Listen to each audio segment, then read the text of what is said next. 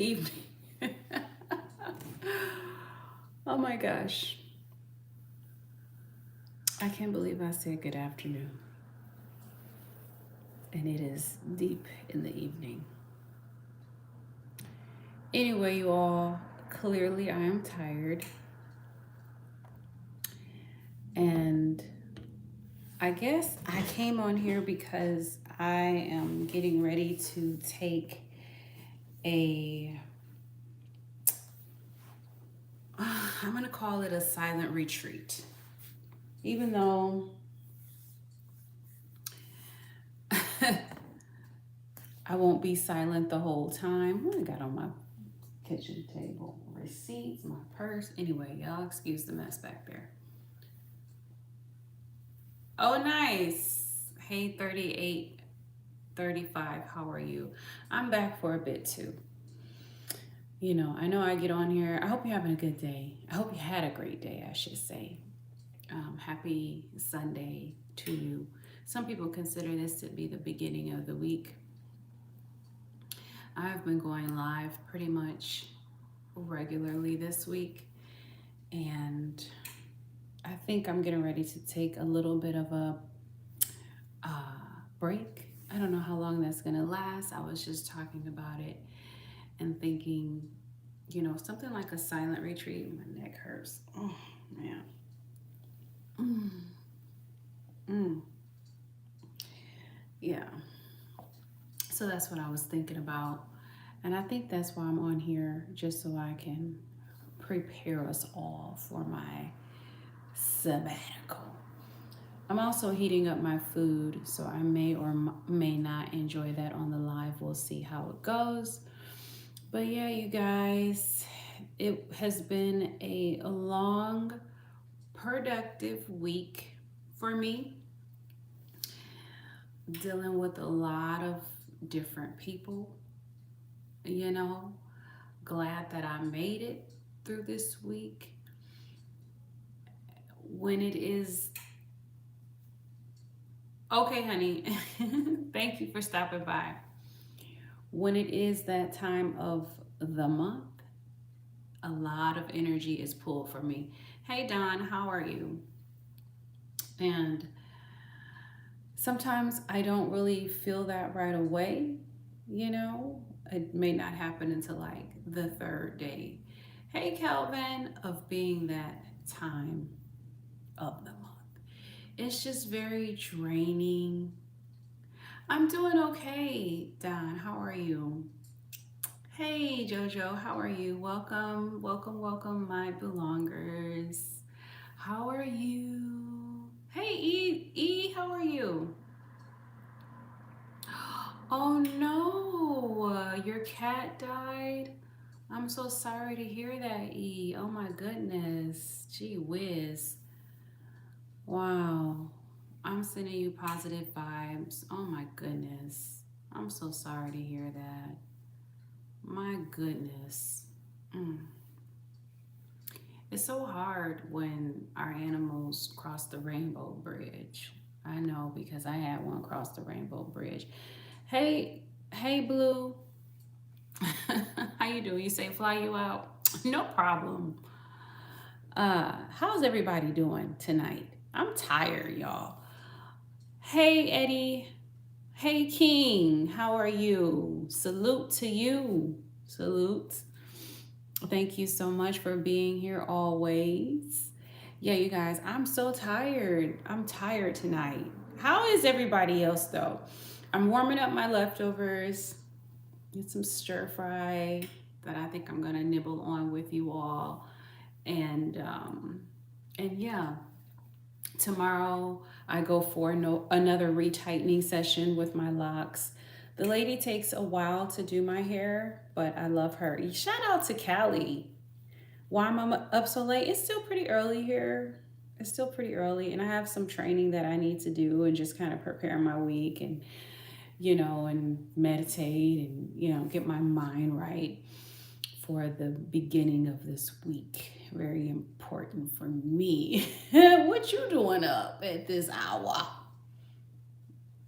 What is my channel about? My channel is about love. Yeah. It's about love. Have you seen any of the other lives? Oh, well, I don't telling the general public what business. What? The fact that I'm preparing for my week. Oh, yeah. Hey, King. Yeah, I don't have any intentions on going shoulder length.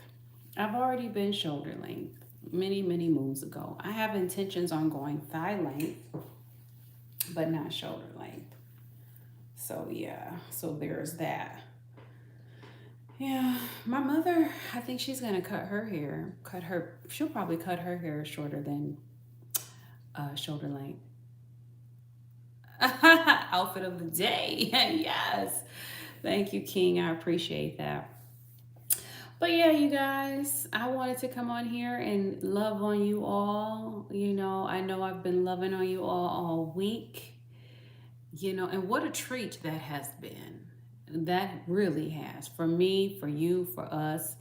Hey, King, thank you for being a subscriber. You are now a belonger. So, shout out to my belongers.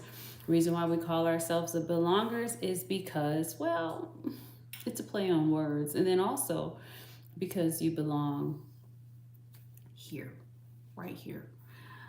Yeah, sometimes love can hurt, especially like when you love your animal. And I'm so sorry that your cat passed away. I know, JoJo. I'm sorry about that. I'm sorry about that, JoJo. You're so funny. But yeah, you guys have any plans for the week? Any goals? Any things that kind of you're motivated for this week? Man, have you even thought about that?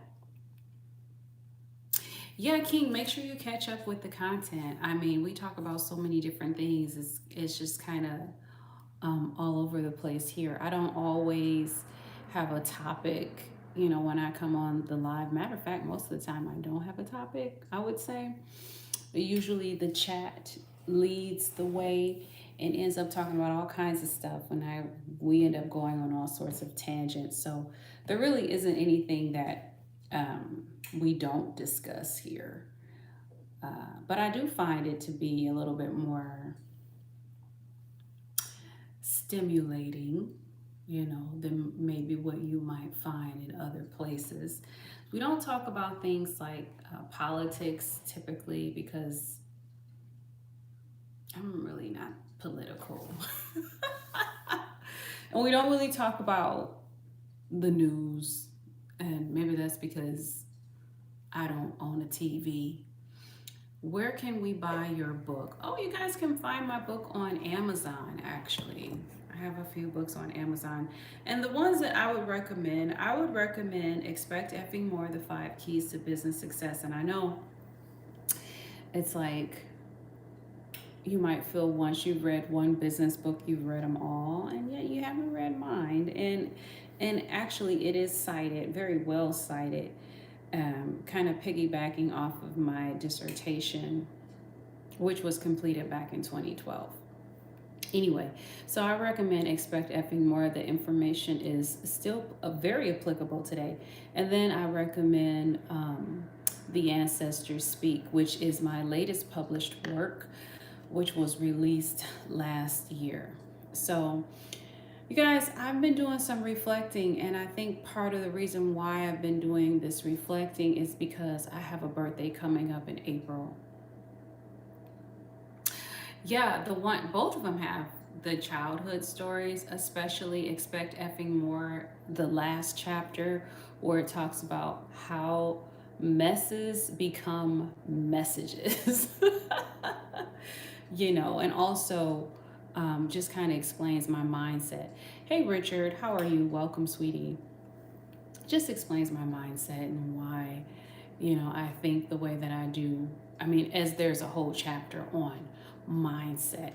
You can get thank you, Ricky. Thank you. I actually need to go to the dentist because it's been 6 months. I appreciate that. Somebody asked me one time if my teeth were real, and I was like, what?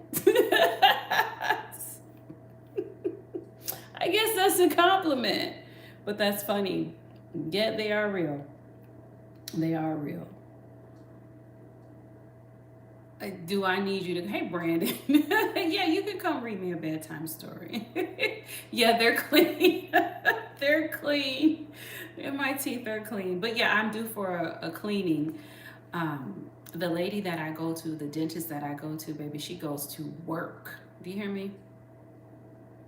Thank you. Yeah, I for some reason I've always had good teeth. And I drink a lot of coffee, which is kind of funny. Steve, it's hilarious. I love a good joke. It's so funny. Oh, good grief in the morning time. You guys are too funny. Oh, shoot. Hey, Ricky. Yeah, I'm feeling jazzy. I got my food on the stove just heating up. But again, let me make sure I didn't miss anybody. Um, is it Seth? Steve, that joke. I feel like I've heard it before. Was it you that told that joke, Steve? It's so funny about the fan. Too funny. Steve, you got jokes. Oh, anyway, someone says it was at Rizzler. Knock, knock. Who's there? Who's there, Rizzler? Oh, thank you, Steve. Oh no, I'm definitely not Beyonce. But hey, Muhammad, how are you, sweetie? How are you? Welcome. Hey, Spicy, how are you, my love? Welcome, welcome. Yeah, you guys. So, for those of you who don't know, thank you. You can call me your mom. That's fine. I might be old enough to actually be your mom, Muhammad. Um, I'll be 46 in April. So, I've been thinking a lot about my life movie, and you ever, I mean, is this the same for you? Like every birthday that comes up, I think about where I am, what I've done, what I'd like to do, etc., etc., etc. And this birthday is no different. When I think about where I was last year, I had just manifested the mountains and the lake. Thank you, Muhammad. I appreciate that. And here I am still by the mountains and the lake. And last year, I was helping out a particular school and I was doing it remotely. Now this year, I'm helping out the whole district and not doing it remotely, but lending my time. And this year, I'm volunteering, just kind of comparing where I was last year to where I am this year. Certain things have been made easier for me, compared to where I was last April. I moved from not being retired at all last April to being more like semi-retired now, even though I swear I'm doing a lot of things. And part of that is because I have goals. Hey, Love Loyalty, let me look at the chat to make sure I'm not missing anything.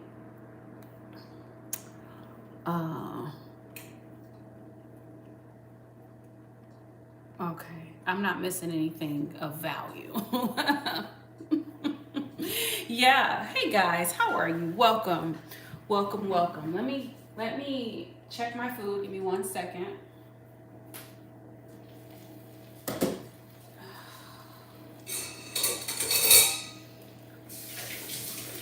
One second, my loves.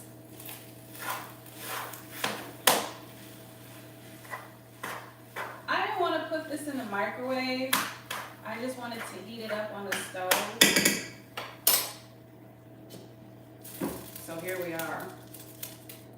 But yeah, it's just some stir fry that I made yesterday after I cleaned my house, which probably doesn't seem like it, but I did. Let me climb on this chair and hop my little self on down.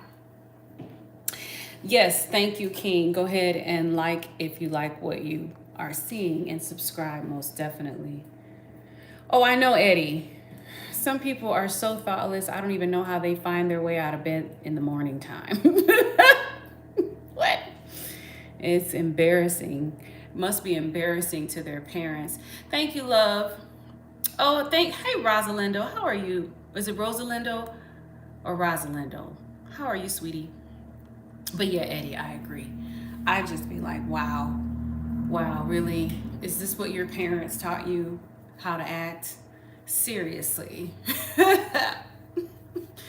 If I had a child that was so disrespectful, I would be disappointed. I would be so disappointed.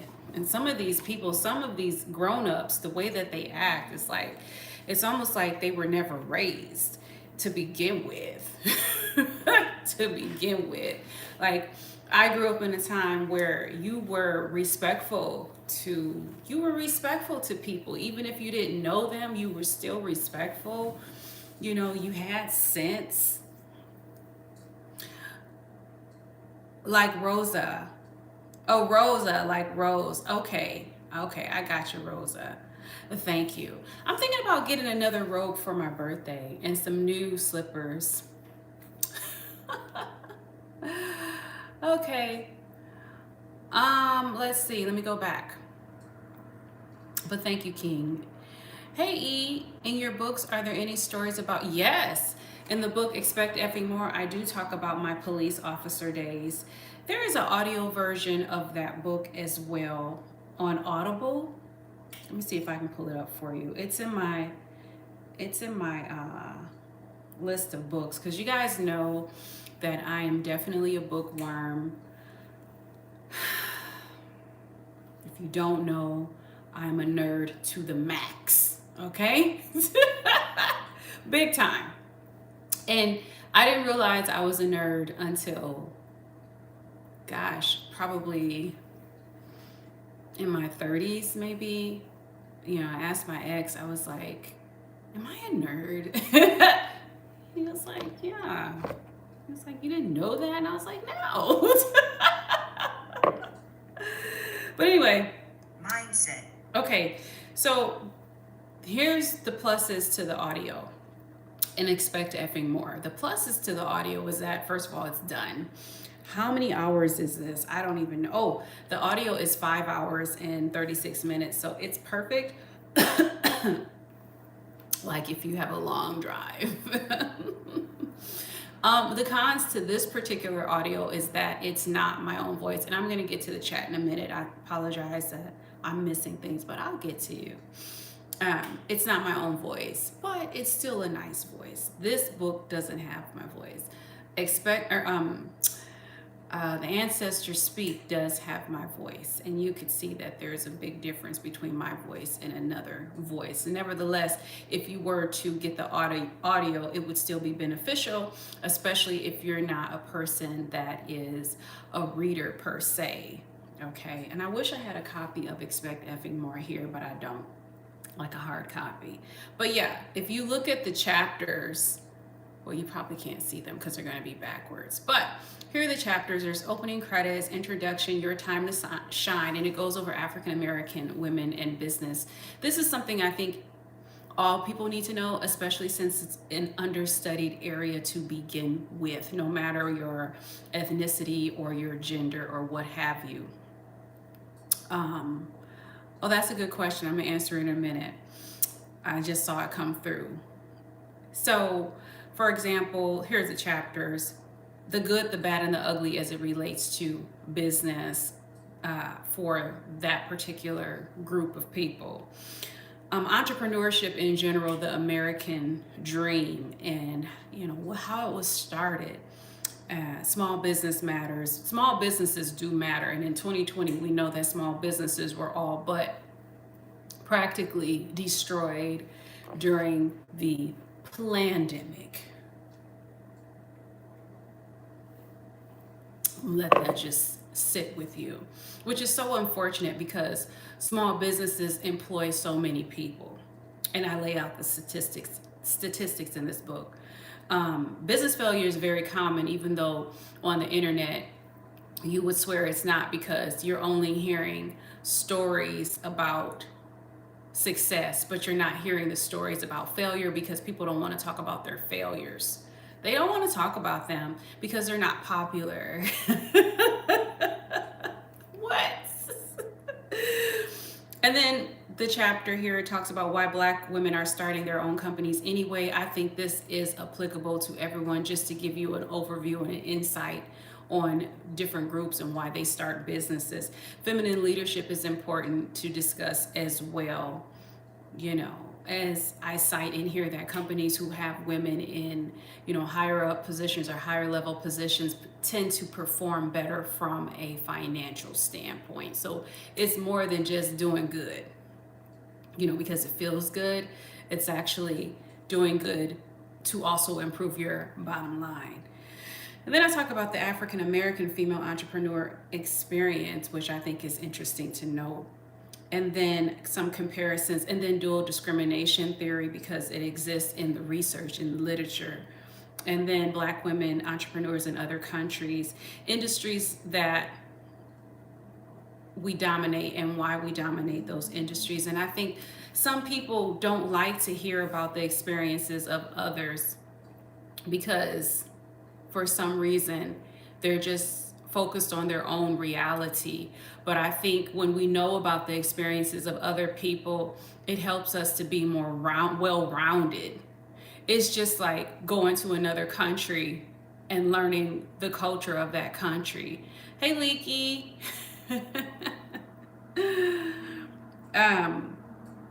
Black business is essential to know about as well. Pre and post Civil War. Early entrepreneur research. This goes into my early entrepreneur research. For those of you who always wonder and ask me, what is my doctorate degree in?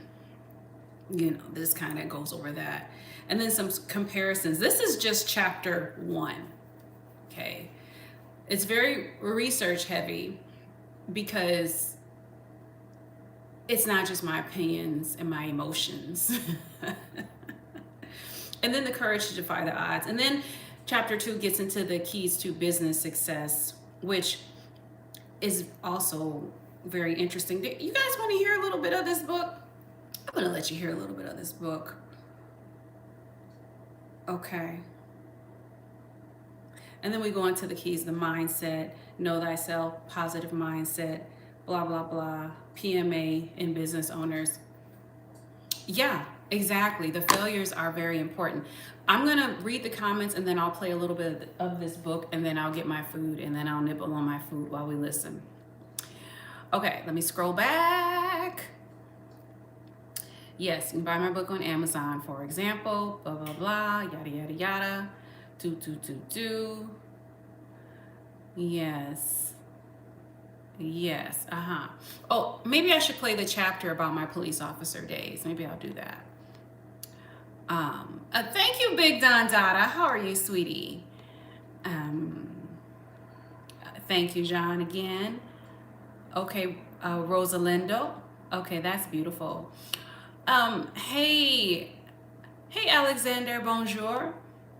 Do I have any parenting tips? I don't have any kids. I don't have any kids.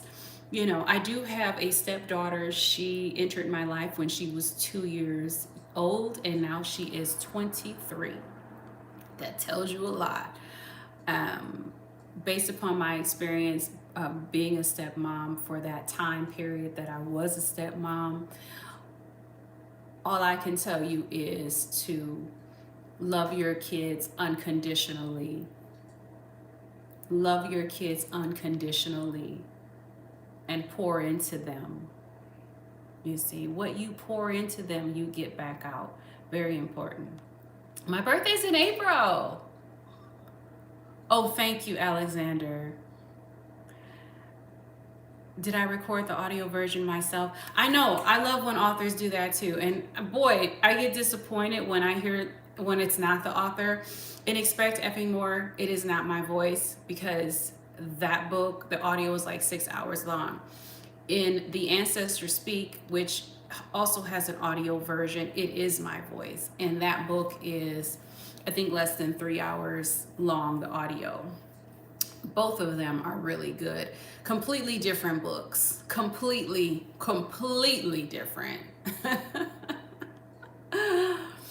Hey love, what topic could I give a 30-minute presentation on with business? Oh yes. Oh yes. Yes. My background is business. I could give a topic about business, a 30-minute presentation with absolutely no preparation, just like that.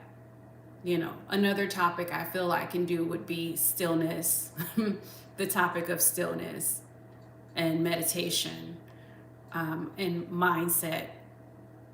I mean, just me talking about it, I can go there. Another topic I feel like I can give a presentation on would be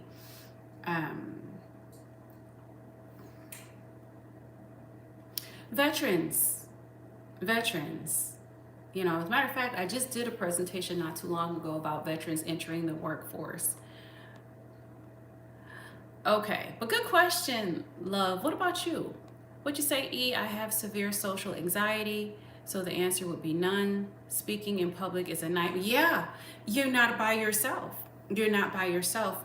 Back in the day when I was a college professor, my students had to speak in front of the class all the time. I understood their anxiety with doing such. I totally get it. I remember two of my exes had issues speaking publicly because of things that happened to them when they were kids. Yeah, I totally get that. I get that. And yet, one of the tips that I would have is you're going to give people information that they don't have. So you're already at an advantage.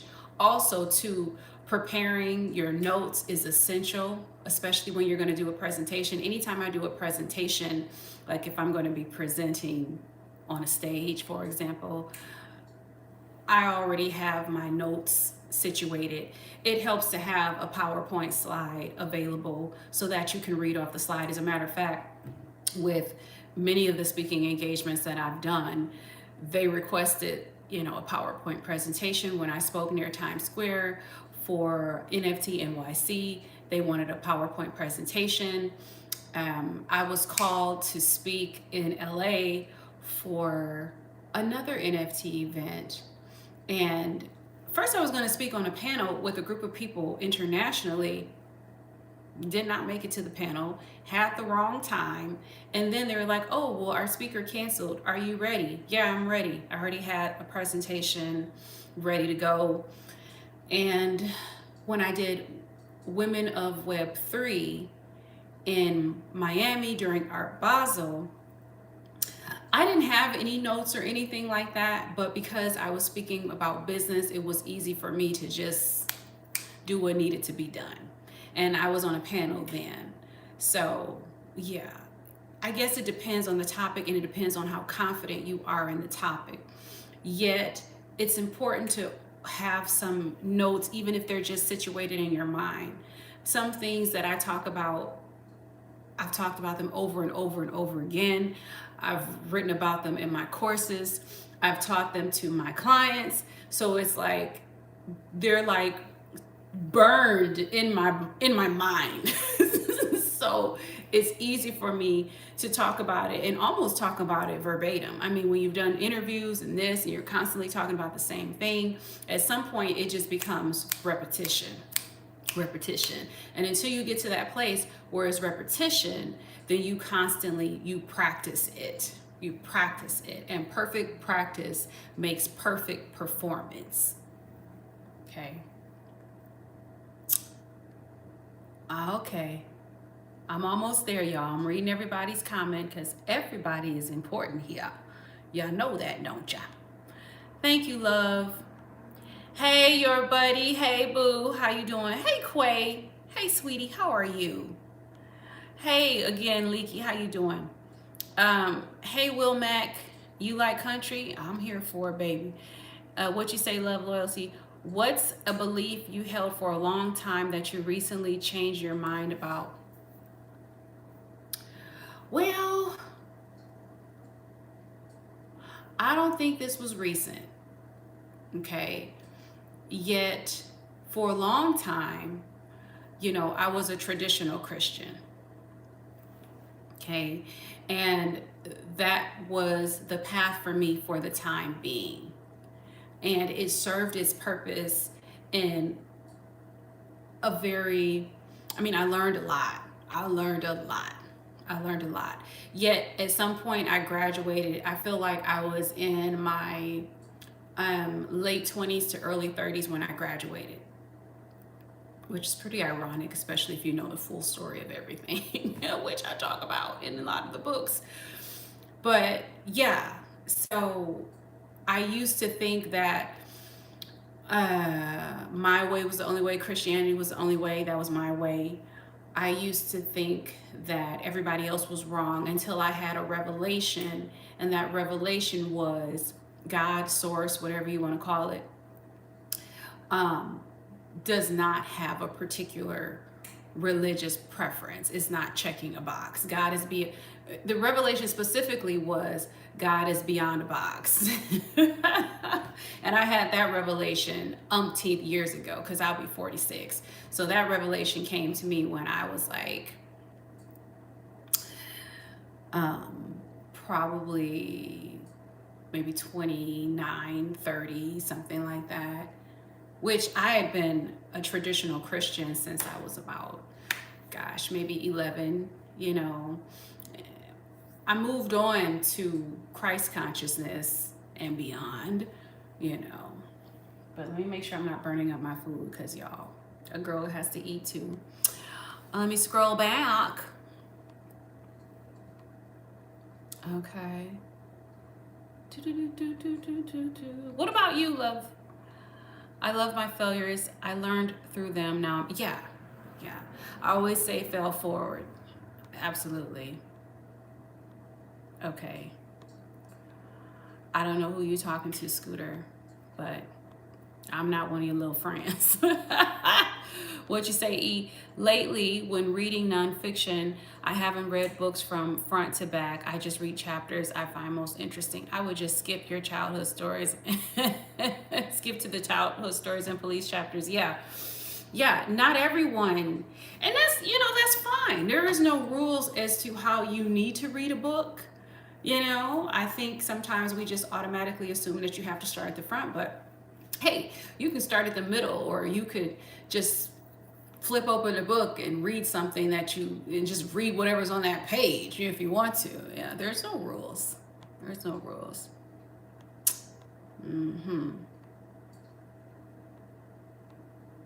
Okay, Scooter, bye. Bye. Some people are just too silly to be here, so no thank you. No thank you. No thank you. What you mean? What you mean, Cletus? Hey, bad gamer. What you say, E? Oh, here we go. People, kids. Some of y'all, I don't even know. Some people just can't stand to see.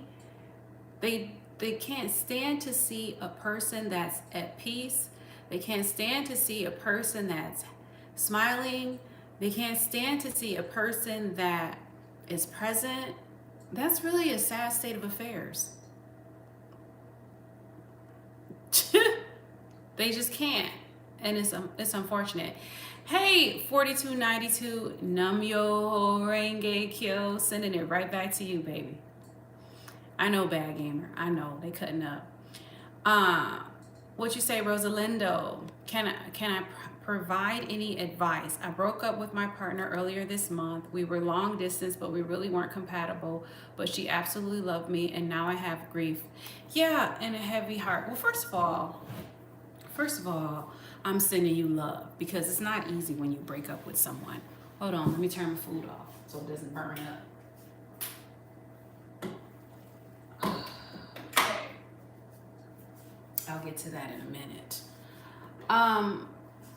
Breaking up is not easy. It's not easy. I've done it many times. I'm actually quite good at it at this point. Uh, but still, it's never easy. And so the first thing that you want to do is focus on your well-being. Okay. And it's funny because, you stated that you guys weren't compatible, you know, so it's almost like a part of you might be holding on to the possibility that things could have changed. And while that is possible, what I've learned so far in my short time of being here on this earth so far is that what you see is what you get. Oftentimes we like to, as human beings, we like to fall in love with potential, yet the reality is different often than the potential, the fantasy that we have in our mind. So you need to realize that there's darn near 9 billion people on this planet. As the old folks say, plenty of fish in the sea. This is an opportunity not only for you to jump into another relationship, which of course you could do that if that's what you want to do. However, this is an opportunity for you to sit back with yourself and really love on yourself, really pour into yourself, really get in even a better relationship with yourself. Because out of all the relationships that you could ever have, the relationship that you have with yourself is the most important relationship that you could have. And that relationship is going to reflect the other relationships that you're in. Case in point, if you don't have a healthy relationship with yourself, then you're willing to accept any type of relationship. But if you have a healthy relationship with yourself, then you're not going to be willing to accept any kind of relationship. You're not going to allow someone to treat you less than how you would treat yourself. You see what I'm saying? This male, female, whatever your gender is. You know what I mean? So yeah, focus on this time with yourself. Focus on pouring into your cup. Acknowledge that the grief is there. Feel the grief. Let it be. It's just energy. Hey, Tim. It's just energy. There are times in this life movie, you guys, where you're going to feel sadness, where you're going to feel grief, where you're going to feel happy, where you're, all the time. Remember, this too shall pass. Allow yourself to feel the feels. Allow yourself to observe what it is that you're feeling. You don't need to run away from it. Allow yourself the time to cry. Allow yourself. Give yourself the freedom to be a whole human being in your solitude. Release it and let it go. That's what I would suggest. Hey, Tim, we're just answering questions in the chat, boo. You're welcome, Rosalindo. Oh, hey, 297. What'd you say, E? Oh, you're giving Rosalindo some advice. Avoid such hurt is to not get attached in the first place, which is nearly impossible to do. I mean, yeah. I mean, at the end of the day, you can love and let go. Let love be a cool breeze. Let it blow in and blow out and let it blow in again. That's what Osho says. Let love be a cool breeze. Very interesting. Very interesting concept. The Buddha releases, the Buddha allows. Yeah. Yep, that's where we at. Hey, Julian, how are you? So yeah, we talked about relationships a little bit. We've talked a little bit about one of my books, and gosh. Oh, and we were gonna play the police part. Again, this is not my own voice, so bear with it. This is in the chapter that talks about business development. So let's see.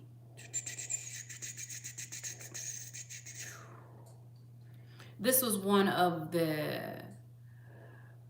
how do I say? This was something that was discovered from the study. Yeah. Which is using work as a platform to bridge to entrepreneurialism. This was specifically found with African American female entrepreneurs, which on one end, it's not surprising because of multiple things. On another end, the reason why I was located in the study is because there hasn't been much research in the area, which is why the study was considered groundbreaking in the first place. And then finally, this kind of coincides with what Delatoro McNeil talked about in Caught Between a Dream and a Job, which is a great book, by the way. Caught Between a Dream and a Job. Oh yes, great book. I read it a long time ago. Read it, wrote in it, highlighted it, did the assignments in it. Yeah, great book. I wonder if he's written anything since then. Yeah. Okay, so let me go in here and then I'm going to play a little bit of this and then I'm going to go into the chats. Okay, hold on. I'm going to say this too because, first of all, because it's that time of the month for me, especially, some of these comments that are coming in sideways, you just won't be here anymore. Plain and simple. Plain and simple. I'm not going to be going back and forth with you today. I'm not even going to acknowledge that you exist. You hear me? Just know that. Just know that. Okay? So don't play with me, because like I said, I'm not your little friend, especially not today. Especially not today. So, all right. Yeah, Tim, isn't that the truth? Loving yourself is an everyday absolute job. Hey, you back? Watch 272. Okay, great. Would I consider myself the heartbreaker? Would you say you're the one that gets their heart? I don't get my heart broken. I don't get my heart broken. I don't get my heart broken. Have I been hurt before? Oh, yes. Yes. Yes. And do I consider myself a heartbreaker? No. No. But have people been hurt when I left them? Yes. Yes.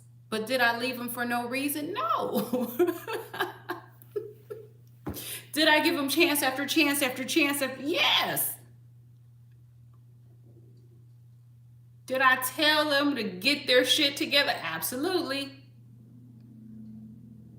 Did I give them warnings and signs and wonders? Yeah. See, in my past relationships that I've been in, if something just wasn't situated, it wasn't a guessing game. Because I'm big on communication. Because I know you're not a mind reader. So I'm going to tell you what's going on. This is the issue. You know, so that you have opportunity to fix it. And if you don't fix it, then you don't fix it. It's okay. I'm not like everybody else probably that you have met 9 times out of 10. I don't need to be with you for eternity in order for me to say, this is a great relationship. I can be with you for a time and for a season. You know what I mean? And that's more than enough. That's more than enough. Okay. All right, let me go back into the chat.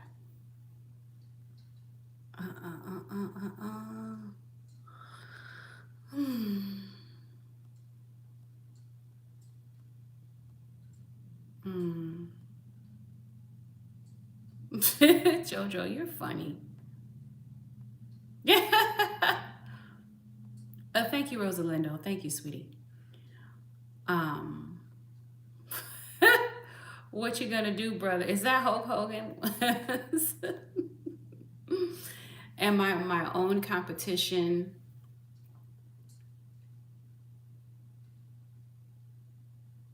I don't even know if I'm competing with myself at this point in stage in my life journey. Maybe years ago I would have said yes, but now I don't even see the need to compete with myself. No. So I wouldn't say that.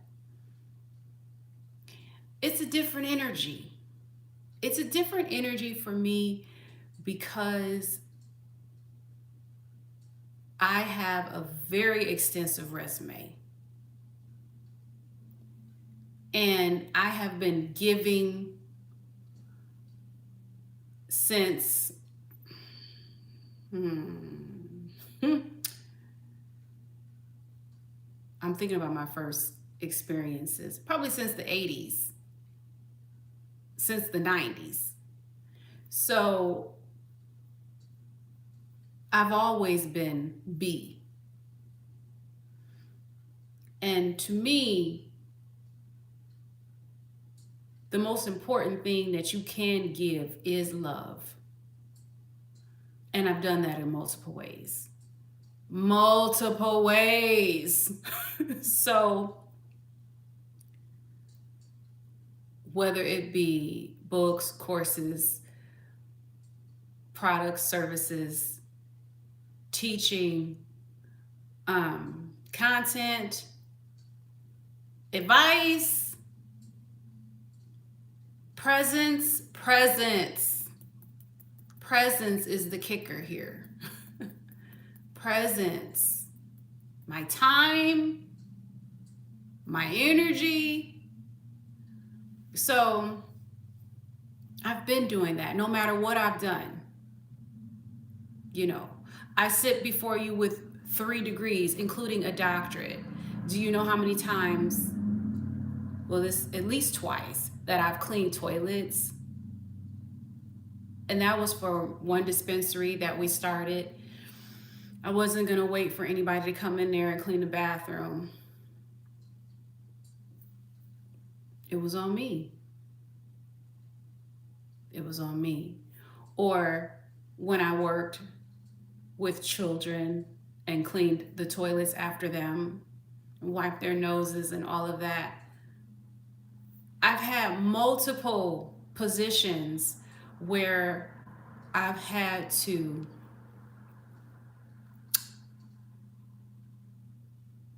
have, I guess, humility, if you will, where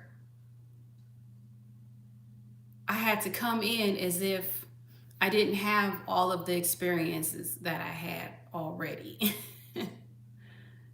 I had to come in and put the fact that, you know, I'm an author and all these other things, put that to the side and simply serve. The universe is funny like that.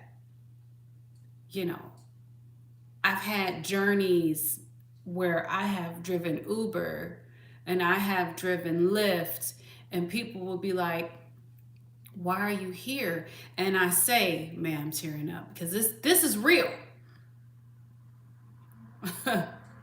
Thank you, Derry. This is real. And I say, because I feel like the universe sends you wherever you need to be. And wherever you go, you spread your light. So For me, it's not about competition, not even with myself. It's about being the light wherever I am and whatever I do and whatever I bring to the table and however I show up to bring all of myself with me, you know. And in the future, I see myself moving towards a place of creating more legacy. I've already solidified legacy in multiple generations, because I've touched, and I'm not saying this, please listen to what I'm saying. I'm not saying this to boast or to brag or anything else like that. What I'm trying to tell you is I've had the opportunities to be in the lives of 9-month-olds to 70 plus 90-year-olds and 90-year-olds, what I'm saying, to give my presence to 9-month-olds to 90-year-olds as I approach my 46th birthday.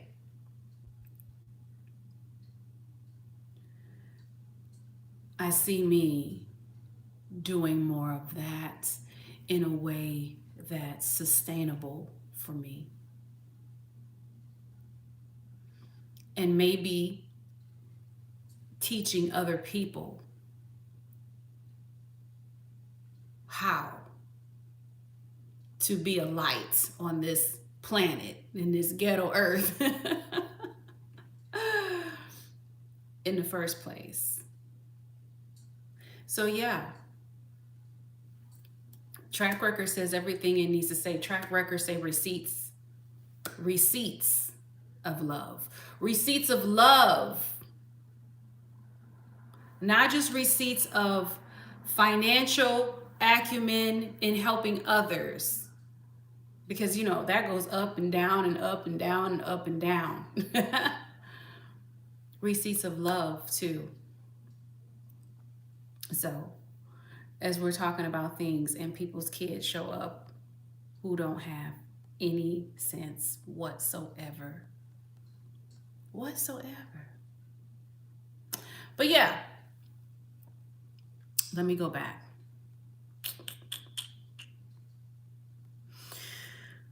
What you say? Yeah, I really wish I didn't get attached, but I'm a hopeless romantic. Yeah, I love romance too. What you say, E? If you don't get your heart broken, then you might be the heartbreaker, ma'am. I'm scared of you now. No, I don't get my heart broken because there is power in your words. Power in your words. So I would never speak over my life that I'm a heartbreaker or that I've gotten my heart broken because your words. Absolutely not. For agreement says, speak an impeccable word. Have I been hurt? Yes. And have people been sad when I left them? Yes. And rightfully so. I'd be sad too if I left. I really would.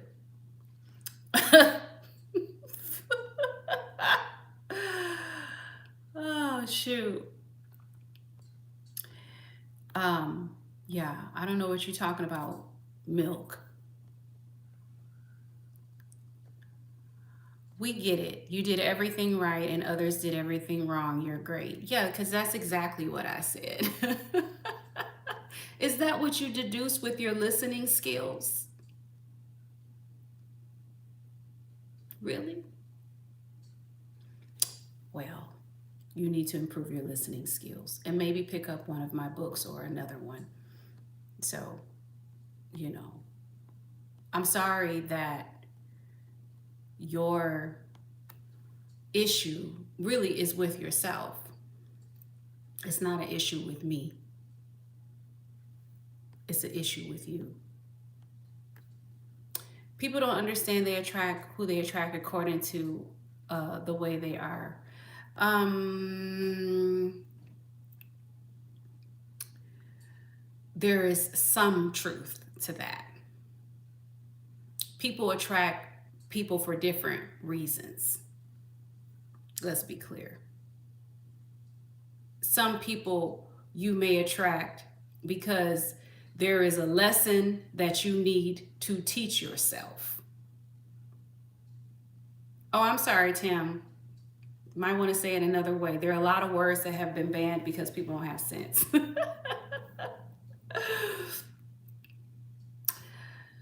So, and that's just part of the reality of the situation. Like maybe you need to teach yourself more self-love, and you attract a situation that gives you the opportunity to do that. And you say, well, because I now love myself more, I'm not going to allow this type of energy to continue to stay in my movie. You see what I'm saying? And then you get to choose to remove it from your movie, for example. Okay. Sometimes on the flip end, maybe you're vibrating high, and maybe you meet someone who is also, maybe you in your mind, vibrating high might be, very meditative, very spiritual, spiritually connected, and you meet a person that's in that vein. It's not unusual for me to meet people that I'm in relationships with, that I've been in relationships with, to also be spiritual to some degree. And it's funny too, it's not unusual for me to meet someone that I end up in a relationship with and they don't have a TV too, which is weird. But anyway, let's say you're a spiritual person, let's say you're vibrating high, and it's not unusual for you to meet somebody that is also spiritual and vibrating high and into meditation like you. So that's not unusual. So again, that's not 100%. The only reason why you meet someone is because you meet what you have on the inside of you. Partly true. Again, you could meet someone, as I stated, because there is something you need to learn. This is an opportunity for you to grow. Okay? I hope that makes sense. That makes sense.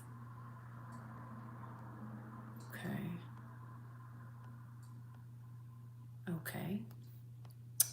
Do do do do do do.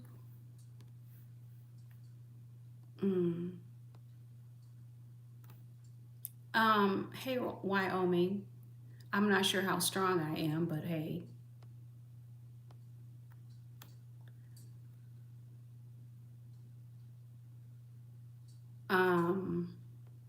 What's the name there? I've never heard of that person before, but thank you, Watch 272. Okay. Okay, the camp.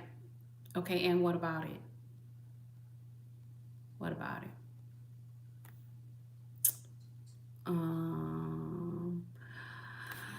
No, I don't work out. I need to work out. I don't work out. But thank you. What do you look like, Wyoming? Hey, Eddie, thank you. Kyle, I'm not your cousin. I don't know. Do I resemble your cousin? Oh my gosh, yeah, Eddie. Absolutely. Peace is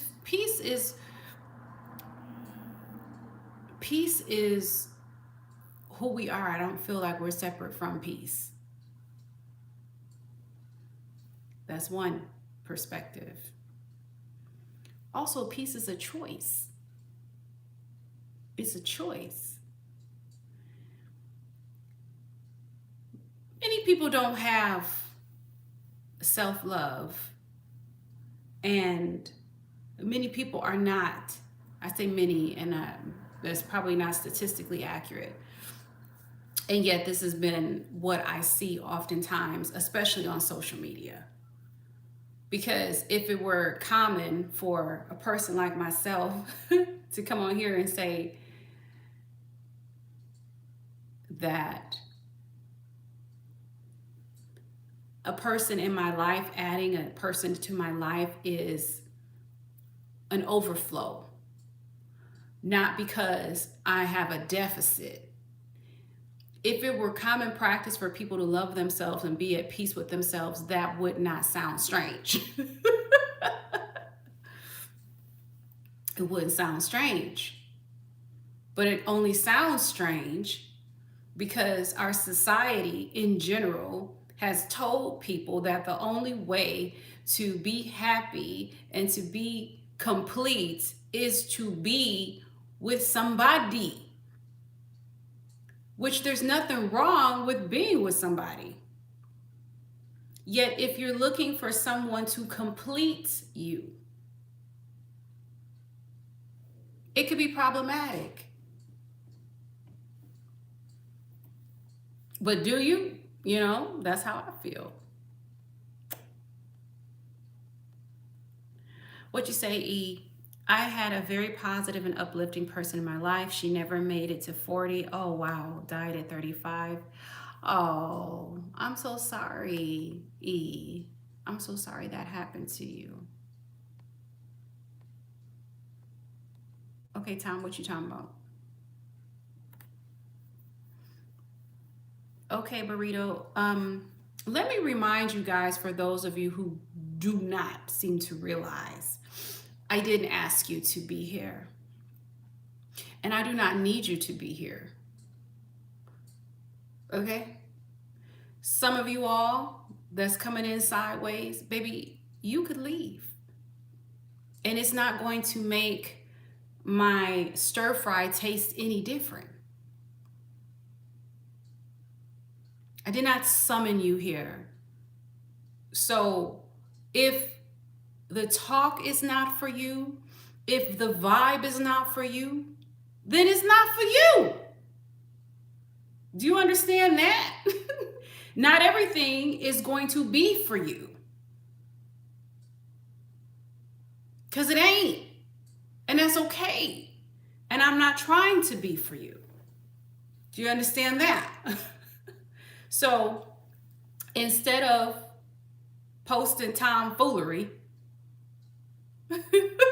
no, I didn't summon you. I didn't go to your box and say, get your ass over here. I didn't tell you, and I'm not keeping you here.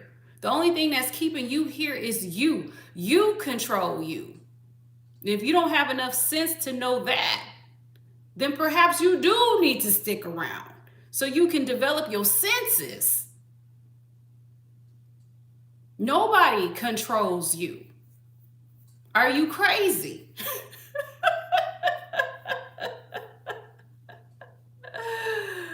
What? Some of y'all are too funny. You're too funny. But here, let me help you. Since you don't know how to leave, let me help you exit stage left even. Since you don't know how to be here, let me do boop, boop. You see how I did that there? That was real easy. Next time you can leave on your own accord. That makes sense?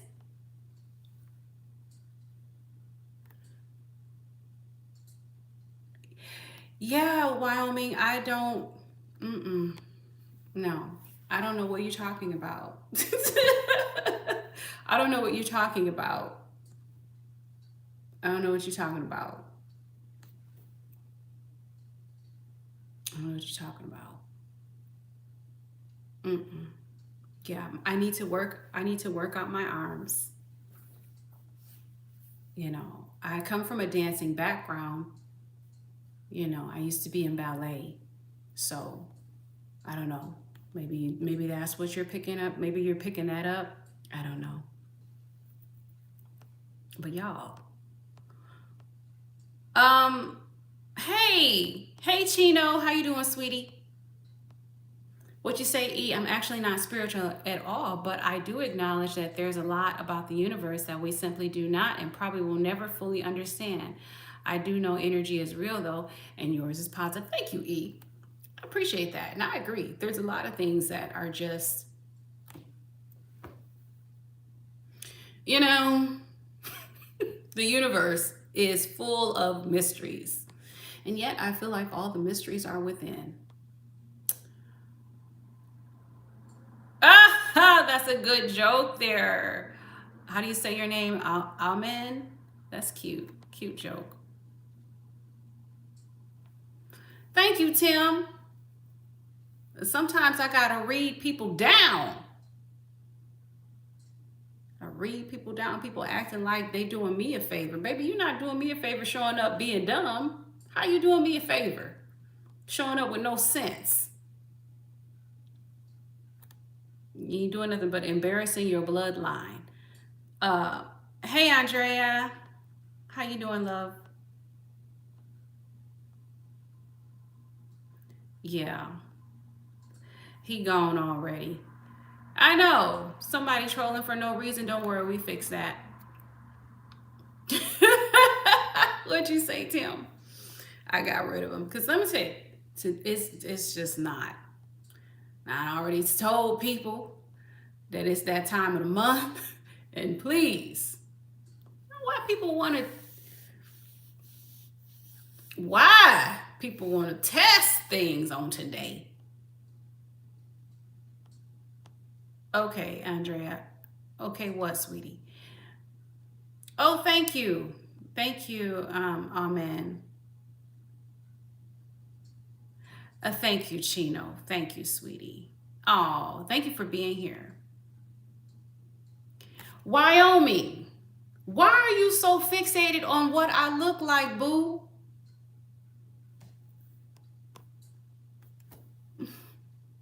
Are you all right? Are you all right? You want to see strength? Let me let you see strength.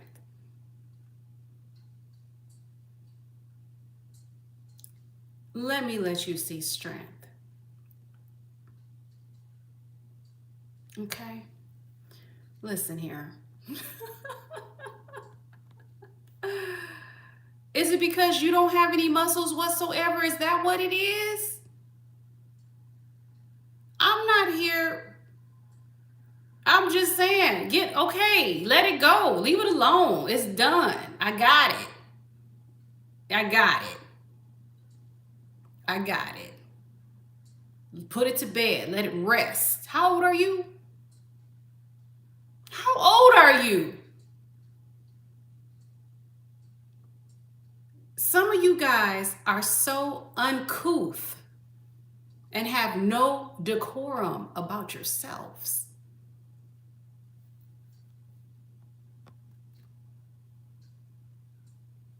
And what are you talking about?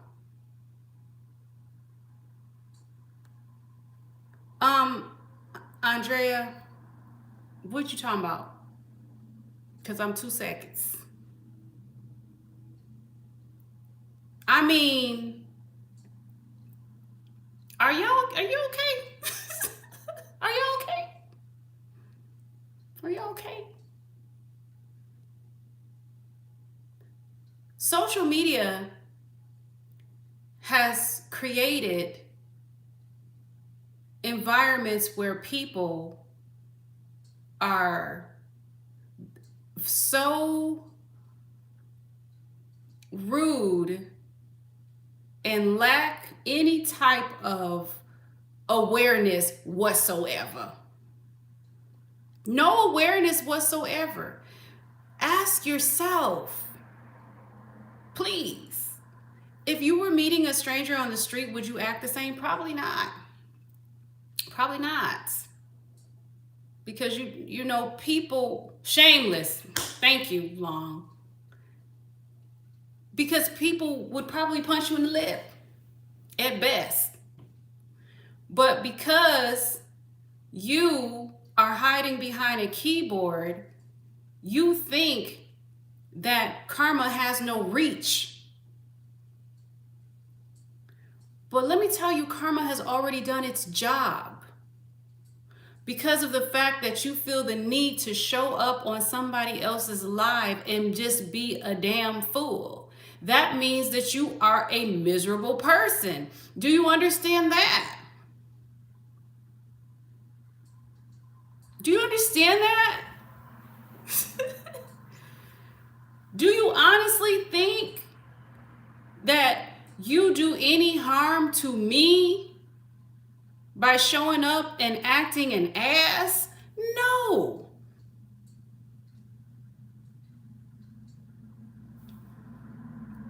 What? Because I'm seasoned, not new to this, true to this. Because when I turn my computer off, I'm still laying down on clean sheets with a clear conscience. What are you doing? You're sitting with yourself. A person that's so miserable that they come to a stranger's channel to be miserable there.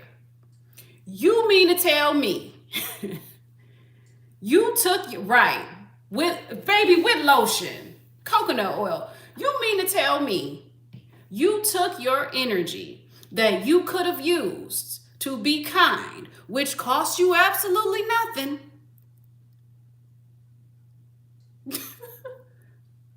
to come to somebody else's page?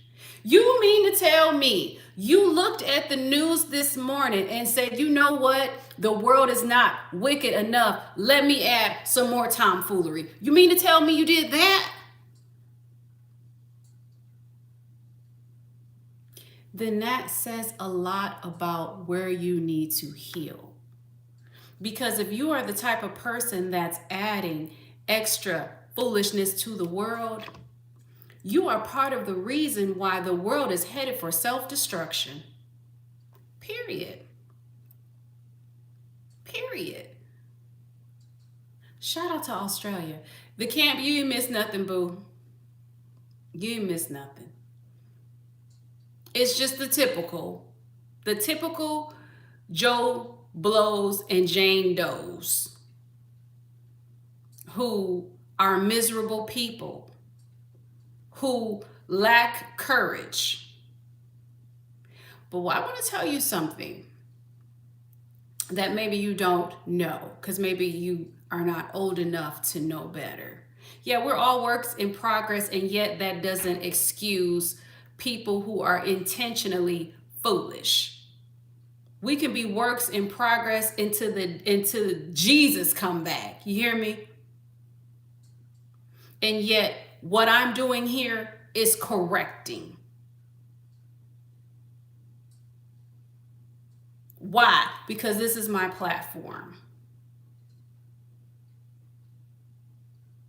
And I'm not apologetic when it comes to correcting energy. And this is why we have the type of world that we have. Because people didn't correct the shit to begin with. And then a complete stranger, what? A complete stranger has to tell you that you lack self-love. Because if you had love for yourself, then you wouldn't be on somebody's page that you don't know spreading tomfoolery. Period. And that's all I'm going to say. And you have a good day. Goodbye.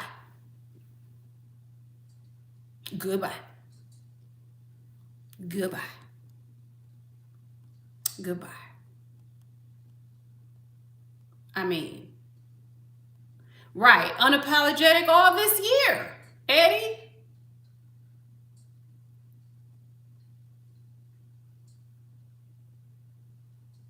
Unapologetic all this year.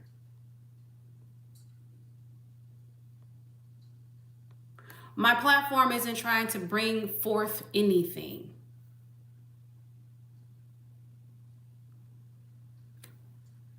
Have you looked at any of the videos? Have you done your research? I should be asking you.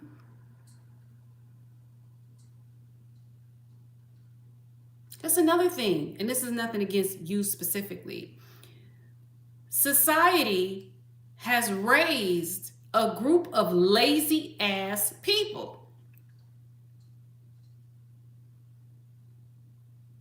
I feel sorry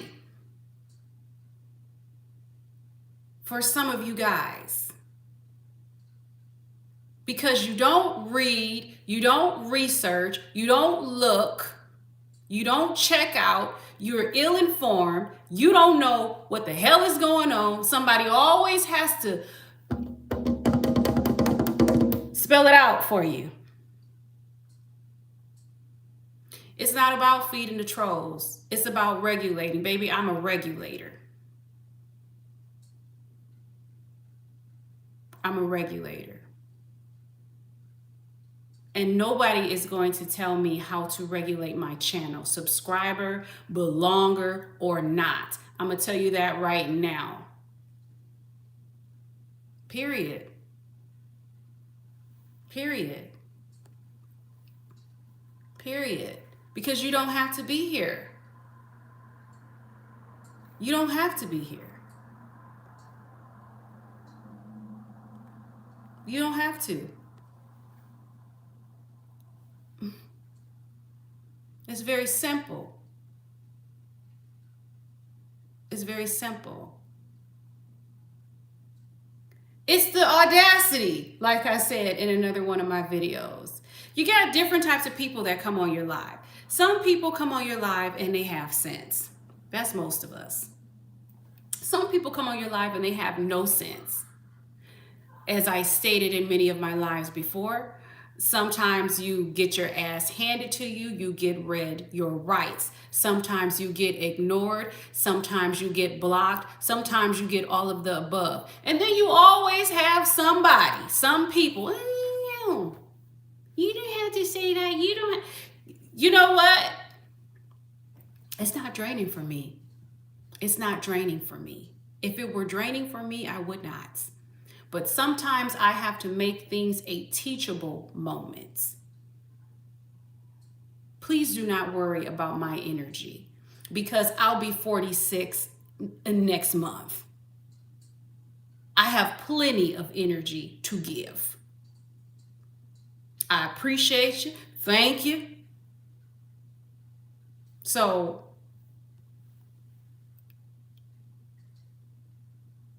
it just depends on how the wind blows.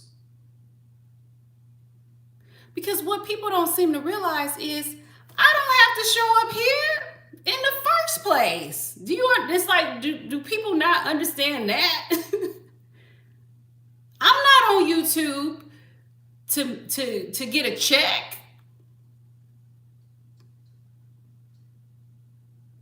Thank you. Thank you, Walk. I'm not on YouTube to get a check.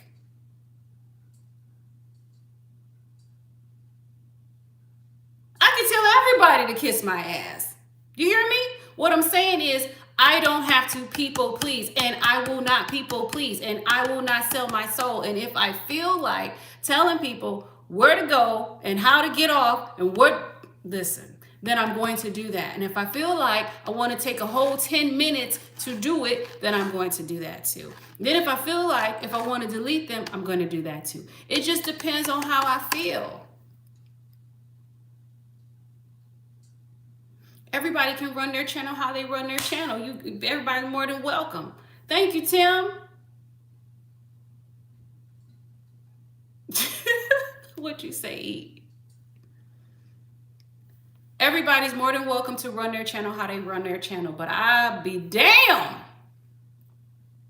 if somebody's going to come on my channel and come try to tell me how to run my shit. Oh, absolutely not. Because if it was your channel, you're going to run it how you run it. Bye. Period. So my peace is protected. See, look, you about to go bye, just like that, just like that. I'm gonna tell you something.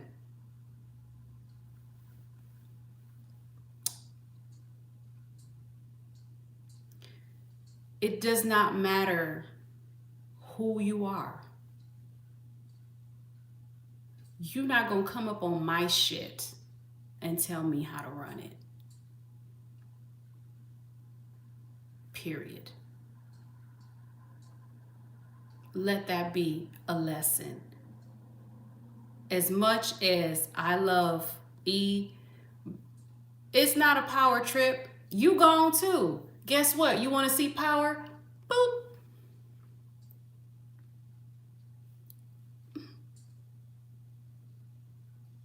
I've already made it clear from the very beginning, anybody can get it. Because what you're not going to do is try to shrink me, try to regulate me. You think you're going to regulate me? No. You ain't going to regulate me. You ain't going to come on my shit and regulate me. Get your own shit. Regulate that. I'm the regulator over here.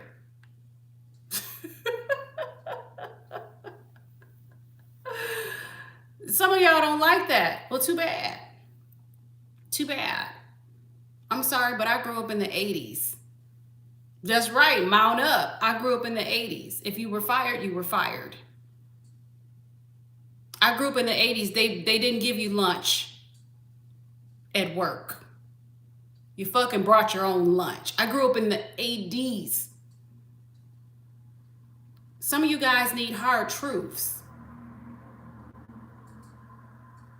If I got to tell you once, tell you twice.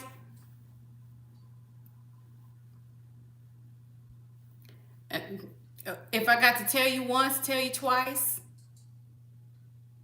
Yeah. And there's nothing wrong with getting lunch at work. That's fine because some companies do provide that. I know when I had a cannabis company that I was hired to start, create, along with the GM, the general manager, they made sure that the employees had everything in the kitchen, which was great. There's nothing wrong with that. It's a beautiful thing. But what I'm saying is the 80s was hard. The 80s was hard. You know. But it's like, as your channel grows, automatically, tomfoolery grows too. Tomfoolery grows too. And some people can't stand to see a strong person. But oh the fuck well. Because again, you don't have to be here. You're used to people coddling to you. You're used to people not telling you the truth. This is why you act the way you act. But if you had somebody tell you the truth and tell you you need to get your shit together and tell you this is not how you act in public, then you would be different. You would be different.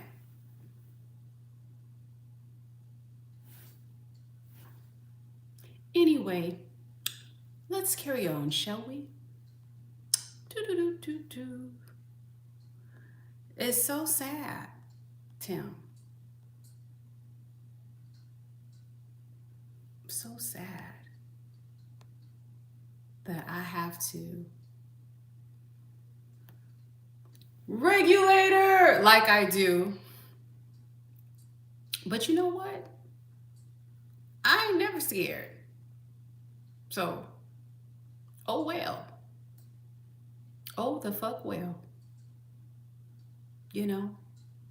I feel that way about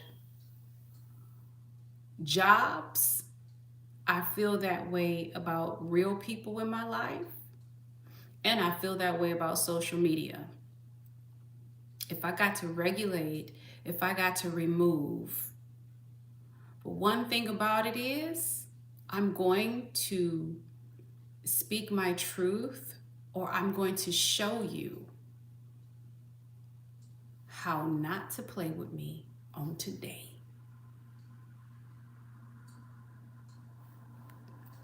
It is what it is. Maybe some of you guys can adopt this principle in your life. You have many people that want to shut down your voice. Many people, good morning, Mark. Many people that want you to dim your light because it's too bright for them. Many people who will try to tell you how to speak, when to speak, and how to act on your own shit. Make it make sense. Make it make sense. Thank you, Mark. Make it make sense. And some of it is because of the conditioning that people have had. Let's just be real. You know, some people cannot stand a woman, especially, that has the audacity to be assertive. Hey, Ken. To be sure. And to be the fuck clear. And then to be sexy on top of that. Well, too bad. Because I'm not here to make people feel comfortable.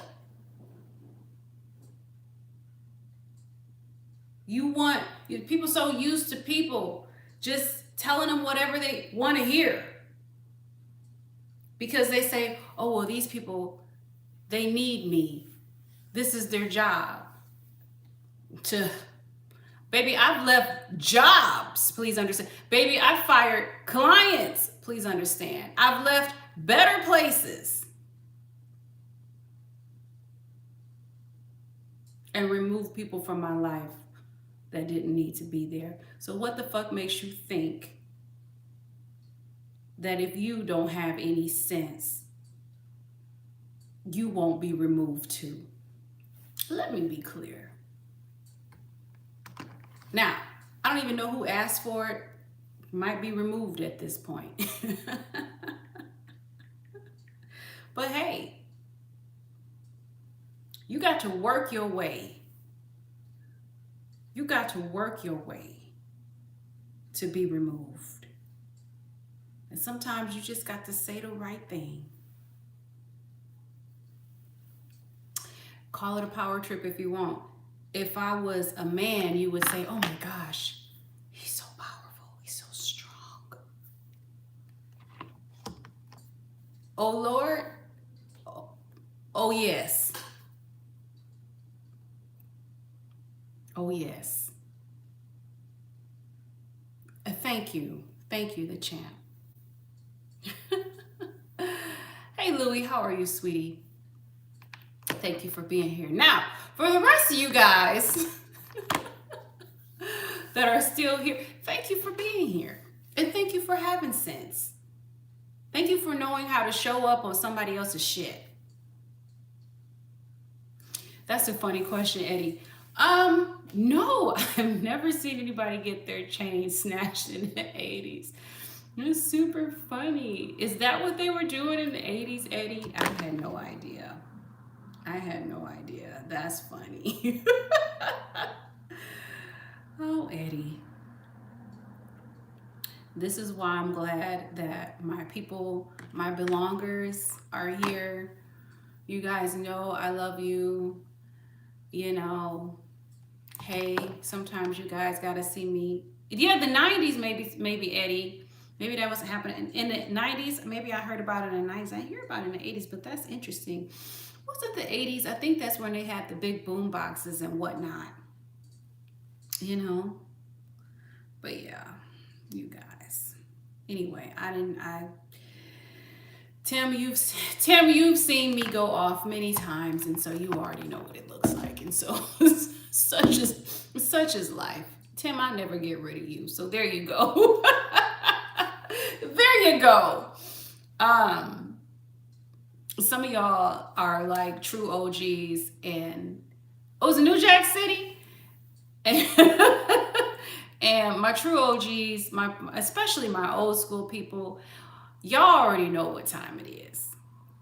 You already know what time it is because you just do. Because we grew up in a different time. We grew up where respect it just was. It just was. And some of you younger folks who are mature, who were raised or who learned from somebody, you guys know what time it is too. So, but anyway, I want to play a little bit. Oh, here it is. Law enforcement. So in this section of the book of Expect Effing More, we're actually talking about the law enforcement and customer service piece. Interesting. Transferable skills that were learned. And this particular one came from law enforcement, which you would not think that customer service would come from law enforcement, because if you watch the news, you'd be like, hell no. How? But in this section of the book, I actually talk about my own experience so that you can see how. The news doesn't show you everything. Absolutely not. The news is also built to, rev people up and keep people divided, etc., etc., etc. There's a lot of agendas happening behind those news broadcasts, But anyway, for those of you who are interested, I'm going to play a little bit of this, and I'm going to reheat my food because now it needs to be reheated. So go ahead and grab you some water, grab you some coffee, grab you some tea, and just sit back and listen to this. And then let me know what your thoughts are, because I might be asking some questions. All right? Law enforcement and customer service. Remember, in the last section, when I said that without sales, you have no business? Well, without customers, you have no company. Hello, somebody. It does not matter how wonderful your product is if no one is buying it. When you are blessed to acquire a customer, you want to keep them. Exactly. Ideally, I need you my want to energy. create a lifetime customer. I suggest sharpening your customer skills before you become a business owner. If you are already in business, you can benefit from this advice as well. My most challenging customer service jobs help. But Tim, did I Law not? enforcement and customer service. Tim, you done made me start this thing over. Remember, in the last section. Tim, did I not tell them that my stir fry was going to taste the same? You see there? And it is. And they gone. You see? Anyway. As well. My most challenging customer service jobs helped me grow as an entrepreneur. And nothing was more challenging than being a cop. I'm gonna heat my food. I chose to become a federal cop twice in my life. I also worked for an armed security company. Police officers are supposed to protect and serve the public. Supposed to. There are so many rules to follow for the safety of officers and the safety of customers. Mm-hmm. Good customer service as a cop means paying attention to details and staying alert to hazards. I had to learn how to win people over with my personality. Some people wouldn't give me a chance simply because I wore a uniform.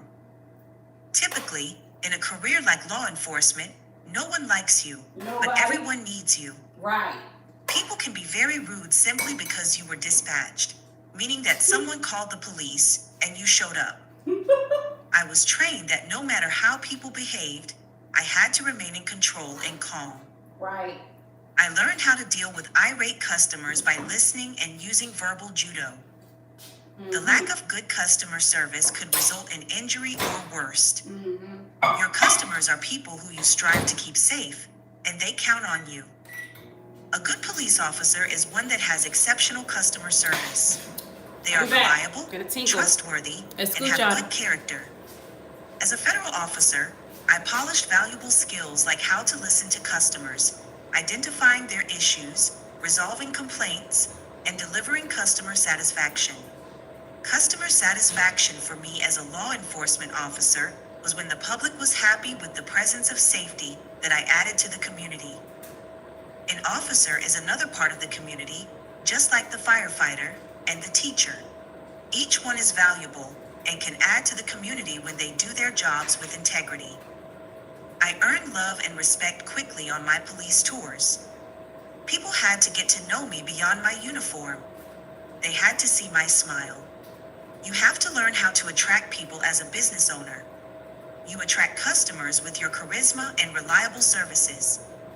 Customers can be challenging to acquire and keep. First of all, you have to attract your customers and get their attention long enough to show them what you are selling. They want to know quickly that your services work. In law enforcement, an officer is a servant of the public. Their image should be one of integrity, reliability, and authority. An officer's presence is the first line of security. That's why so much care goes into grooming and the uniform. As an officer, your image and your actions are held to a high standard. I got written up once for not wearing my tie with my winter uniform. I did. People who call cops for help hope the officers are going to be true to their oath of serving and protecting. At least. People are trusting you, sometimes to save their lives. I felt responsible for everyone and everything during my watch. I wanted to be there when people needed me the most. An officer is expected to be true to their word and do what he or she said they did. You could get in serious legal trouble for lying. You really could. In business, customers want to know that they can count on you to deliver consistently. Can they rely on you to tell the truth? Law enforcement gave me service skills. It taught me how to work and talk to people to get results, with minimal drama. I learned how to be a mediator and listen to all sides of a story before reaching conclusions. Right. Law enforcement taught me to check for facts. Learning this skill helps me listen better to my customers. I learned how to work with people from all backgrounds, religions, genders, cultures, and ethnicities. You learn empathy if you are a good cop. You see yourself in others. This skill translates into business. When I create products or services, I only create products I would want and products that interest me. My target audience are people who share the same interest. I like creating products that I wish I had when I was starting out as an entrepreneur, like this book. Products that I know will resonate and add value because they come from real life experience. I learned how to be relatable and resonate with people as a police officer. In hindsight, this resonance arrived from a place of refusing to allow my uniform to outshine my presence and personality. I had a poker face when it was time to have a poker face. You have to know timing in business as well. I got to know people on my tours. They became my friends. In business, my customers are people who I share valuable information with and make their lives better. I learned a lot about customer service during my federal law enforcement years. In such an extreme position, customer service becomes critical for success. I love being a cop because I learned how to communicate with customers from all backgrounds. Can you communicate with people from all faiths, genders, sexual orientations, and nationalities? Any job that forces you to deal directly with people and serve them is helpful because it will build your endurance and customer service skills. You will learn in real time how to handle demanding situations and how to work with people. Okay. Administration and organization. All right. Let me look at the comments. Oh, boy. Now,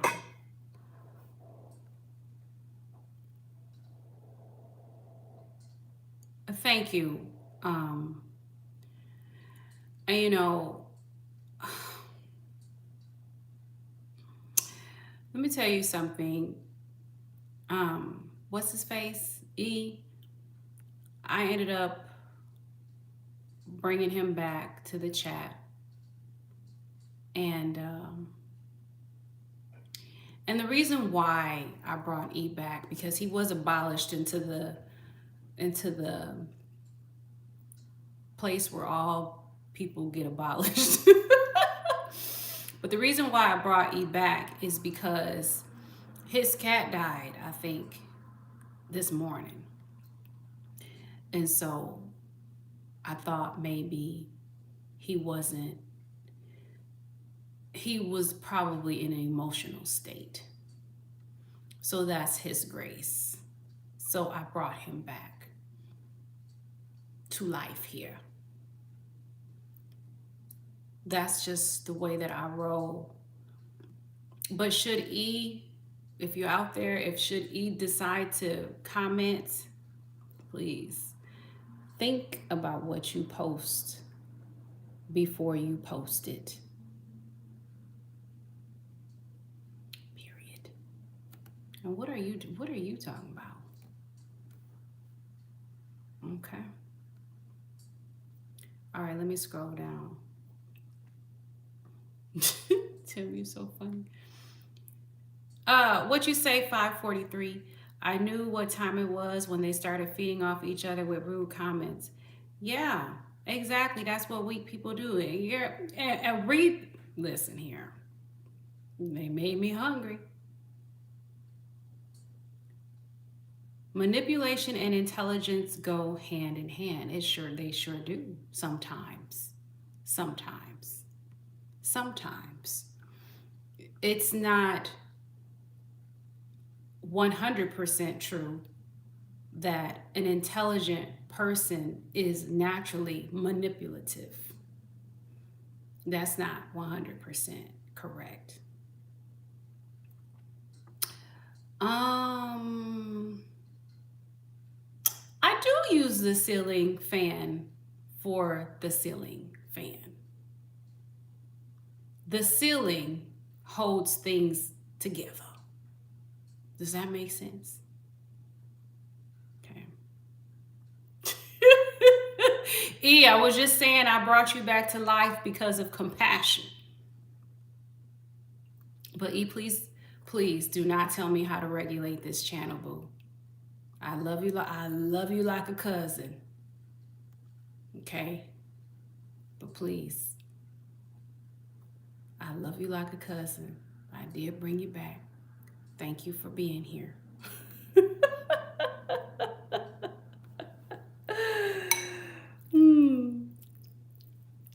I was just telling the folks I brought you back. Hey, OG.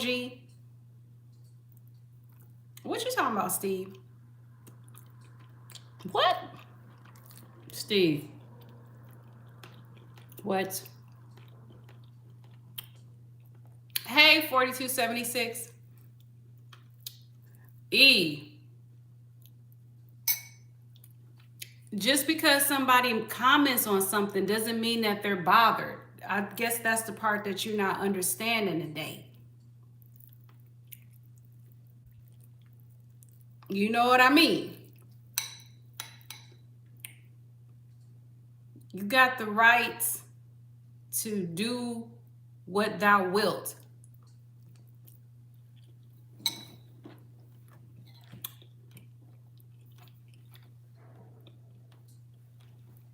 Period. Thank you, E. Shit. And thank you for buying the book. Which one did you get?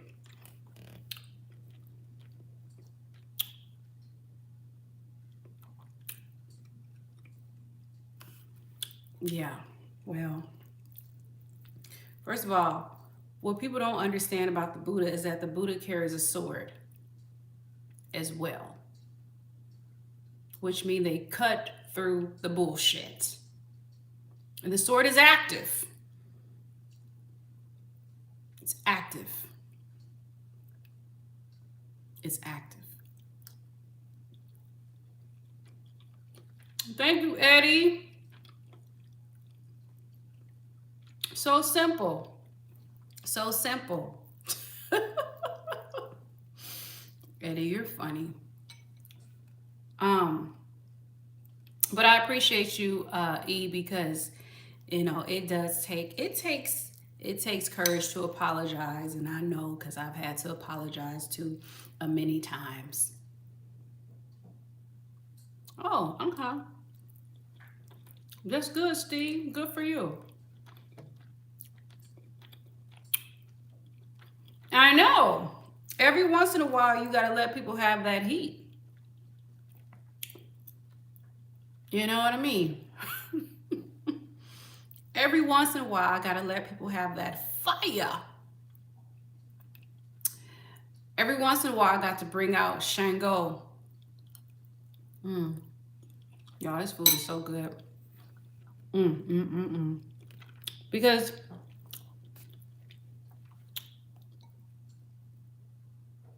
oh yeah, yeah. Sometimes I don't pay them no mind either. E. It just depends. It just depends. But I've said that many times. I've said, hey, but either way, I'm not bothered. Whether I have to read you, remove you, ignore you, all the above. Steve, do your mama have smoke detectors in her house? Hmm? Does your mama have smoke detectors? Steve, you better get it together, buddy. You on a slippery slope. I'm not one of your little friends.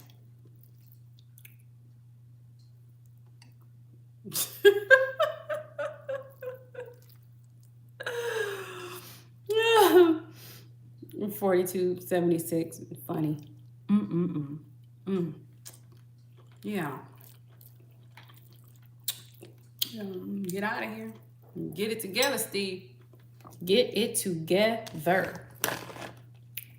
Get it together. But yeah, I deal with trolls how I deal with trolls. It is what it is.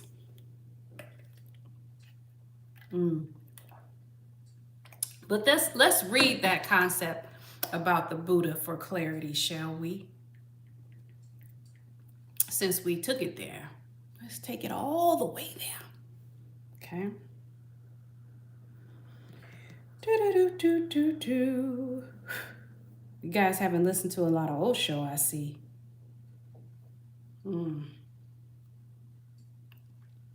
Here we go.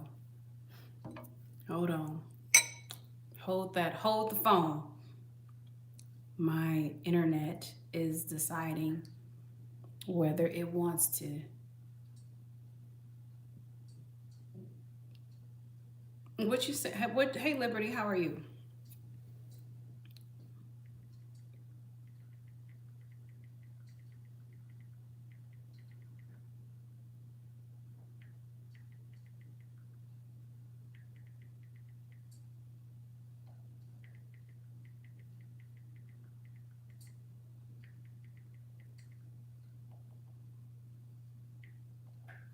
I guess you guys never heard about Vajrapani.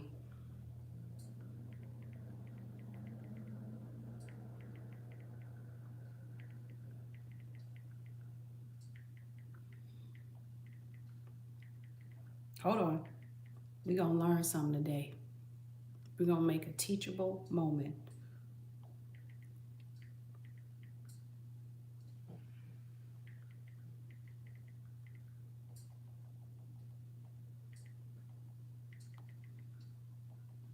Grab your coffee.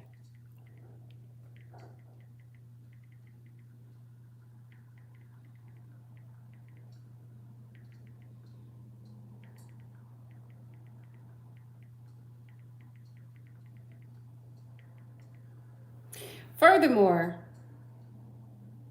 if I let somebody know that they need to go look at the man in the mirror and practice self-love, that is me doing my job. I know, E. That's why I brought you back, babe.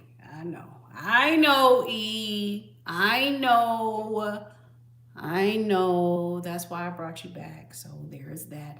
I think you missed the part where we read the police officer thing.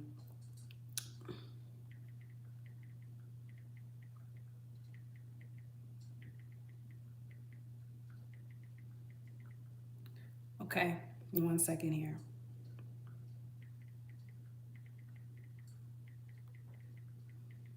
Let's get right to the point. I know, E. I know. Mama know.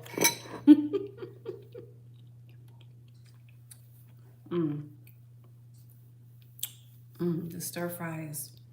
You ever eat something that make you want to rub on yourself? It's like that. Yeah.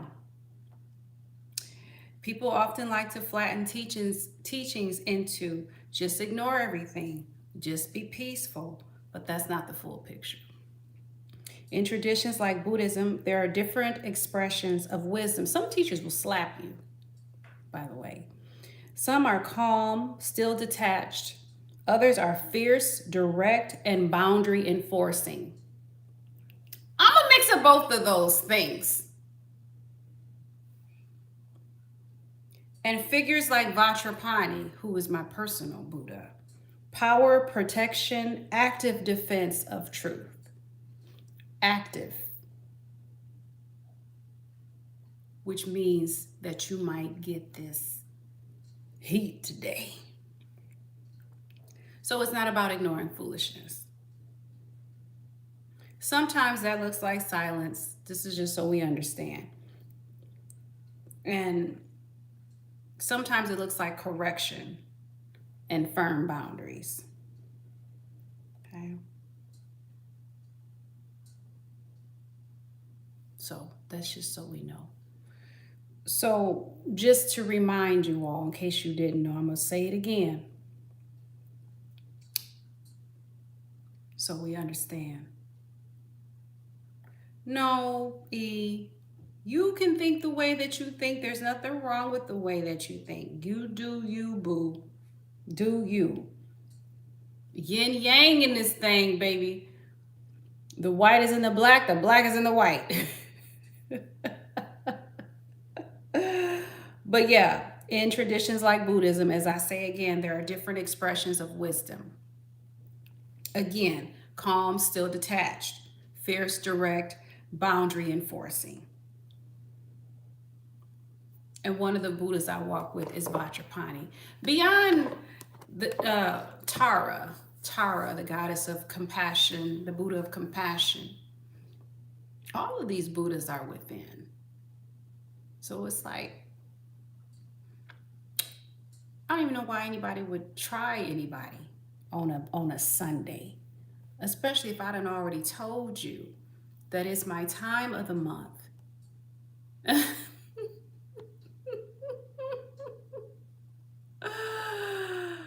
Oh boy. But yeah, there's nothing wrong with how you do things. E, I wouldn't go into your live and tell you that you need to do XYZ. Let you just do what you do because it's your live. It's very simple. It's very simple. You love Buddha. Hey Ford, how are you? I don't know, Tim. I don't even know. Tim? Osho is very controversial, isn't he? You know? On one hand, people could say he's a cult leader. On another hand, people could say he's a revolutionary. I personally like Osho.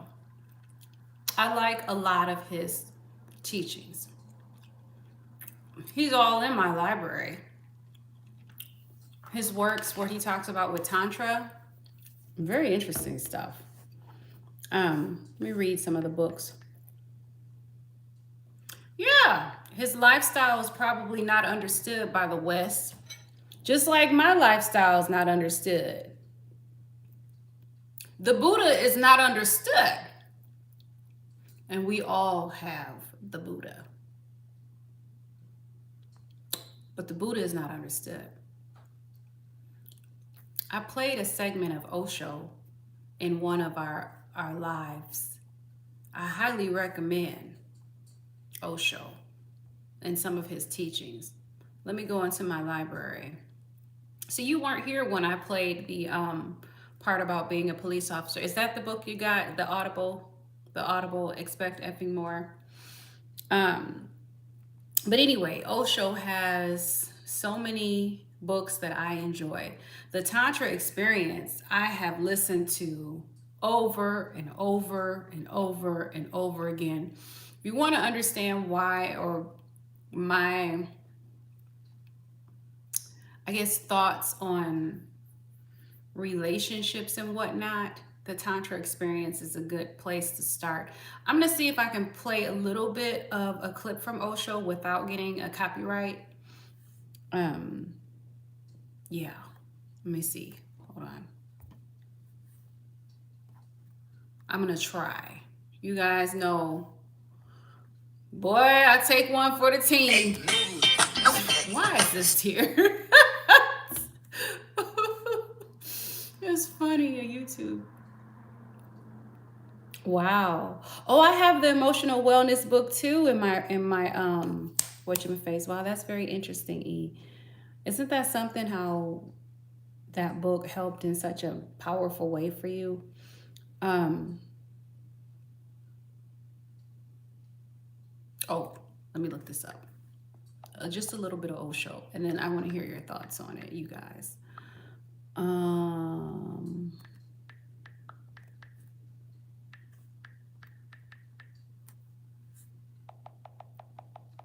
Maybe if some of you all listen to Osho, then you'll understand where I'm coming from. Period. And then people stop asking me, why aren't you in a relationship? Not that there's anything wrong with that, but let's see. Hold on. Try not to get any music in here. And I'm only going to play a little bit of this. And we're not finding. Hold on. To be selfish. You guys are not going to get this. What? No, let me not say that. Let me rewind the tape. Some of you guys are going to get this. Some of you guys are going to be like, what's the fuck? Okay? Let's be fair. Okay, music. I don't want the music. This is from the book Being in Love, which is a good book by Osho. How to love with awareness and relate without fear. Gosh, the music. I'm teaching you to be selfish. Let me repeat it, because the word selfishness has been condemned so much that there is every possibility you will misunderstand me. But the word is really beautiful. To be selfish simply means to be yourself. I say to you, don't consider anybody else in the world. Just consider yourself. Worry about your shit. And in that very consideration, you would have considered the whole world. In being selfish, you will find all the altruism that you have been seeking and were not finding. Because the whole thing was upside down. You are told to love the neighbor, but you have never loved yourself.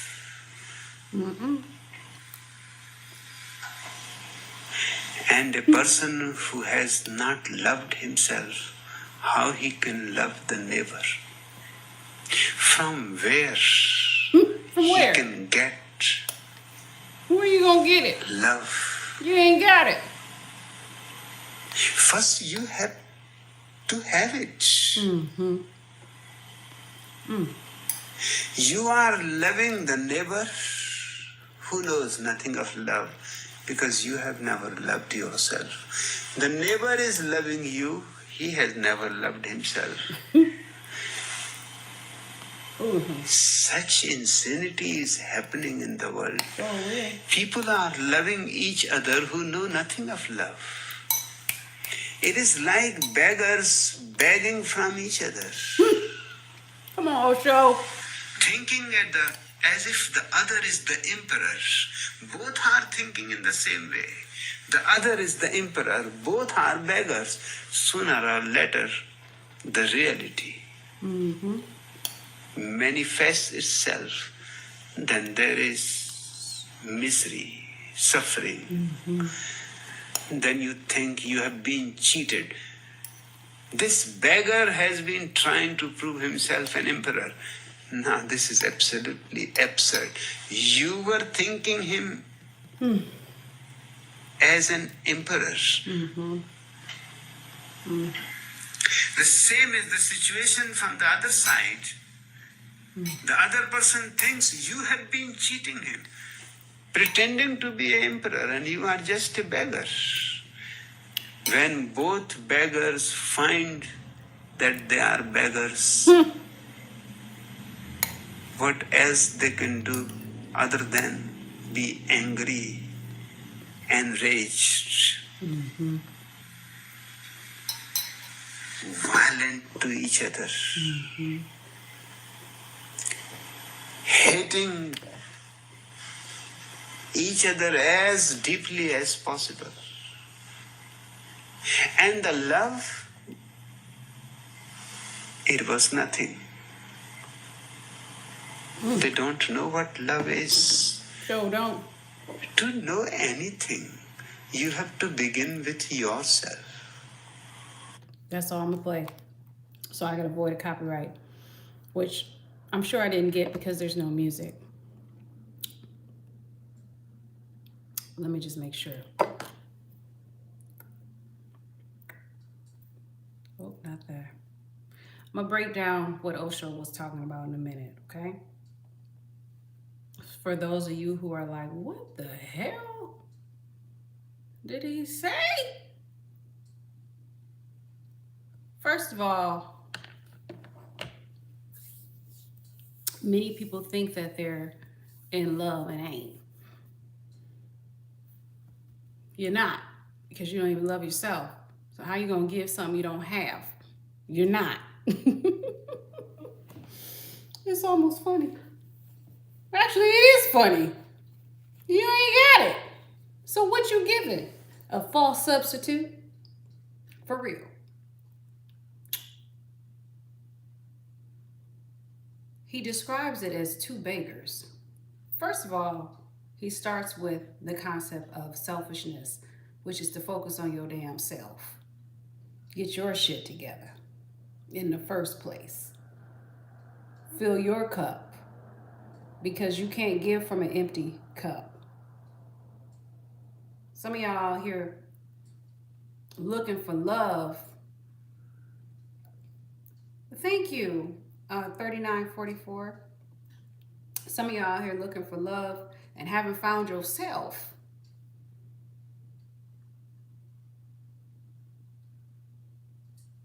We'll talk about that, E. Haven't found yourself. But self-love is the golden key. It's the golden key. And you need to activate that key first.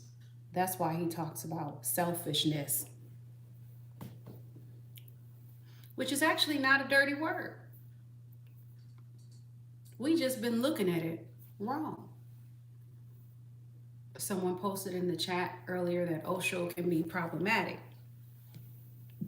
I know, Tim. And that is one perspective. One perspective of many. In the talk, he describes two lovers as beggars. Why does he say that?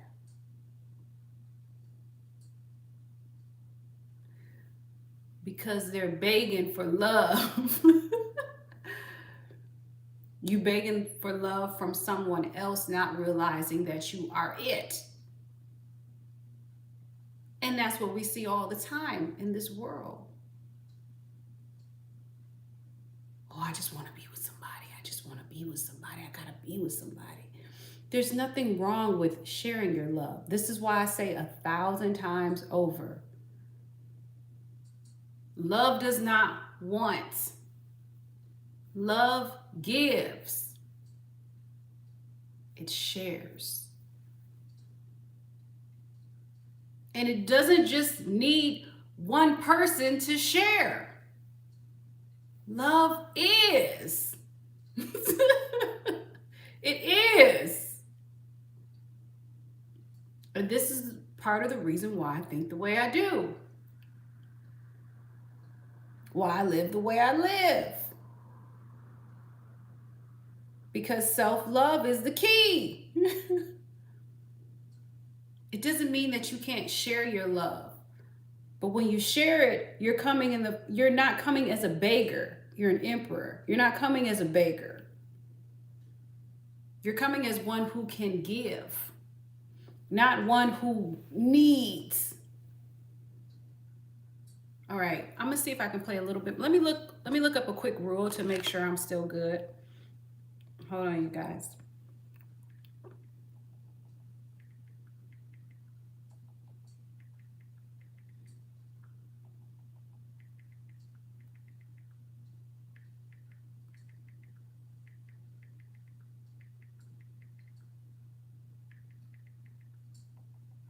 And then I'm gonna go to the comments.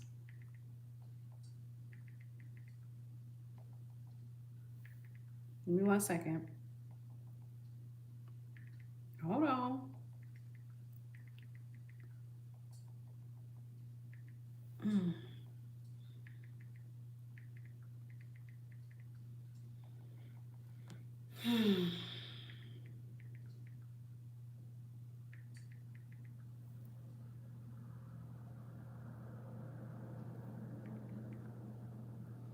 Let's look.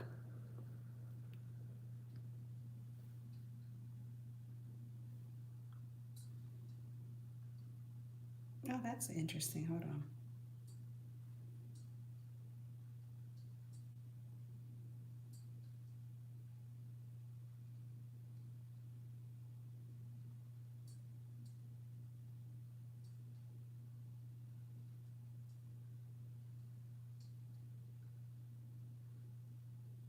Okay, so we'll see. Thank you, 4248. It's a chance. It's a chance we're gonna take. Okay, I'm gonna play a little bit more of this, and then we'll talk about it, and then I'll go to the comments.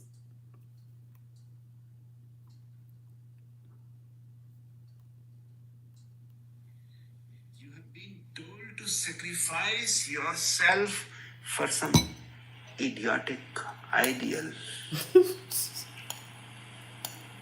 I want you to be just simply selfish. And you will be surprised that if you are selfish, you discover so many treasures within yourself that soon you start sharing them. Because finding a treasure is a lesser joy than sharing it.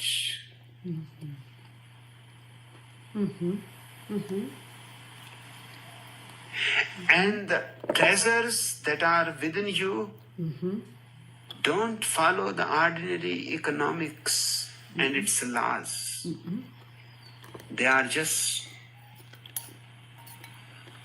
the very opposite, diametrically opposite to the ordinary economic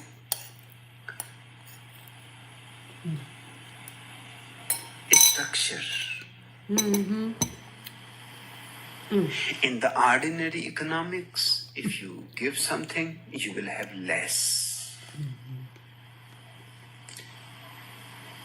If you go on giving, soon you will be a beggar. In the ordinary economic world, you have to snatch as much from everybody as possible. Then you have more and more and more.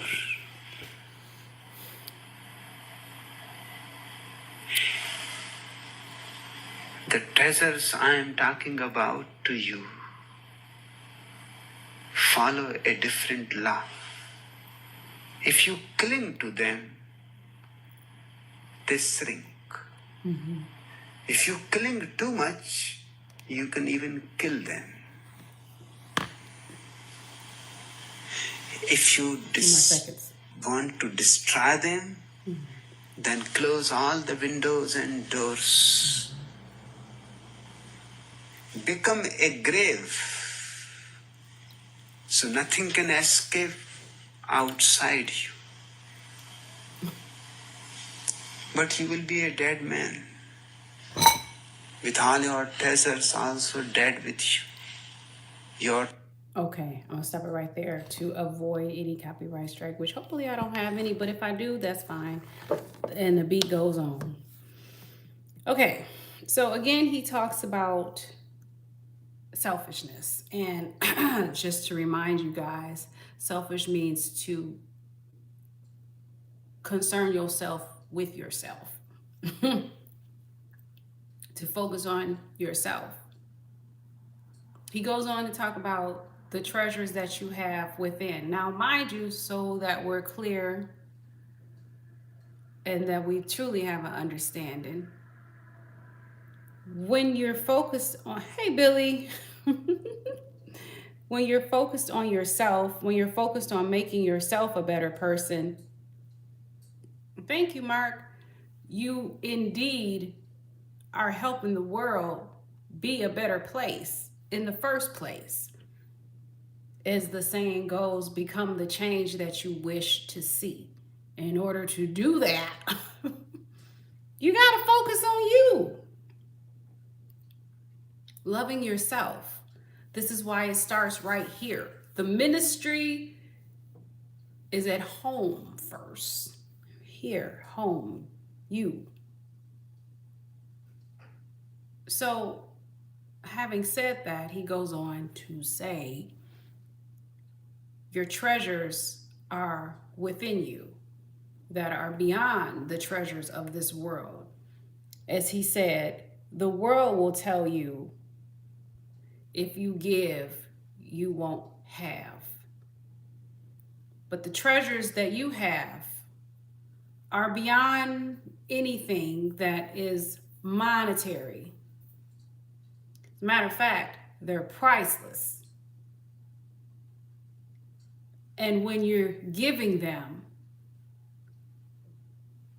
that's a blessing. So, again, big contrast to earlier when he was saying how two people come together, two so-called lovers come together, and they're beggars. Will you love me? Will you love me? Will you love me? Will you love me? I need love. I need love.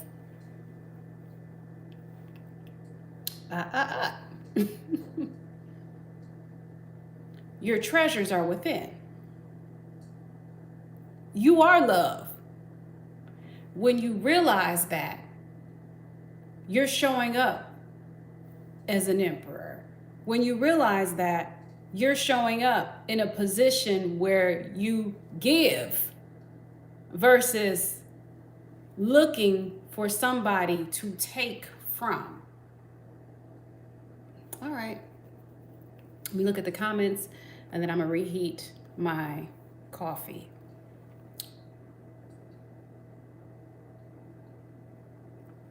Thank you, Tim. Oh, hey, what is it, R80? Simone, how you doing, sweetie?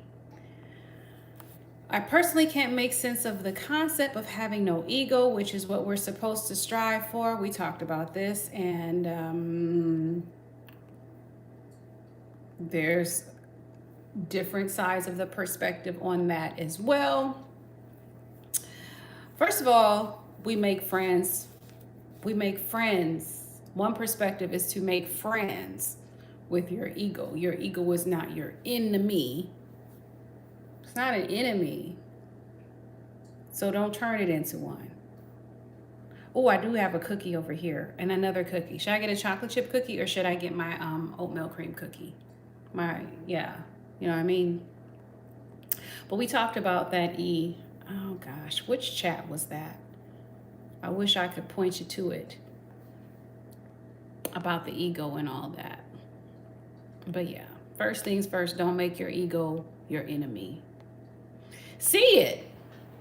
See it for what it is. It's there. The awareness itself makes the ego disappear. Once you see it, you say, oh, yeah, that's my ego cutting up. Oh, well. Oh, well. Oh, my choice? Okay. You know. Oh. My ego appears. And I'd be like, there she is. There she is. There she goes. She's not my enemy.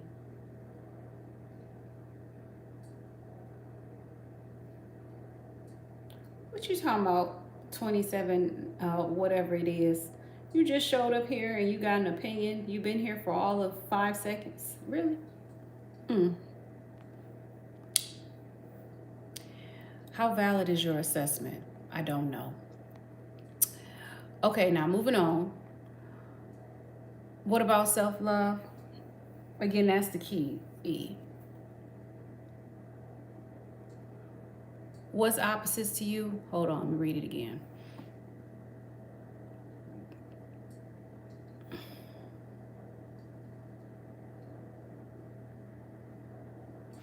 I'm not seeing a correlation with those two, E. But at the end of the day, self-love is the key. At the end of the day. Okay. And at the end of the day, you don't need to make enemies with your ego. You can see it, witness it. The ego doesn't like awareness. Once it's seen, it kind of disappears. I'm seen. Eckhart Tolle talks about this. Hey, 42, 48. Thank you, sweetie. Thank you for being here. Thank you, Jonathan. I accept hugs. Thank you. Thank you. I appreciate it. I give you a hug back. Matter of fact, group hug. Okay. Oh, okay. Sergeant Frank. You like Osho? I do too. What you say, 2796? Oh, you still here. Okay. Okay. Thank you again, Billy D. Billy D. Billy D. Williams. What you say, 2151?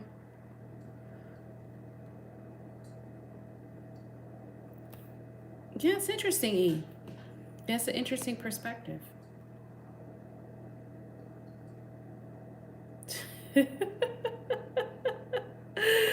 Sergeant Frank, you're funny.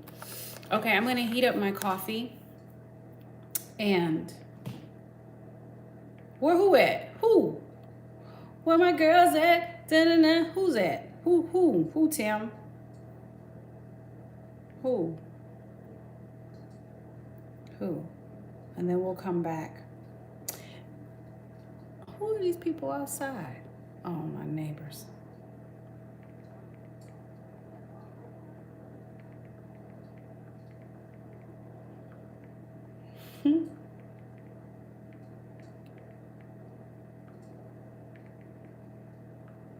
Billy D. Billy D.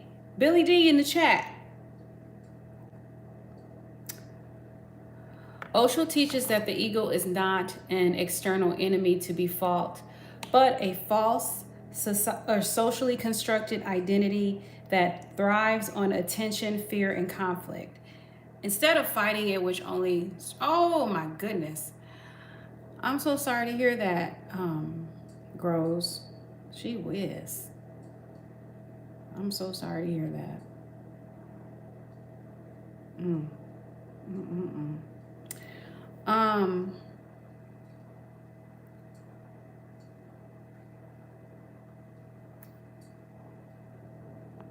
mm. Wow. Are you serious? Are you serious? Let me know if you're serious. If you are, man, I'm sorry to hear that. If you are serious, we will have a moment of silence for your, okay. Thank you, world. Let's have a moment of silence. Right. No, I don't, Tim. Let's have a moment of silence for Grows, who says that a loved one transitioned. So let's just have a moment of silence.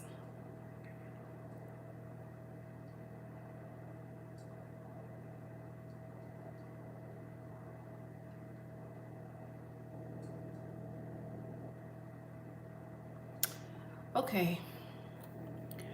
Sending you love, Grows. Sending you love. And peace. And condolences. No, I don't tell my neighbors to be quiet. Normally they're quiet, Tim. I'm from Wisconsin. So back to the ego here. Again, I'm so sorry that you lost your loved one. Yeah, I'm so sorry because, yeah, it's not easy. And please understand that you are not alone at this time. I know I'm a complete stranger on the other side of probably the world, on the other side of this computer screen, but I want to let you know that you are seen. Yeah. You are seen, and we are sending our condolences to you.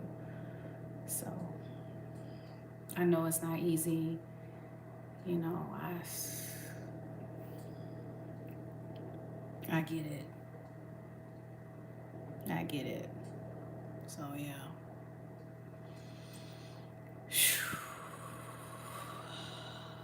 On that note, I'm gonna make my coffee, then I'm gonna come back. I'm gonna heat up my coffee, get my regroup. I can't even talk right now because y'all, please. Yeah. Sad. It's very sad. It's very sad. Okay. Let me heat up my coffee. I'll be back. Okay, in a second.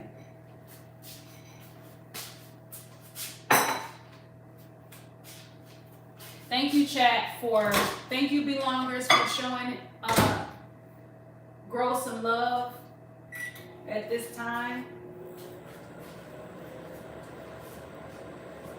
No, it's okay. I'm thank you for hey, Milwaukee. Thank you for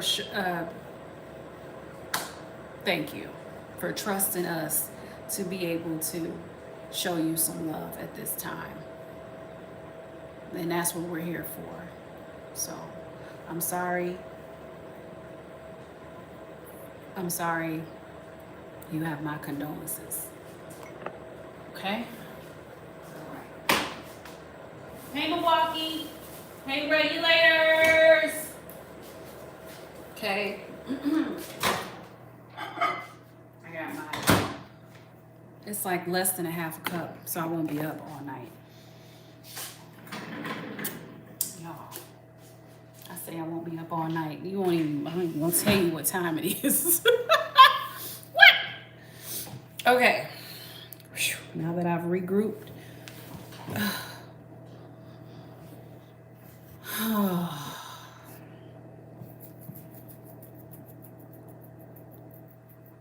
Somebody lost their loved one in Milwaukee. So we had to have a moment of silence for them. So that's what we just did. But yeah.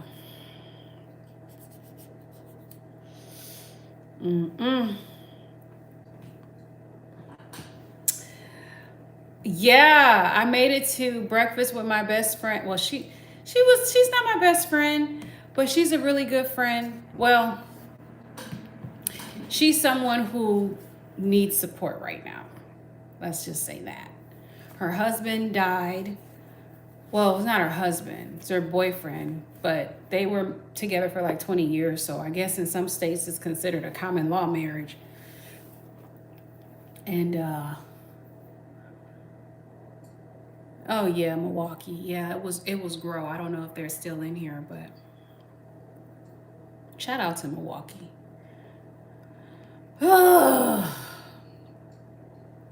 She's going through a lot, you know. It's crazy because this man was like a multi-millionaire. And, oh, I won't even get into the details of everything, but let's just say she's going through a lot. He passed away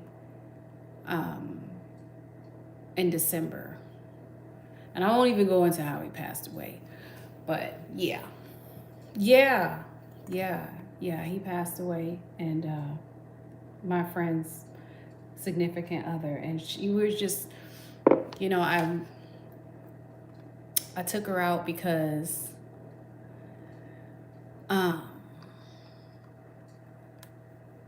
she was telling me that she felt like she was having like a nervous breakdown.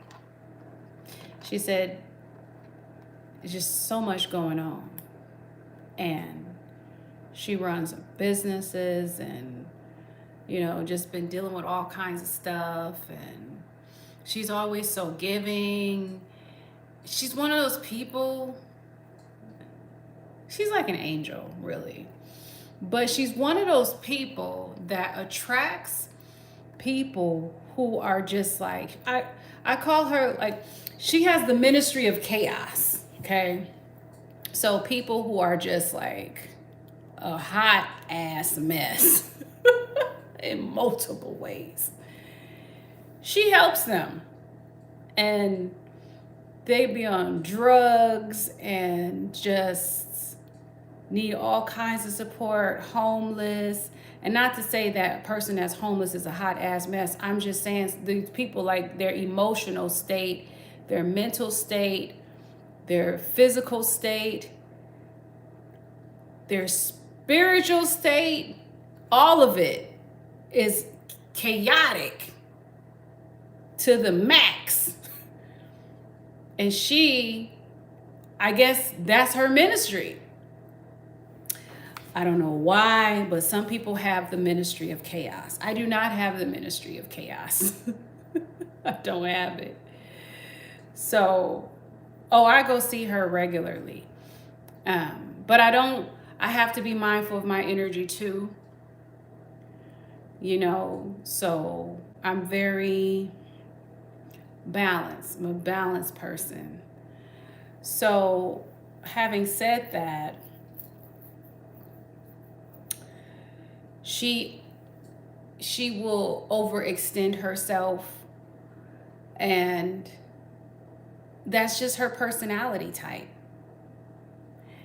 And the reason why I say that the people are a hot ass mess is because sometimes these people will come back and act like she never helped them at all, and act like they're entitled.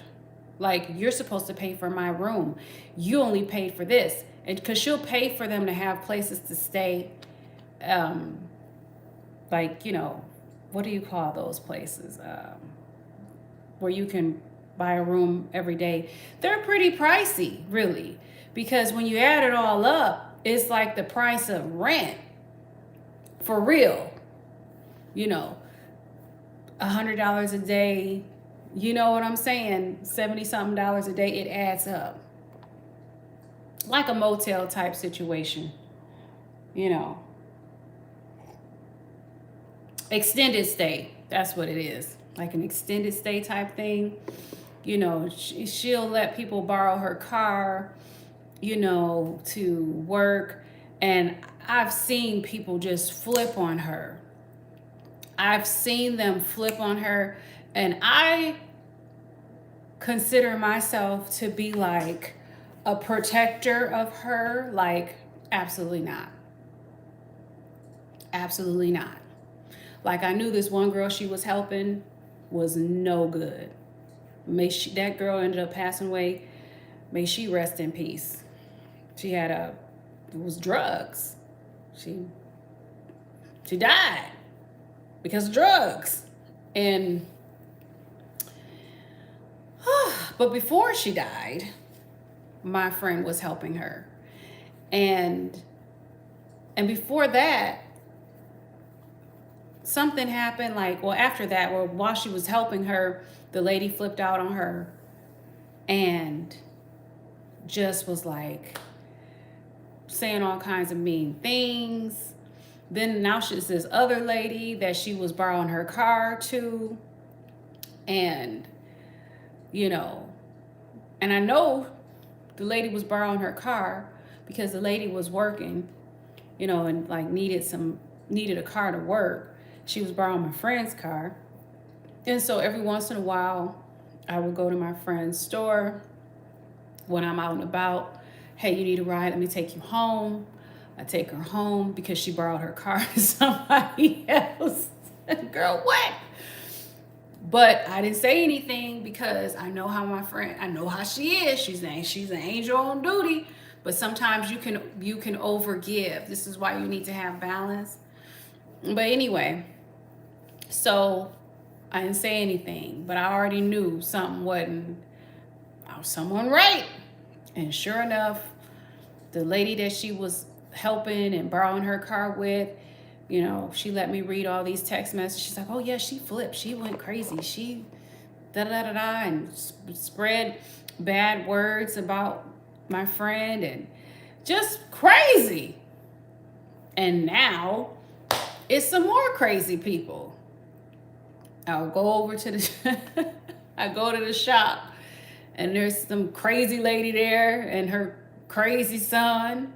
She'll never see my video, so I'm at liberty. And I'm just like, who are these people? I'm just helping them with this. I'm helping with them. I said, girl, what? And I know the lady and the son were crazy because I met the son and he was talking to me about how he used to be in jail, and then, you know, y'all, if I tell you what the man said, it ain't gonna make no sense. How I remind him of the people that he used to hang out with. And it's because I'm black, because there's no black people here. I'm gonna tell you, the people he used to hang out with somewhere in Compton or something, and, you know, and it's just weird. It's just weird. Thank you. You know, and when he was homeless, you know, it was the black folks, as he told me. I had just met this man. He told me all this stuff. I had literally said, hi, how are you? And how it was the black folks that helped him, he was saying. And the white folks were looking down. This is a white guy who was telling me this, by the way. That's why I'm telling you the specifics there so that it makes sense. I guess so. The homeless people, I don't know. Whoever he was, the people he met in jail, I don't know, Tim. But I was just like, shout out to Singapore. Hey, Koyo. That's a cute name. I like your name. But anyway, I was understanding what he was saying. Basically, where I live, I kid you not. No, I haven't, sweetie. Not yet. There are no, there's not any, the black people, there's like probably a handful. Like literally, maybe 5. You know, seriously. So he saw a black person.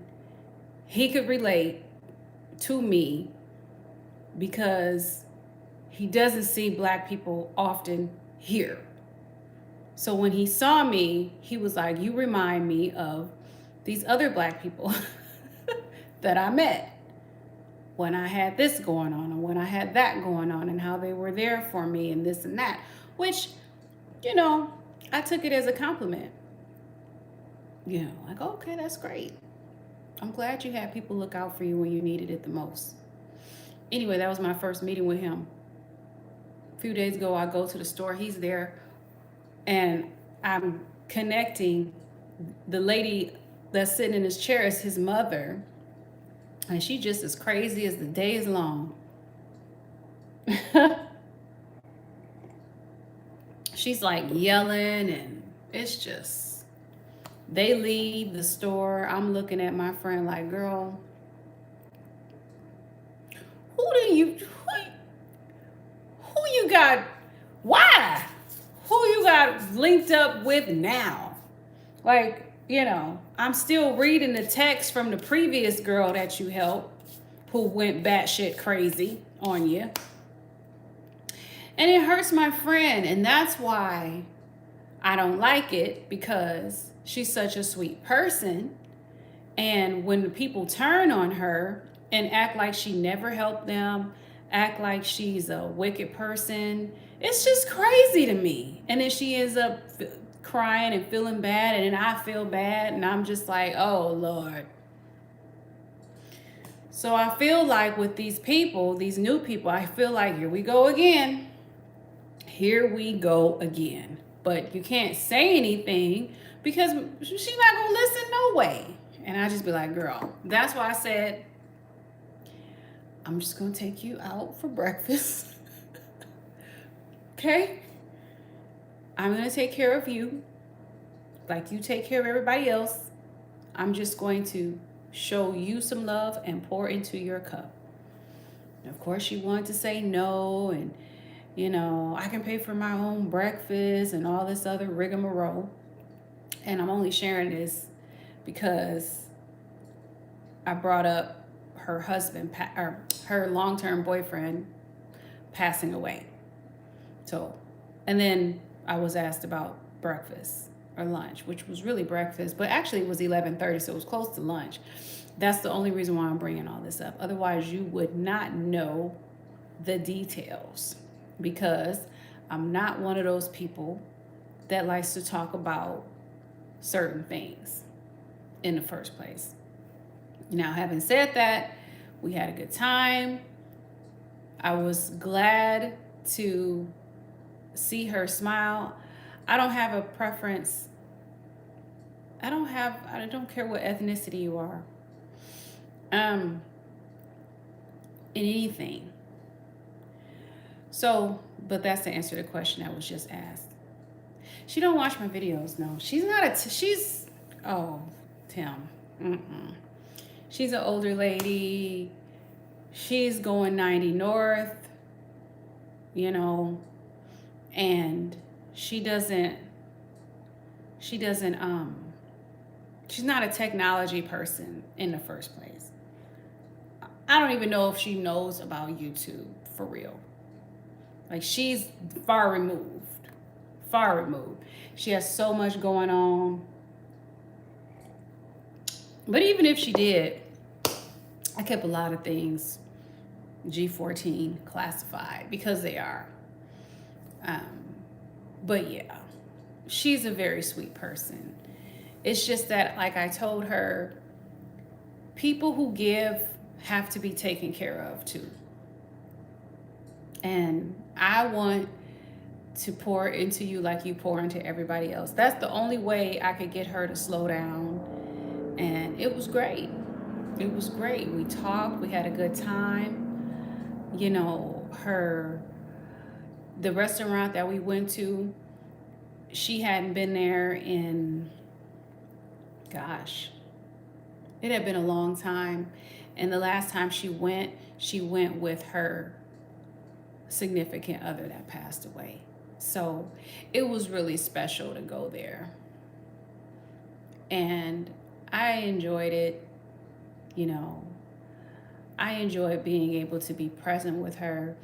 And then the fact that she took off the rest of the day was huge because, like I said, she runs her own business. So she's always going, dealing with all this shit right now that I can't tell you. So we had a good time. We had a good time. There is such a value in friendships.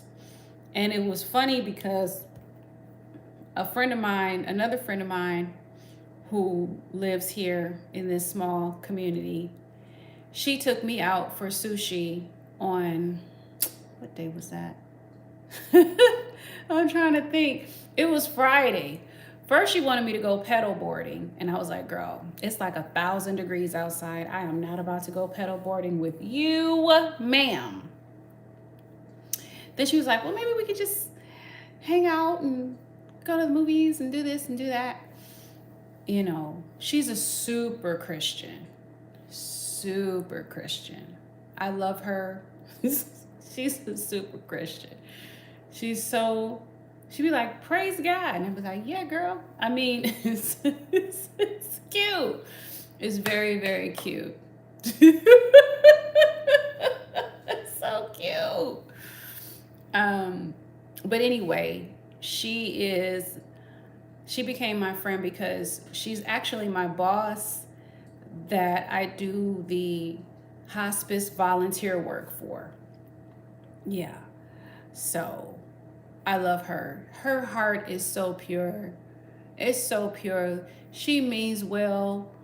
You know, she'd be like, praise God. And I'd be like, yeah. It's just, oh, she's so cute. You know, she happens to be. I'm not going to give you the ethnicity of everybody, but just so you know, there's no black people that live here. I say again, like maybe 5 of us. Okay, just let's be clear. So, and she ain't. So, and I don't know any personally. No, I wouldn't say that. She's just a big time. She's just a super Christian. Like that's her thing. Like I let people be who they are. I love people where they're at. You know, she has a big heart. She's such a sweet person. A sweet person. I mean, I love her. She is great. She's amazing. So we grow out. Yeah, she's a true believer. Oh yes, Terry. She's a true believer. She's an old school Christian. So, you know, we went out to sushi place and it was good. It was really good. She was like, well, either paddle boarding, and I was like, no. She was like, well, we can come hang out at my house and watch movies. I was like, I didn't say anything.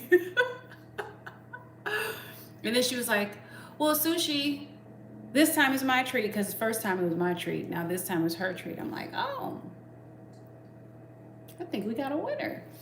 So we went out for sushi and it was amazing.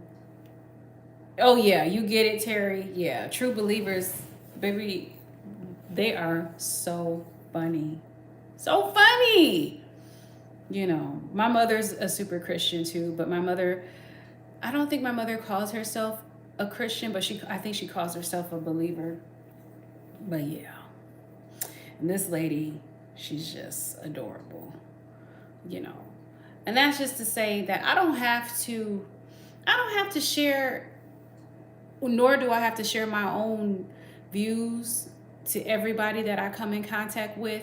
I make peace with people, period. I make peace with people. I love you. I don't care. It is what it is. I look at your heart. I look at your intentions, and I'm going to go with that. I'm going to go with that. And so we get together. We always talk about the Bible, and we agree. We agree on a lot of things. Some things should never, should, some things I just be like, but I don't need to. Wisdom is not needing to tell everybody every iota of your own personal philosophy, your own personal path. It's private. Certain things need to just be private. Nevertheless, we had a good time, lots of laughter. We cried because, of course, we talked about hospice, and that's how I met her, through the volunteer work at hospice. She hired me as a volunteer. We talked about one of the people that I go see once a week, and and I talked about what it meant to me and all of that, and I talked about how the first time that person that I see once a week, the first time the lady told me that she loved me, and what had happened to lead up to that point, like, which I can't get into detail, but basically it was a vulnerable moment for that person, and I was there. And when it was time for me to leave, the lady said, "I love you." And anyway, I told her the whole story in detail because I can't tell you because of rules and regulations, but nevertheless, we both cried. I cried because I'm sensitive, and at the time my period was, it had been, I've been on it had already started. Nevertheless, and then she was like, "You're gonna make me cry," and then we were crying with sushi, and then we had a good time. So that same day, I went to go see my girl. I always go see my girl. I mean, these days when I'm out and about, because she's not far from here. That same day, that's when I told her, "I'm taking you out." I said, "My friend took me out today. I'm taking you out on Sunday, and that's it." That's it. So it was nice to be able to complete the circle. It was just beautiful. It was beautiful, beautiful, beautiful. So these are two ladies that are on opposite end of the spectrums. One of them is a super Christian, other one is spiritual. Both of them I could relate to, just good human beings. Both of them older ladies, different ethnicities, and special. And both of them loving, both of them sweet. Matter of fact, they met each other. Again, this is a small town. I was out with one of them at some sort of a festival that we had here, and we stepped into the store of the other one, and one met the other one, and they just, the super Christian who met the spiritual lady, I don't think the super Christian was just like, "Okay, hey, nice to meet you." That was that. But they didn't have this amazing chemistry or anything like that. It's interesting. It's interesting. But then again, my friend that's spiritual, she was she got a lot going on. So that might have had something to do with it. Let me read the comments. I done went all the way off.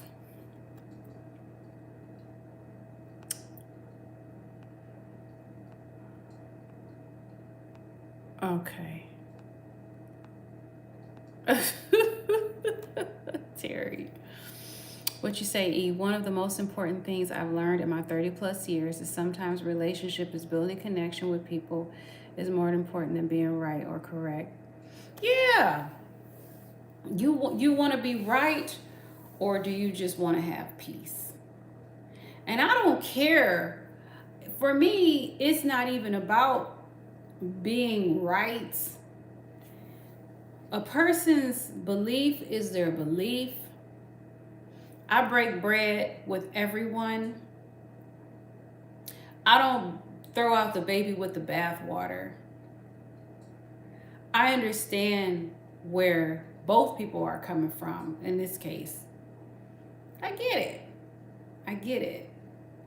And one of them is about the Bible, and another one probably can't find the Bible. So, but both of them have good hearts, and I look at the heart. I look at the heart and the intentions, and both of them have really good intentions. If I were a mermaid, what color would my fins be?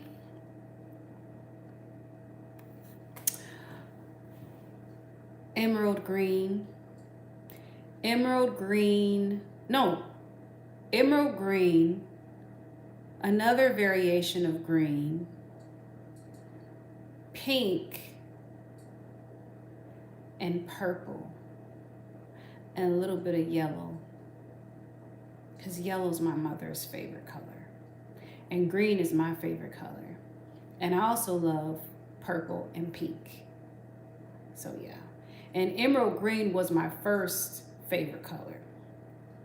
So that's what it is. Now, ask me tomorrow, might be something different based upon the colors of the sky. You know, the sunsets are really beautiful over here. They're really beautiful over here. But that's a sidebar. So yeah. But those are the two girlfriends that I have here. The other girlfriend that I have would be the person that I go see once a week. And she's an elder for real.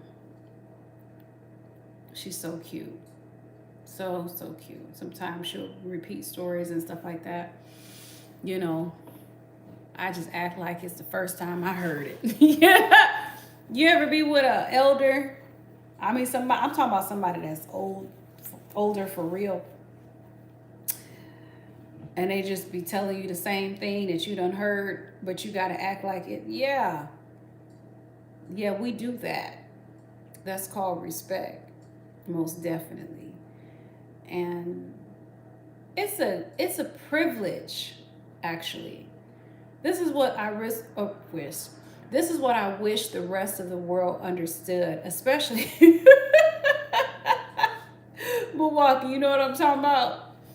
Especially the younger generation. It's a privilege to sit with the elders. Yeah, you're going to have to listen to the same stories again. Yeah. Like I remember I bought my friend a birthday card. And she's older. Way older. When I say older, I'm talking older. Okay? I'm talking I'm a baby. Okay? Compared to her. And she had a group of birthday cards. And I came by and I said, well, you want me to read them all to you? She didn't get a chance to read them. She said, yeah. Could you? I read them all. I read mine.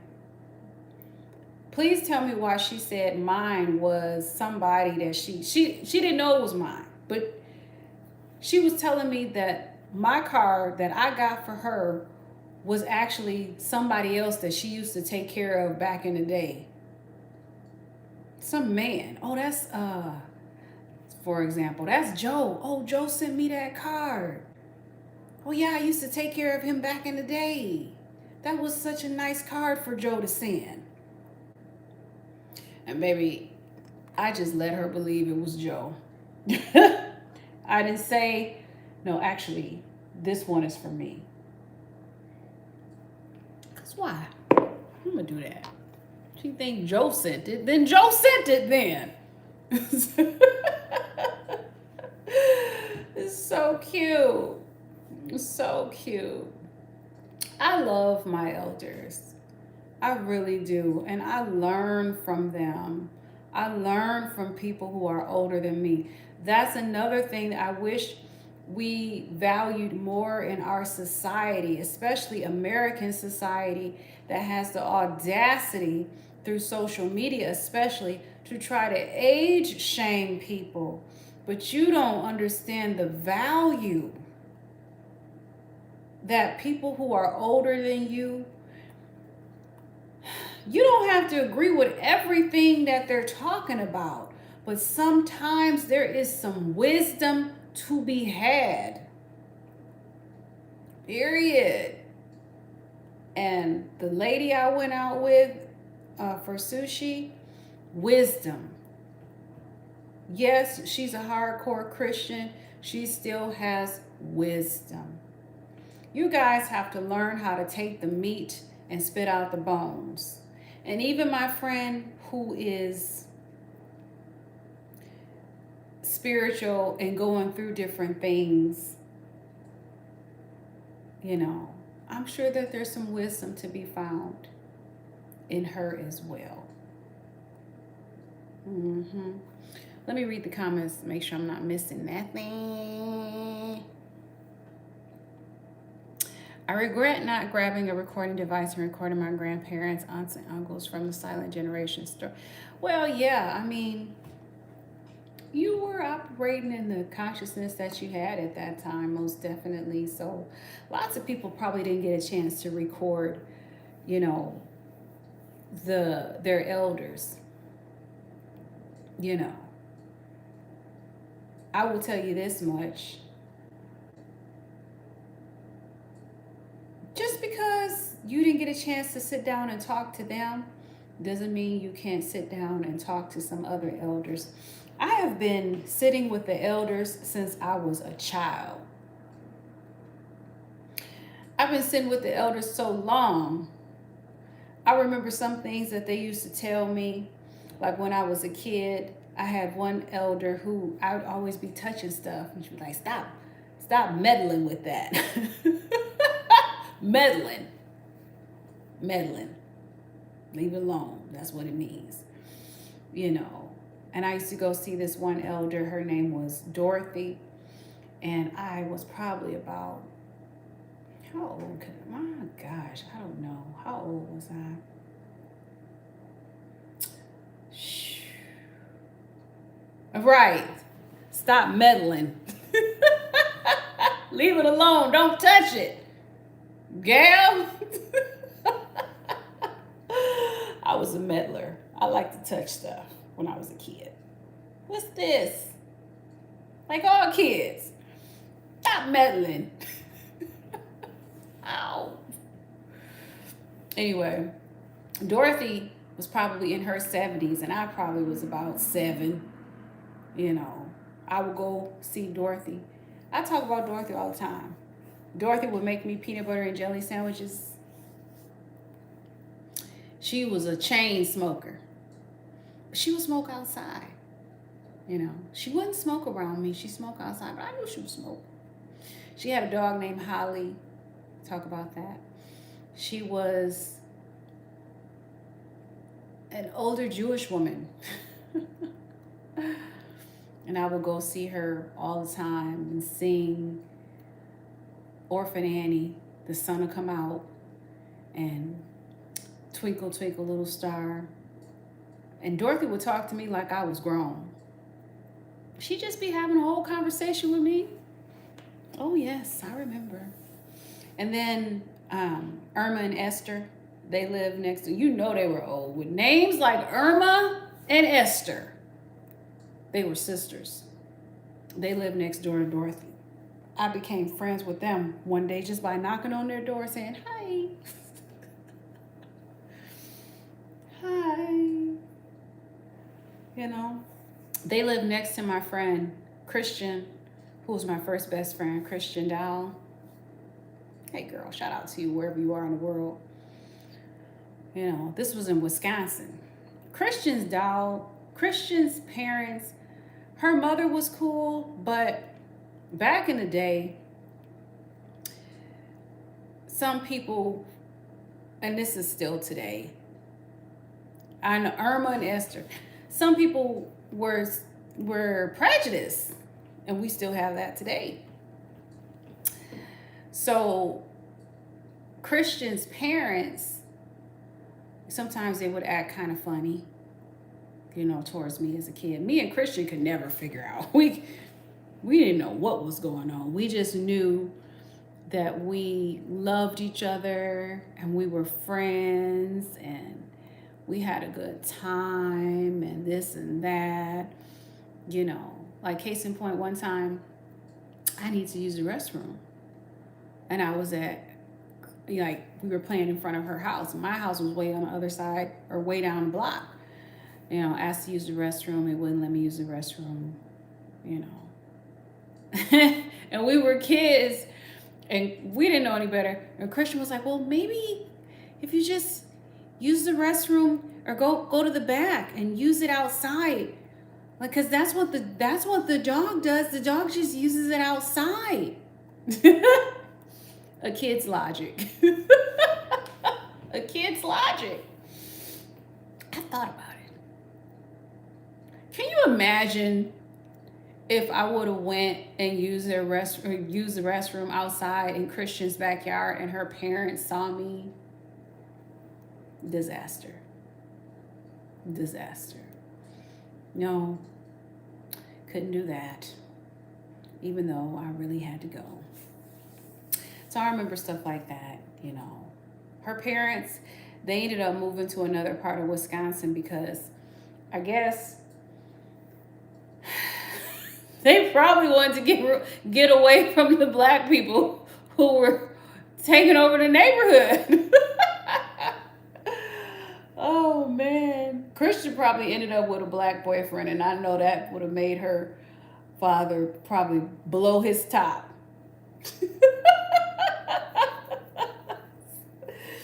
Oh, shoot. Funny stories. You love listening to elderly people. Me too, Tim. They're so funny. My grandma used to say Anna. One time I asked her, because she was like, yeah, Anna. I said, Grandma, what's Anna? And she must have looked at me, and I never asked again. Never mind. Esther, Irma, Esther, Dolores, yeah, Gladys, Margaret. Yeah, those are all old school names. Have I ever thought about going on the Pop of the Bloom show? Absolutely not. I don't like that show. I think it's humiliating.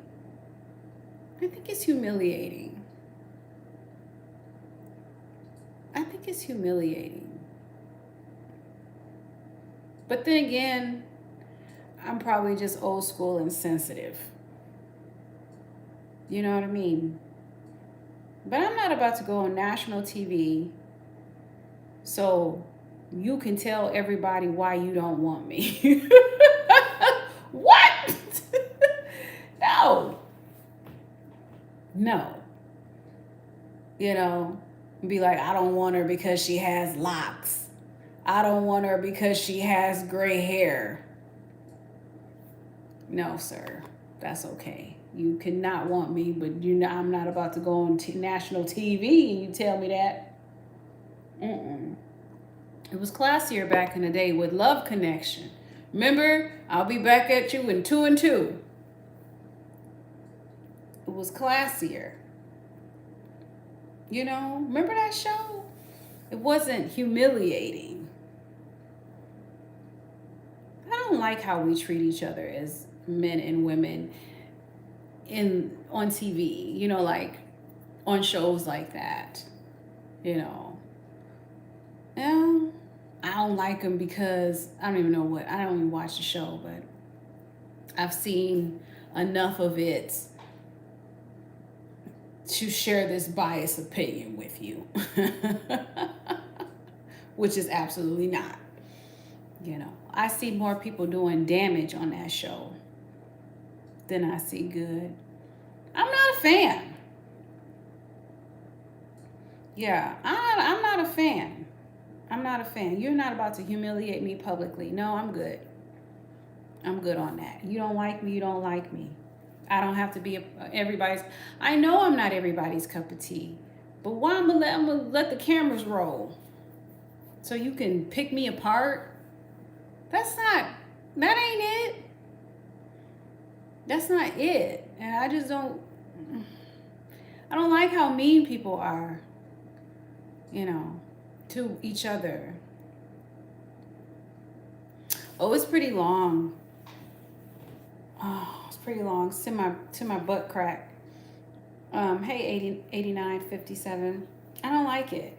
I wasn't a fan of like, I'm not a fan of men being mean to women, nor am I a fan of women being mean to men, and yet we're seeing that now. Just like I was talking to a group of young girls and they were talking about these young guys and they're like, oh, he's mid. Mid? When I think of mid, I think of mid-shelf cannabis. How are you referring to a whole human being like an object? And the men do the same thing, young men. Because I was talking to them and the way they were talking about these young ladies, or I had sex with this one and I had sex with that one and this and that and this and that. And I'm just like, all y'all get on my nerves at this point. Who is raising you guys? Where the parents at? Yeah, Tim, that's what I'm thinking. Somebody calling somebody mid, it's like mid-grade cannabis. That's what I'm thinking. That's the only mid I know about. And why would you refer to a whole human being like that? I just don't get it. I don't get it because it's mean. I don't get it because it's nasty. To me. But that goes back to, I don't like the concept of high value and low value. I think that's just damn dumb. You're high value if, you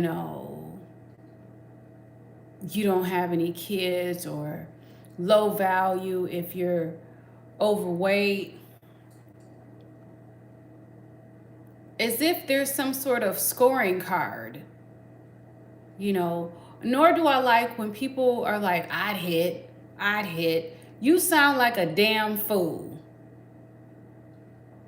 You know what I mean? You know what I mean? I get it, but no. I get it. Maybe their people's versions of I hit is like my version of, oh, he could get it. He can get it. But I don't just come out randomly on somebody's live post and be like, oh, I'd hit. He could get it. Because that's foolishness. People do that. Or the people who go on people's lives and they're like, do a 360. Let's see your whole body. People have reduced people to objects, as if you're not dealing with a whole human being, a whole spirit. That's crazy to me. It's disrespectful too. I mean, people and their kids. I would never.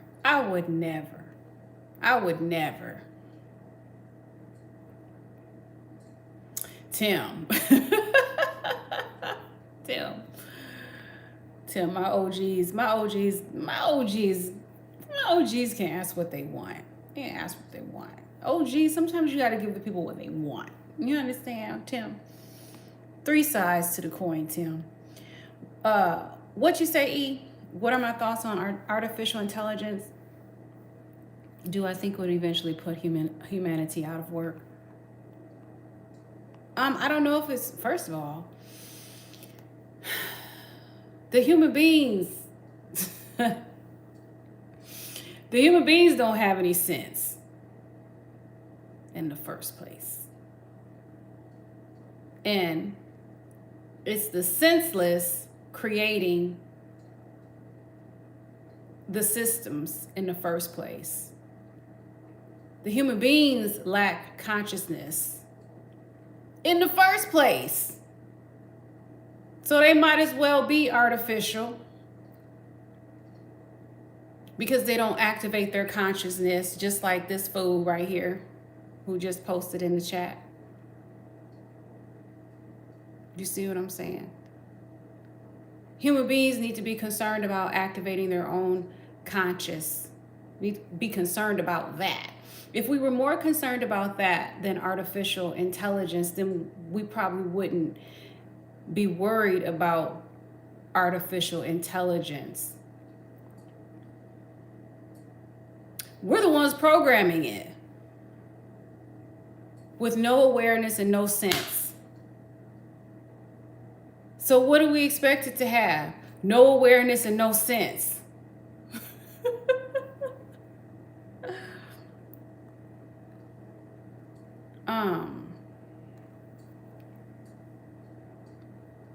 Wait, what? Wait, bye. I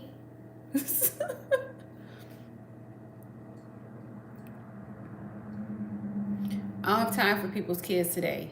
If you're getting the memo late. Nobody's worried about anything, boo. People need to be more concerned about developing their own consciousness. And people are just,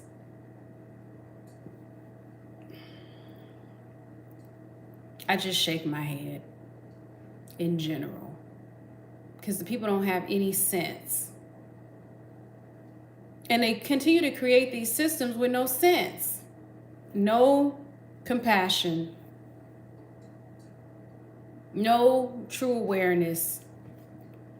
They worried about the systems, but they're the ones programming it. The system can't program itself.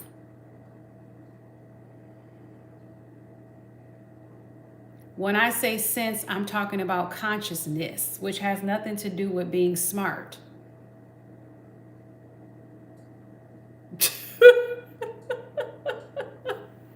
Right, Tim, none at all.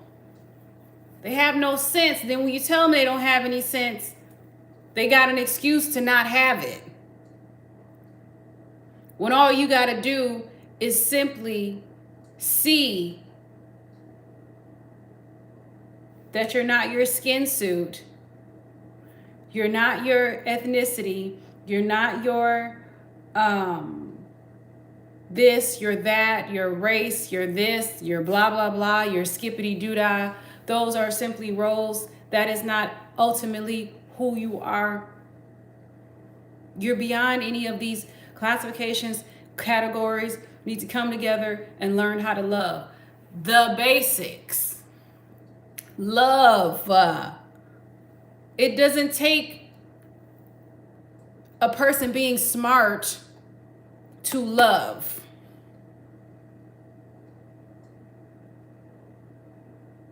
This is what I mean when I say come to your senses. Oh, thank you for you, Jay. That's what I mean when I say come to your whole senses.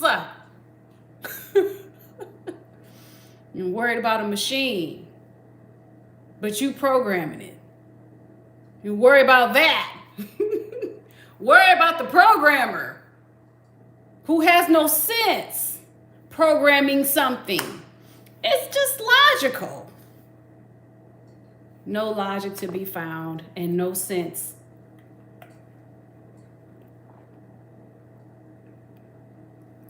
I like you too, King. not the only one that is befuddled and bewildered and amazed at the tomfoolery of it all. We do this all the time. We create systems for efficiency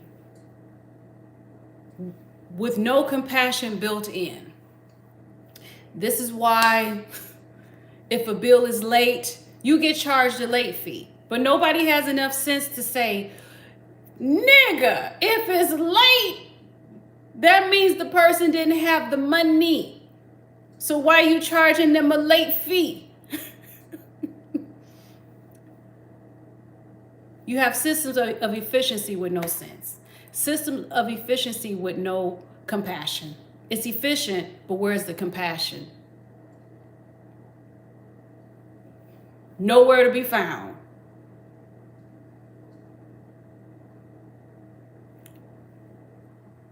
That's what I mean by lack of sense. Right, King. I'm just like,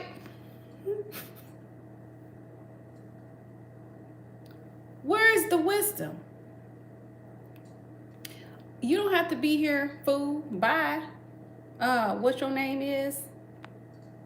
Listen here. If you don't like what I'm putting down, then you don't have to be here. So goodbye. This is what I mean.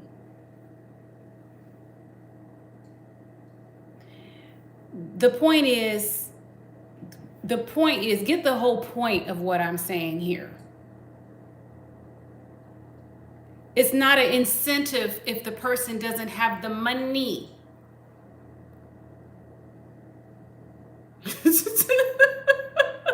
that make sense? Things can be taken on a case-by-case basis instead of a whole generalization.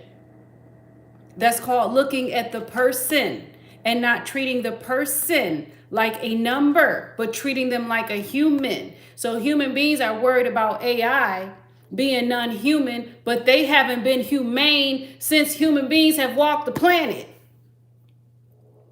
Now riddle me that.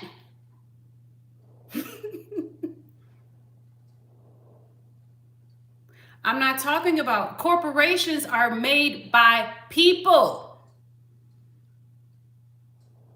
Peoples. So if the people had sense, then they would create better corporations to begin with. We blame the corporations. We don't look at the individuals within it.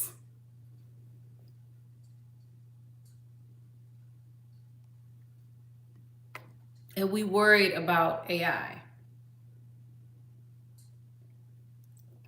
But when have we been humane? People don't have sense. Starving people in the world. Restaurants have to throw their food away.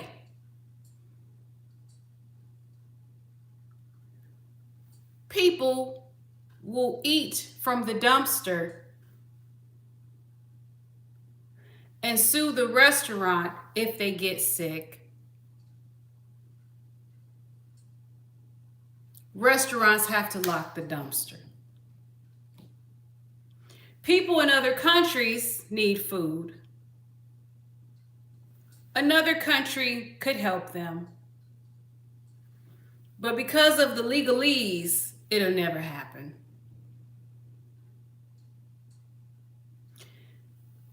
I'm sure no one has to be hungry. But you see, it's the paperwork.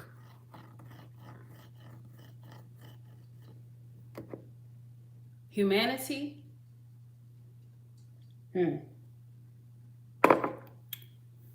Okay. Humanity has a lot more to concern themselves with. We need to fix ourselves. People still starting wars. Do you hear me? Are we worried about AI? When all we do is create weapons, more weapons, threaten each other. Thank you, 1362, with atomic bombs that could blow up everybody. What I'm saying is, the people create all of these things. The common denominator beyond AI, beyond the atomic bombs, beyond starvation, beyond systems, the common denominator is the human being.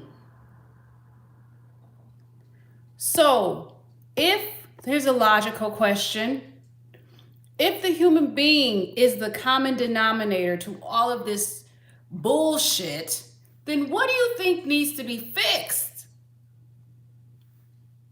The human being.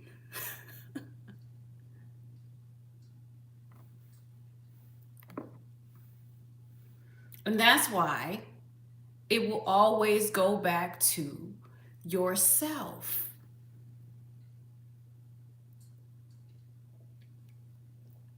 It's like logical, you guys.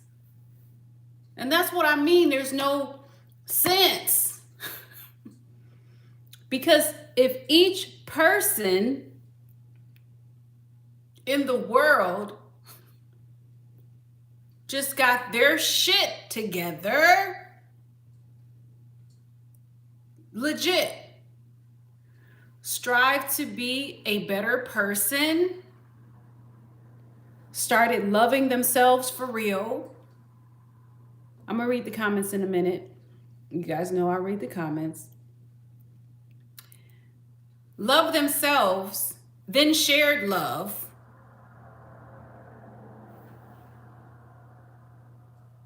Things would be different.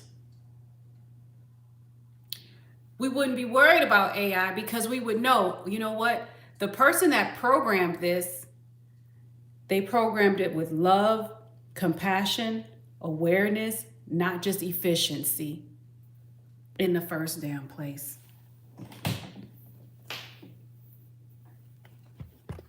I don't know. Seems logical to me. Seems logical.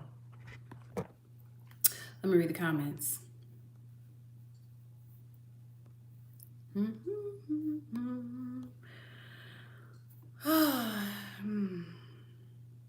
Yeah. Again, I say corporations can't care, but people can. And that's the whole point. That some people are missing. Yeah, it's something to think about. Thank you, Tim.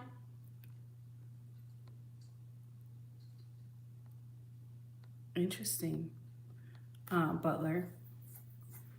Human beings need to be more humane. We're still killing each other.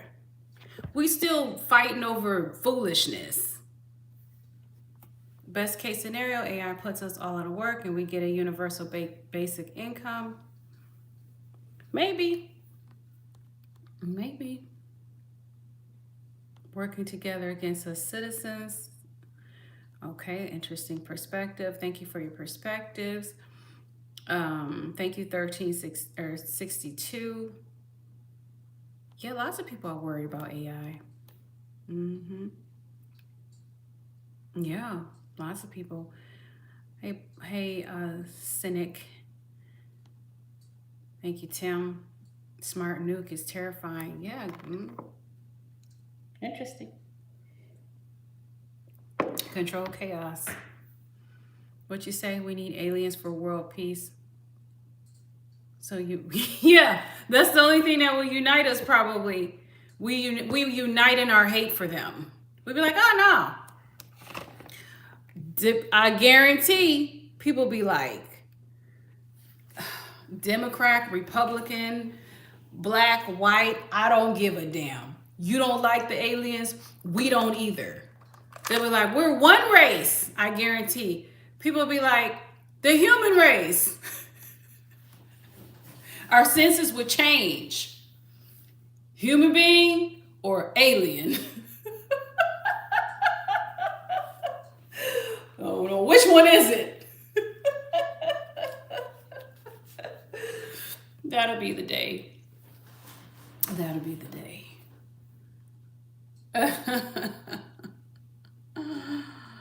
Oh, shoot.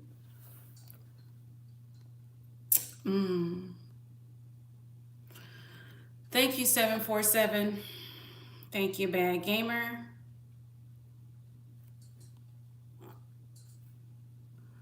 Okay, Ken. Okay. I'm on Earth, boo. How you doing, 73, 76?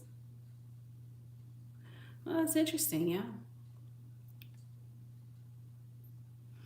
I mean, some people say morals are for mortals. You create your own. If you're operating out of love, then, I mean, nobody needs to really tell you what to do. Yeah, I agree, HWD. It's going to be hard to use some of this stuff in the court case because we won't know what's AI and what ain't. My philosophy about life, we are life. What you say, Ken, where the aliens they talk about? Maybe, could be. Yeah. You too deep for this conversation? Well, bless your heart. Bless your whole heart. You just getting here today, son? Too many rabbit holes. And how old are you? Okay. Just asking for my own nosiness. Ricardo? Absolutely not. Who else? Who else?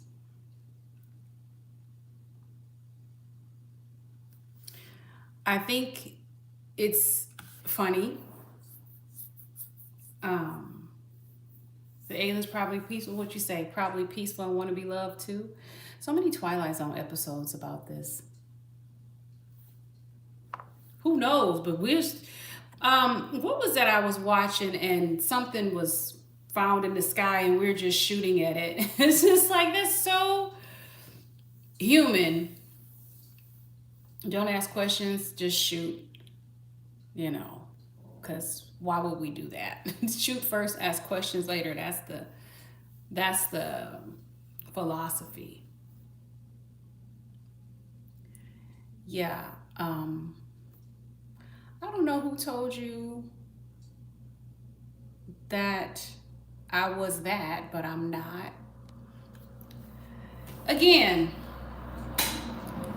part of the reason why human beings are fucked up in general, and of course at the same time doing their best, because what you got is what you got, is because of social media in a lot of ways. You know, all the comments that I got to filter through and delete, and people who come in here, and it's just all kinds of foolishness out here. It's foolishness. But anyway, to the topic at hand, I think it's funny that a person could come to the live one time and decide that they're too deep for the conversation, but not even know what kind of paint is in the house. You know what I'm saying? You just walked in, but you don't know that you haven't even discerned. But anyway, everybody's entitled to their own opinion, even if it's based upon nothing. Yeah. Oh, funny. Anyway, guys, do we have any questions in the chat? Just curious if you guys have any questions out there on this beautiful early morning. Let's see what we got. Oh man. Yeah. But I will tell you this much. I don't get caught up in certain things because I control what I can control in my reality. And I focus on being a light for the world. I don't too much focus on the conspiracies because there's many. And the conspiracy theorists are often winning. You know, sometimes in our lives, hey Eddie, yeah, I do sometimes, Eddie. I do. Sometimes in our lives, we go there and we talk about all kinds of things. You know, talking about aliens is not unusual for us. It's not unusual for us. We have taken it there. And we'll probably take it there again because it's interesting, you know. We've talked about a lot of head scratchers here, most definitely. I'm playing with my anklet. Can't see it, but it's cute. There's a lot of head scratchers and a lot of mysteries in the universe, and we have talked about some of them, most definitely.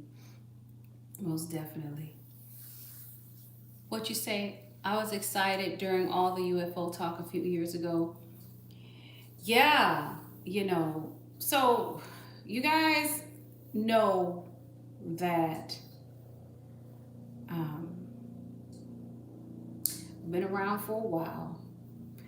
So, regarding UFOs, I was exploring these things way back when Unsolved Mysteries used to come on. Remember Unsolved Mysteries?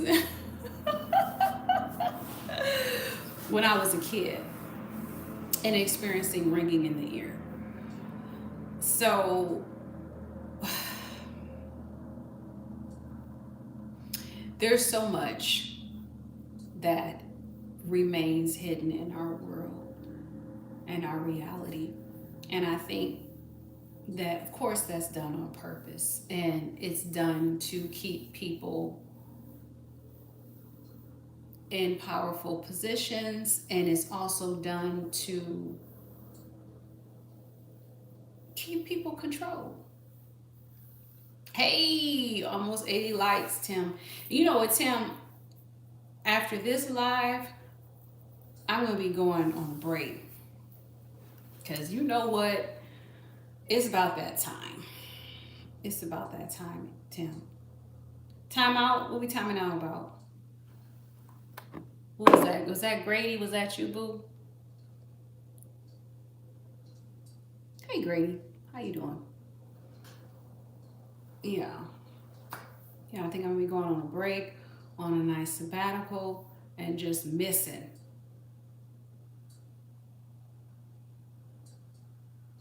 Hey, 5083, how are you? How you doing, sweetie? Welcome. Welcome. You know, that was the whole purpose of me going live today, really, now that I'm being reminded of it way later, is to, yeah, tell you guys I'm going to go on a break. What you say, HWD? You need a vacation, you just want to take a break from the internet? Well, you know what? It's kind of like this. So, I've been on a break from Facebook. I remember when Facebook used to be fun.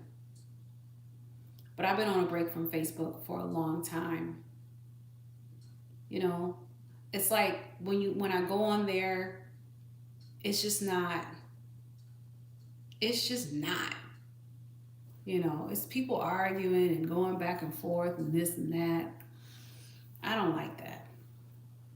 And then I went on a break from Instagram.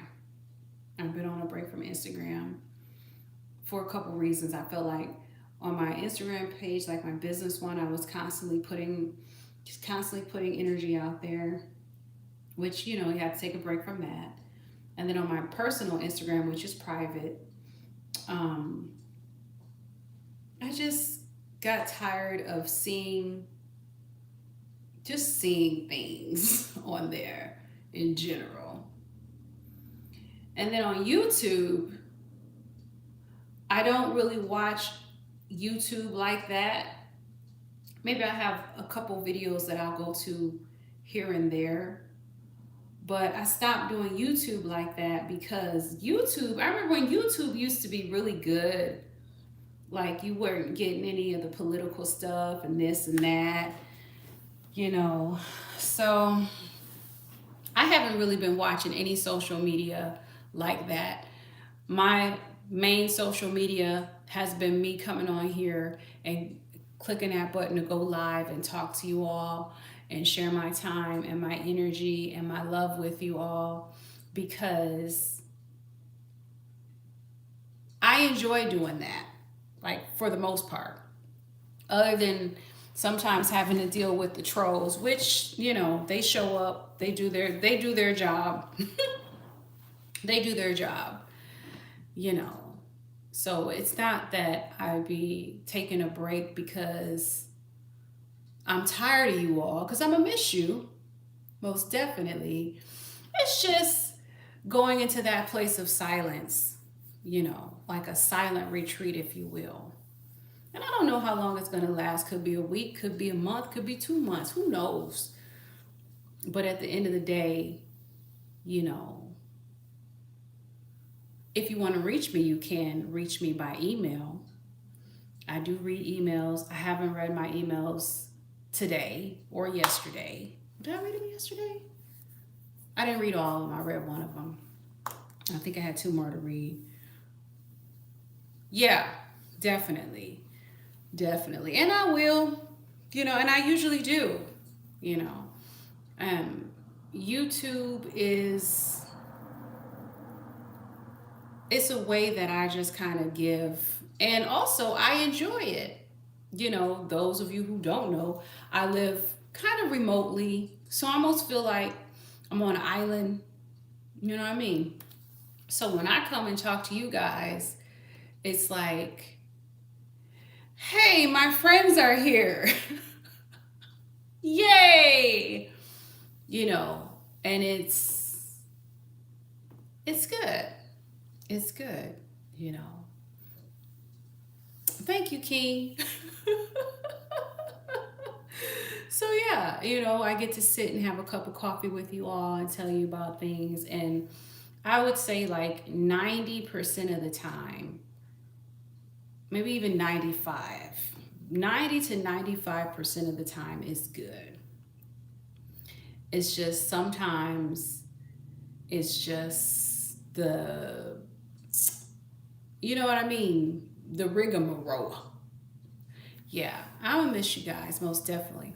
But for those of you who want to, you can join me on this silent retreat. And so, what I'll be doing, this also too, because my birthday is coming up, I need to reset, you know, reset and regroup. And sometimes it's good to be missed in a lot of ways. Sometimes that creates a greater appreciation in the first place. You know, not that the trolls will go anywhere, but the trolls are a part of, I guess, a part of social media, which is crazy. I still think that's crazy. There has to be a whole psychology to that. And I just don't get it. I guess I don't get it because I gotta be crazy. You know what I mean? Oh, what you say, King? Oh, is that what you do? The floating hearts. Oh, that's what you gotta do. Oh, I didn't know that. I didn't know that. Yeah, I had just recently, oh, thank you, 5083. What was I getting ready to say? Just recently, I started making the lives public, because for a minute they were not public. Oh, you double tap the screen to do it? Oh, cool. Nice.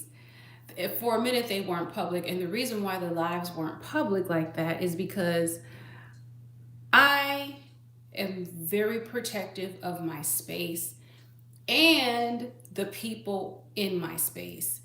And I was just content with having the people show up to the live, show up to the live. Whoever is there, they're there. We're present with each other. We cry, we laugh, we kiki and all of that. And if you missed it, doggone it, you just missed it. And then I would make it private. Some of the things that were shared during that time were just amazing. And one day I might go back to that platform and just have, and it's hard for me to have scheduled lives, but because I'm such a random person, so random. But I like that too, because people were sharing to me, they were sharing intimate things. And, you know, it was special. It was special. Not that this isn't special, but what I'm saying is they were private for a while. And that's another reason why my views haven't shot up, I think, because I would make the lives private. You know. That's right. Costs nothing to tap that button. Nothing. You know. My channel has been around for a long time, and I really don't know what the universe has in store for it. I know sometimes it's not easy to always show up. It's not easy to always deal with the trolls. If you have a YouTube channel, you already know. Thank you, King. I'm glad you found me too. I'm glad we found each other. You know, it's not easy. It's not easy. You know, and like I said, if you have a channel, you already know what time it is. You know, because people can be sad. People can be really sad, is what I will say. And not that it affects me, yet it makes me sad for humanity. Oh my goodness. Yeah. Going live is like a whole nother situation. It'd be one thing to just create videos, post them, and call it a day. Or are you a moderator? Is that right, King? That's good to know. And I'm sure you have a lot to regulate as a moderator. Moderators have a job on their hands, honey. For real. I'm gonna miss you too, Tim. Tim, you know I'll be back, Tim. Why are you playing? Tim, you're one of the OGs, so you know, I know, and you know, and we know. But Tim, I've gone on a break before, Tim. I just did a break. When did I do that break? When I was by my parents' house and I was like, we're gonna do a silent retreat. And then I don't even know how long it was. It seemed like it wasn't that long, really. Maybe a couple weeks it was, maybe. This might be a couple weeks, might be a couple months, who knows? I just go based upon my intuition and how I'm feeling and this and that. But this is what it was 2 weeks. I remember 2 weeks ago. And let me tell you, I feel like 2 weeks of me not being here might feel like a long time, especially since when I go live these days, my lives are like marathons. Tim, were you still here when we were on this morning? I don't know, but you were like, it's gonna be about 7 hours, and it was a long time. I was like, Tim called it. Aloha. Just me, aloha. But I do think this, though, eventually, yeah. Oh, you were here? Tim, did you get any rest? Y'all, so funny. Eventually, this type of format will become more popular, And I think the reason why is because of AI, for example, because there's so much artificial content. And just like RWD was saying, you don't know what's real and what's fake and this and that and blah, blah, blah. And so people actually are going to grow to appreciate being able to converse with a human being. What do I talk about for 7 hours? I don't know. Ask the people who were there. Ask the people who were there. But some people can actually hold a room for longer than that. They can. I used to teach at this college that was an accelerated program, and the classes were 8 hours. So yeah, and it was easier because I actually had a syllabus and different things. What I do on this platform is I let the chat lead the way, and I converse with the people on my chat. First of all, I let them know that they are seen, that they are heard. I read the comments. I talk to you all. So just like a person could have a whole conversation with you, that's kind of how it works. So yeah, that's how it works. And so we end up talking about all kinds of different things. What you say, Tim? You drop out at about 5:30. Is that right? Hey, 44. Thank you. Thank you, just me. Humankind. Be both. So simple. You ought to put that on a t-shirt. Because let me tell you, and it don't cost people nothing to be kind. And they choose not to. I would never.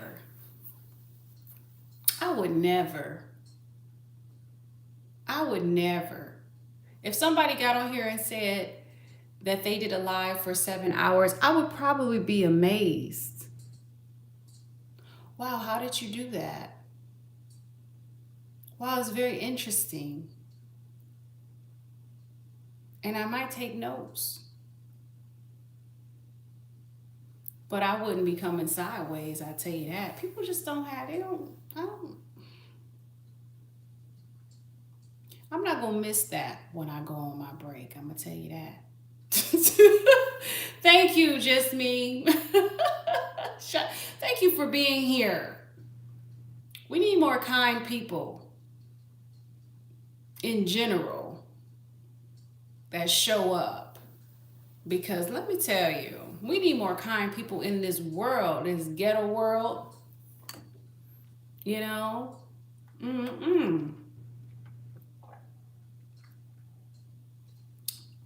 I don't understand it. Just me. Do you understand it? I don't know what's going on.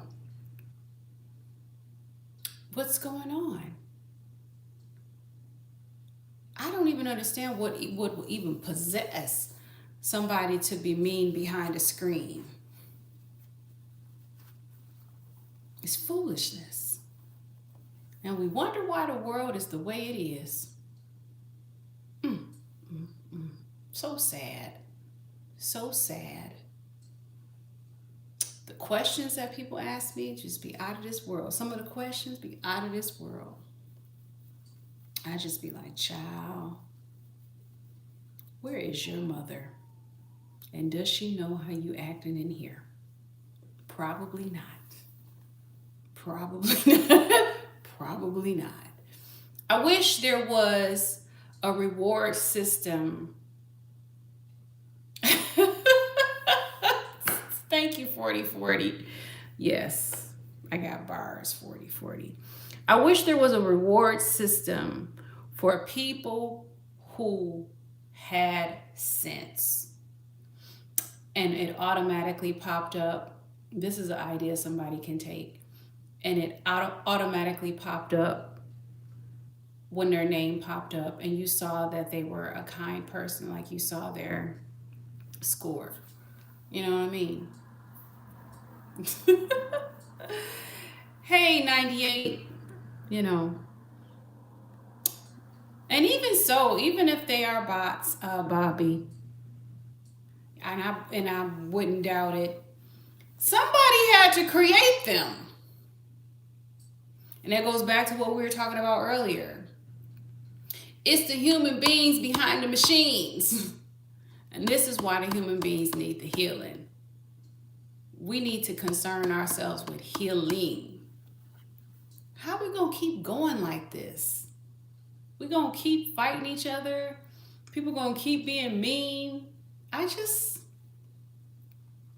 We're headed for self-destruction. If human beings don't get our shit together, I don't know how many more ways that can be said. What you say, Bobby? They expand off other people's chats. So you're right. They mimic people talking here. Isn't that crazy? That's just so crazy. And here's the kicker. How come they don't mimic love? If there is something called trolls, then there ought to be something that's just the opposite of that. I agree, just me. What you say, Bobby? No one is typing for them, but they actually have full conversation. Yeah, it's interesting. And the people have programmed this. You see? Oh.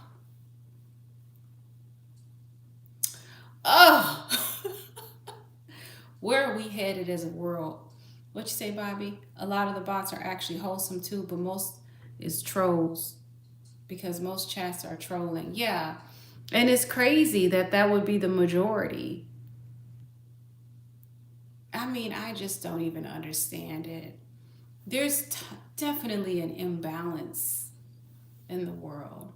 And people like myself and people like you too, because I know it's not just me, I happen to be a lover. I happen to be a lover in real life. So certain things just don't compute. Yeah, just me. I agree. Self-love, self-care. Yeah, I mean, but the reality of the situation is, yeah, I know, Ryan, that I'm on the internet, but it's that we've accepted that as the norm. We've accepted hate as the norm because we're so desensitized to it. In the first place, that says a lot about us. We're desensitized, period. And it's not about me not caring about it, because I do care about how humanity treats one another, whether it be on the internet, whether it be on the street, whether it be wherever it is. I do care about how we treat one another as human beings. I happen to be a human being that cares. I'm not going to change that because everybody else is desensitized and says, oh, well, that's just the way it is. Yeah, I know. But we need to correct that. Hey, struggler. Right. We normalize these things all the time. And it's not normal. It's not normal. My attempts are not to bring anyone out of negativity. Indeed. Exactly. My attempt is to be the light. I'm not trying to bring anybody out of negativity. That's not my ministry. My ministry is to be the change that I wish to see.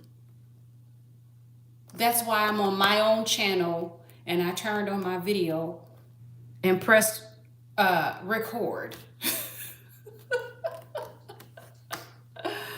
and press live, as we talked about earlier when we were talking about self-love and Osho and all of that jazz, if you guys weren't here for that talk. Yeah, I'm not here to transform anybody. As we said earlier, that it starts with the self. And as I said earlier, if each individual was just to get their own shit together. Struggling, did I say hi to you, sweetie?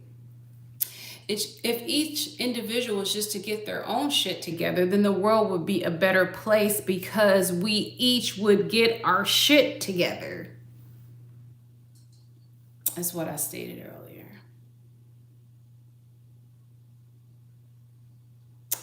Hey world, you know another thing they need to have in the live?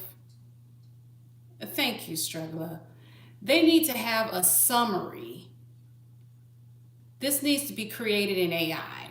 They need to have a summary of all of the things we've already talked in the chat so that people who are coming in late, or you know what I mean, they just read it. Bullet points. Oh, she said this, they said that. Oh, okay, that's where we are. I think that would be great. They need to have that. And with AI, they also need to have, this is just some ideas. Y'all can take them and run with them, take them to the moon. And they need to have people who are spreading kindness. Their kindness score needs to follow them in every chat. And people who are spreading tomfoolery, their tomfoolery score needs to follow them in every chat. So that the moment they pop up in somebody's chat, they already know. Red light, green light. These are just some ideas. Yeah, like a reputation. Absolutely. Then there will be less keyboard gangsters. Gosh. And it's sad, but we would have to incentivize, and what's the word? Incentivize? Am I saying that right? Yeah, I think I am saying it right. Kindness. You have so many points. Yeah, that's what I'm saying. And somebody can take these ideas and run with them. Just give me credit somewhere in the footnotes.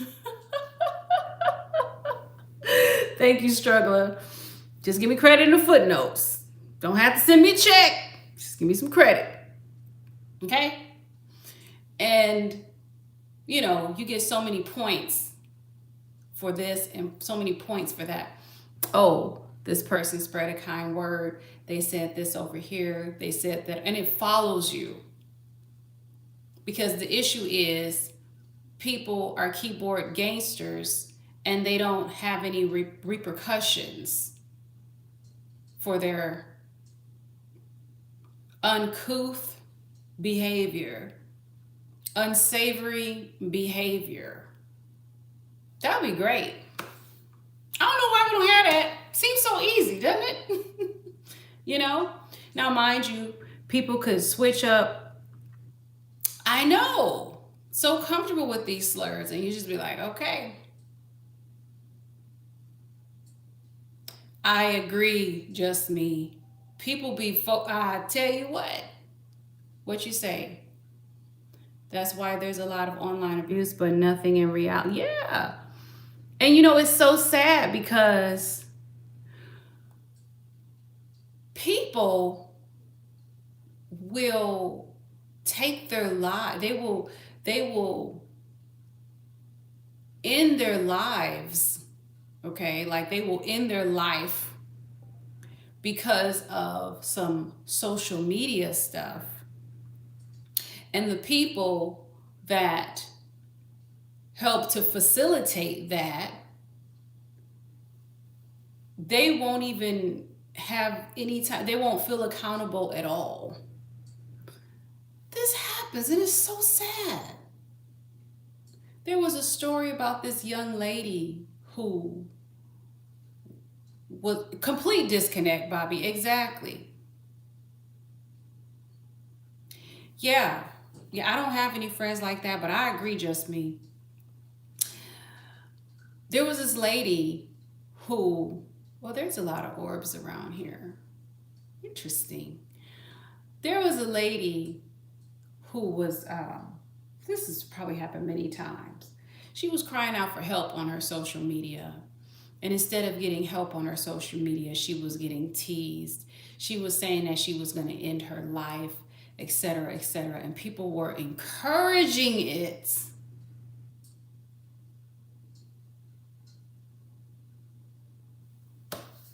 And she did.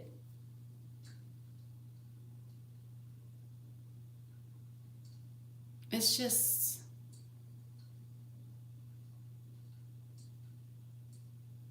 it's really ridiculous. There's another lady. People are sick. That's what I'm saying, Tim. We got a lot more to be concerned about than AI. We just crazy. Yeah, see, I don't even know anybody like that either, just me. But I could imagine. I could imagine. You know, it's interesting. Like,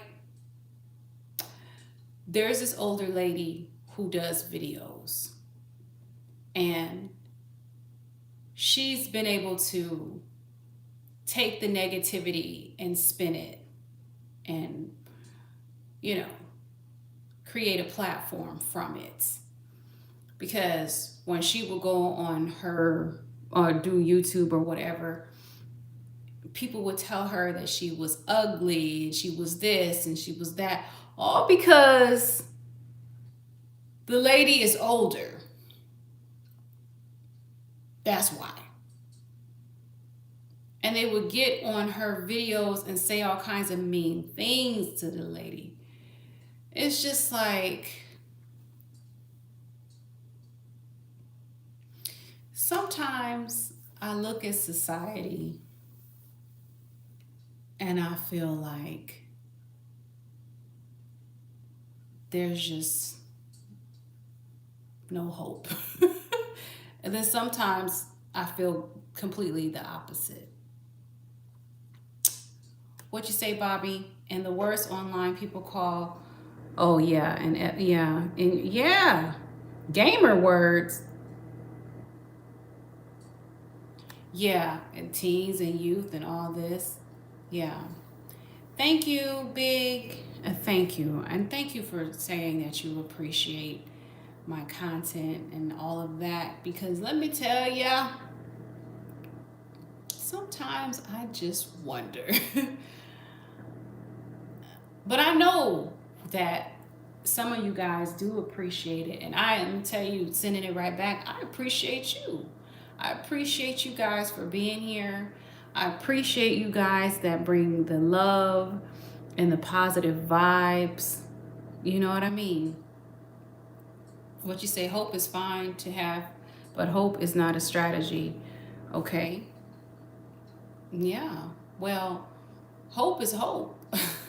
And strategy is strategy. But nevertheless, I don't know where I said hope. Maybe I did say hope. Maybe I didn't say hope. Anyway, people of the world, sometimes, yeah, you got to put in the work. You got to put in the work. You got to put in the work. I put in a lot of work. I put in a lot of work. And still putting in work. And still putting in work. I think showing up and giving your time is an example of putting in work. What you say, hope is hope and hope is everything to them. Yeah, I agree, Ryan. I agree with that too. Exactly.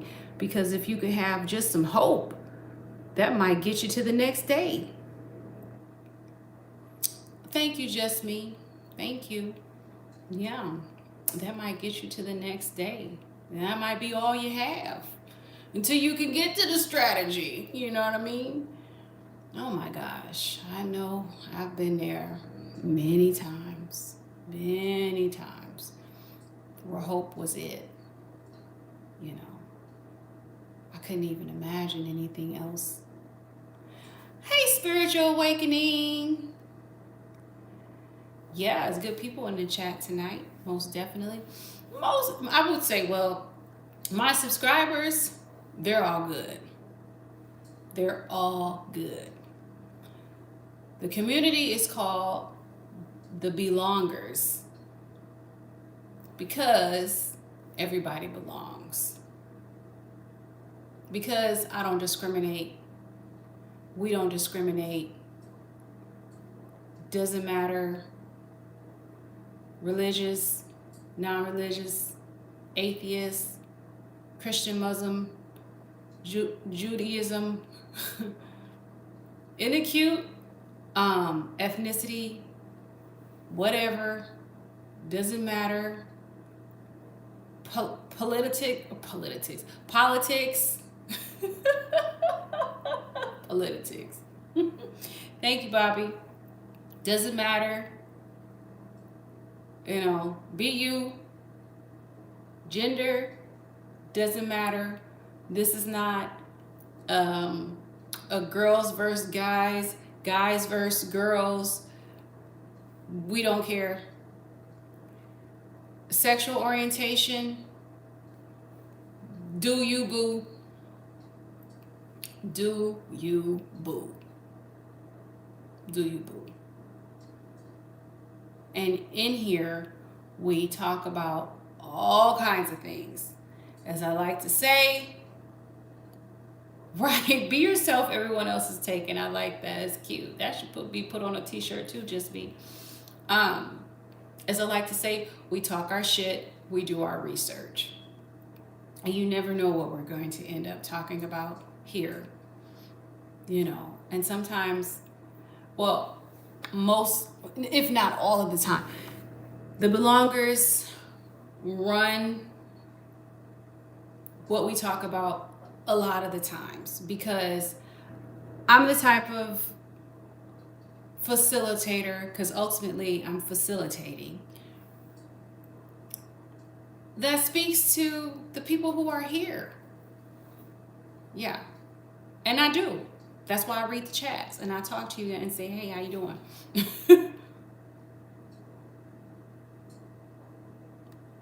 That's what I'm saying, 40-40. And now you see. Now you see why they can be so long, because I'm talking to the people. And the people show up. Some people have questions. Some people have certain topics that they want to talk about. We talk about it. Sometimes there's a lecture that I might play. Sometimes we might revisit a book of mine, or today we looked at some Osho stuff. I mean, you know, you just never know. Sometimes we go down a rabbit hole, or we just get lost and we come back. But it's a conversation. It's a conversation.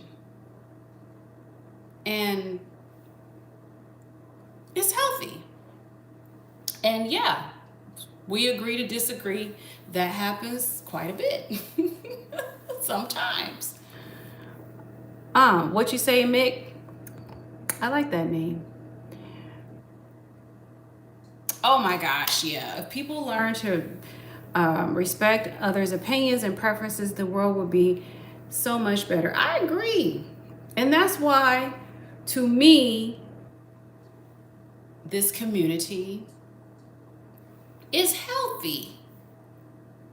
It's healthy because, yeah, we each have our own perspectives.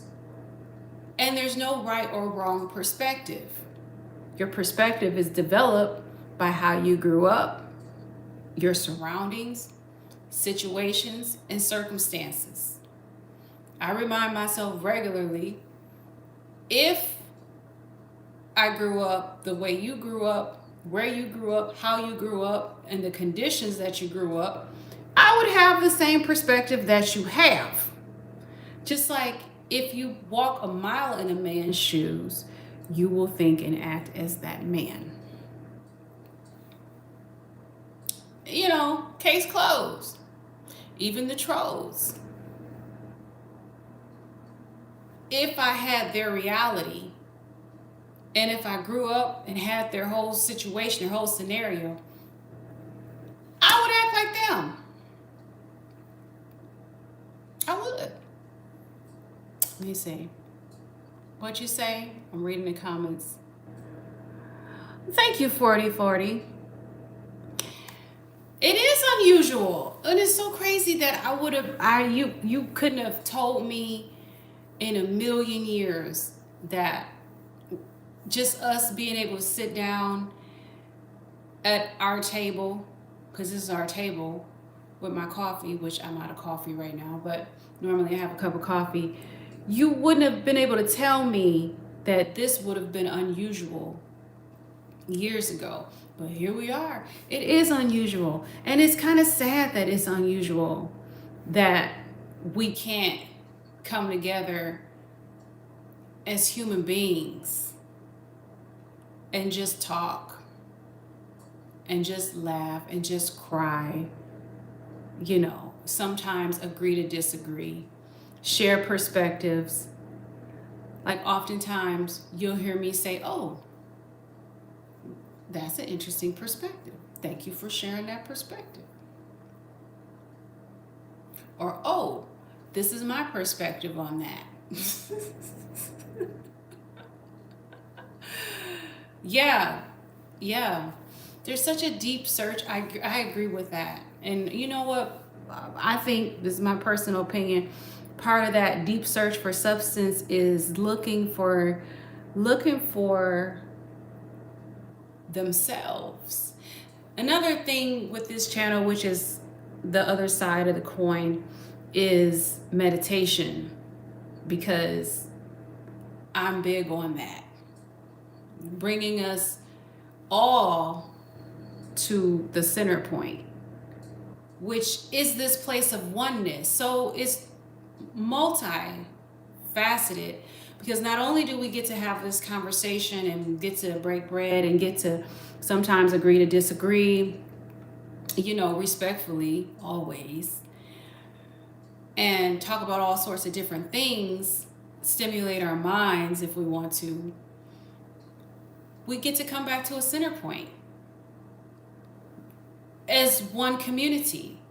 So here, oftentimes, I haven't done it in a while, probably the last couple lives, but it's the silent meditation that we do, and it's just a 3-minute long meditation where we just sit and we're just silent, you know, and that is it. That is it. I enjoy doing that. When we can get to that place, when we do that silent meditation, which sometimes I'm speaking during it and sometimes I'm not really speaking and just telling you to focus on your breath and walking you through that process of focusing on your breath. Yeah. It's just like what we might not realize, or what some people might not realize, is that what we're doing in that moment is quite powerful. Quite powerful. Because not only did we have this full out discussion about God knows what, now we're coming together as one. Before we were scattered with multiple thoughts. But through meditation, we connect with our breath in stillness together. That's called a moment of unity, which is rare. And that happens here. Not everybody lasts through the silent meditations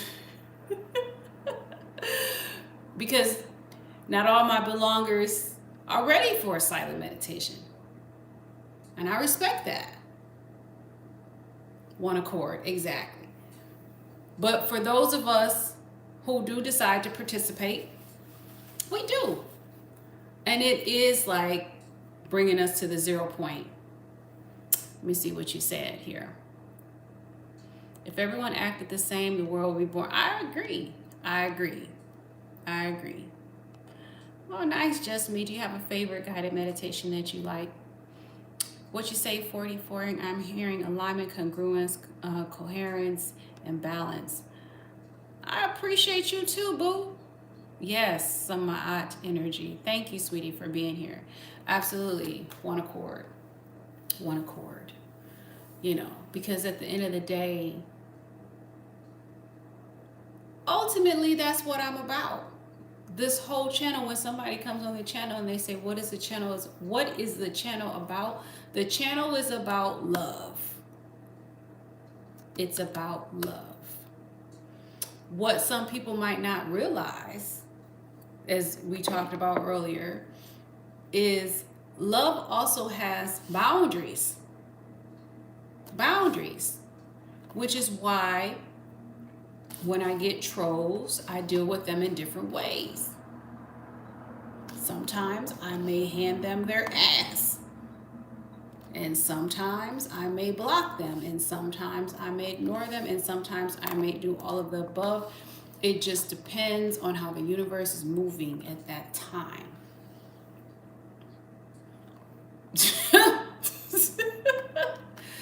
The Buddha has boundaries. You know. What can I say? Unapologetic in that. You know. And sometimes people don't understand that. And, you know, one of my subscribers, one of the belongers, I don't know if he's still here, but we went back and forth and back. Again, a difference of perspective and all of that. You know,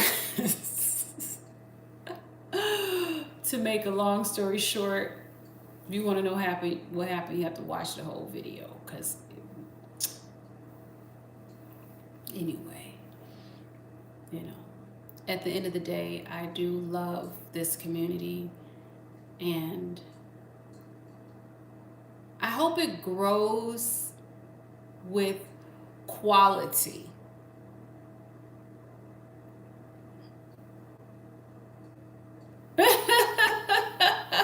Yeah, we all drive Accords. That's a good one. I like a good joke. But yeah, I hope the channel grows with quality, because to me, it's quality over quantity. Now, it can grow quality and quantity. I'm more concerned with quality. I'm more concerned with people that vibe. I'm more concerned with people who are just like, yeah, I want to be a part of, I want to be in a place where I can be heard and seen and felt.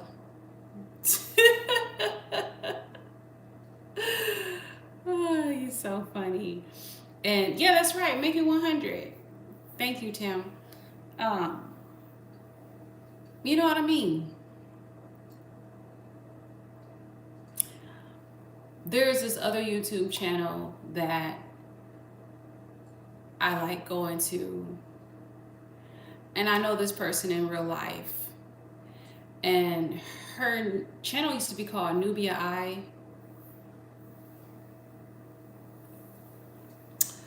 But when I go on her lives, they're always just nuggets of wisdom, and everybody does their lives different.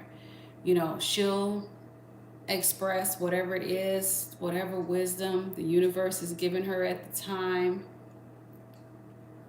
And I just sit back and I just listen. You know, sometimes I don't catch her lives, I catch the recording. You know, sometimes when I do catch the lives, I'll just say, hey, I love you, or whatever. She'll read her comments when she's done saying what needs to be said. Everybody does their lives different.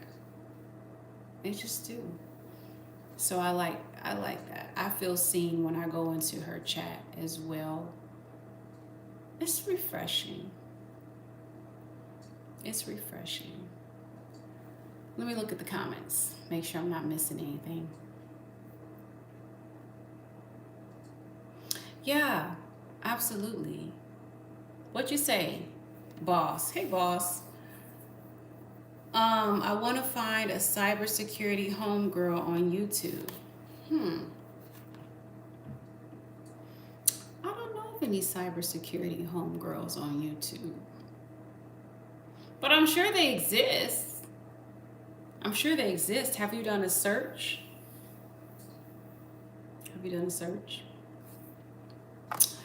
Well, you guys, we're going to do that silent meditation because I'm going to be on a silent retreat. And when I say silent retreat, that basically means I'm going to be present with my current reality. And if you want to join me on this silent retreat, you're more than welcome. What does that mean for you? Maybe daily you take, I don't know, maybe 3 minutes, 3 minutes to 1 hour, 1 hour to 2 hours, however long you want. And you just sit in silence and focus on your breath. That's it. Whether you do 3 minutes, heck, whether you do 1 minute, whether you do one conscious breath, fine. We're already connected. Okay? But that's what I'm going to be focused on. Minding my business, resetting, preparing myself for new beginnings for my birthday that's in April. And just sitting and meditating and doing what the universe wants me to do over here and being absent from YouTube so that, oh, is that right? Oh, I didn't know that. So that I can, hey Milwaukee, allow the works that I've already put out there to sit and let the people chew on that. Because I don't even know how many videos, but a lot. And some of them I'll unhide. You can go back into the archives.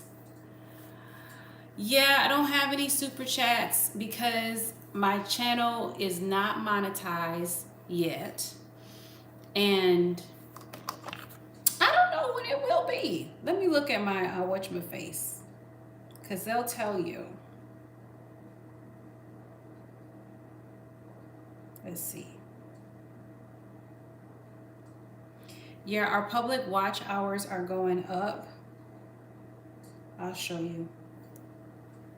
You see? I don't know if you guys can see that, but they'll tell you when you can be monetized. And you see how far I am away from, you have to have, the Milwaukee Bucks, you have to have 3 video uploads last 90 days, so I met that.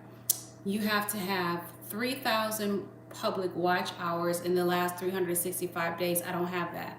And remember how I was saying earlier, part of the reason why I think I don't have that is because lots of my lives I just made private because it was just the moment. We were in the moment and I just wanted to be there. I wanted to be there. It wasn't about me sharing these moments. But yeah, so I'm at 545 and I need to be at 3,000 is what it says. That's what it says.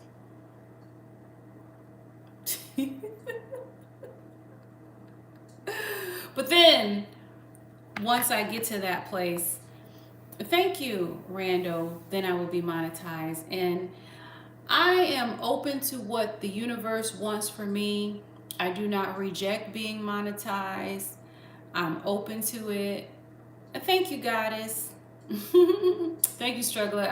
My coffee is done, Struggler. You know, and everything happens in divine timing is what I know. So YouTube has never so far been like a source of income for me. And when I originally got on YouTube, I didn't even think of it that way. Yet if the universe decides to bless me with a YouTube income stream, great. Great. I receive that. I receive it. You know, yet at the end of the day, I ultimately, and I also want us as a community of belongers The vision is to transform ourselves so that we can transform the world. We transform the world by transforming ourselves. Maybe here we learn how to, or we're reminded how to see different perspectives, how to do research, how to know the difference between our opinions and some facts, how to respect each other's opinions and realize we all have them. Thank you, Milwaukee. How to sit in stillness after our minds have gone in 90 north, because they will go 90 north. Maybe it's here. And then maybe it's here that we're reminded how to love people in spite of. And then maybe here we learn how, go deeper into how to love ourselves. And then maybe, just maybe, we carry that energy with us into the real world. Yeah, maybe. Is it too much to ask? I don't know. I don't know. Ultimately, I want the path, whatever path is meant for you, I want that path for you. And I don't expect people to take my path, because my path is my path. Your path is your path. What you say, just me? Thank you, Rando. I appreciate you. Oh, what you say? I got some deep pockets. You're so cute. Yeah, exactly. Oh, what you say? Oh, Tim is trying to get us to 100 likes. I appreciate you, Tim. So if you guys would like to give likes, you know, you're more than welcome. I appreciate you. I receive those likes, and thank you so much for those of you who have already liked the, hit that like button. You know, thank you so much. I appreciate that. And thank you, Tim, for, thank you guys. We're at 99. It's 99. It's 99,999. Y'all remember that one?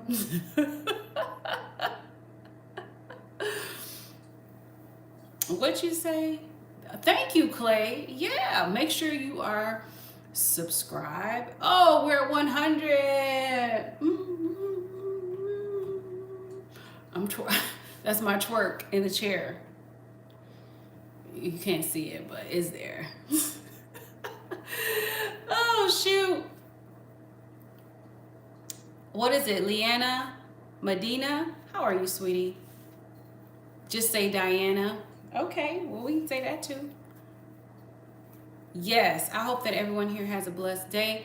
We're going to do our silent meditation. You guys know I'm going to be on a sabbatical. So if you need, if you want to reach me and you want to say, hey, girl, what are you doing? Then email me at DrBeeConnects, DrBeeConnects @gmail.com. And I'll be like, hey, girl, how you doing?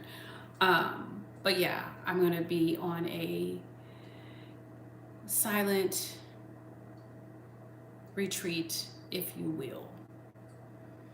And let's do a little bit of that right now. Just sitting in the silence. Those of you who are ready for a silent meditation, great. Again, shout out to my belongers, my new belongers, my old belongers, my OGs. Tim is an OG, Struggler OG, Milwaukee's becoming an OG fast. Shout out to my mods who are always holding it down. Always looking for mods who can be a regulator. Mount up. Exactly. When I say regulators, you guys, you already know you need to say mount up.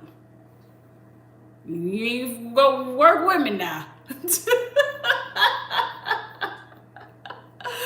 Because baby, I don't know why y'all be having me out here go back and forth with these trolls when you already know you put them in timeout. Why y'all playing? Because you know if I see it, then it's on 3 things that might happen. Anyway, if you're interested in being a moderator, please feel free to send me Thank you, Milwaukee. Thank you, Milwaukee. I know you on it. My moderators are on it.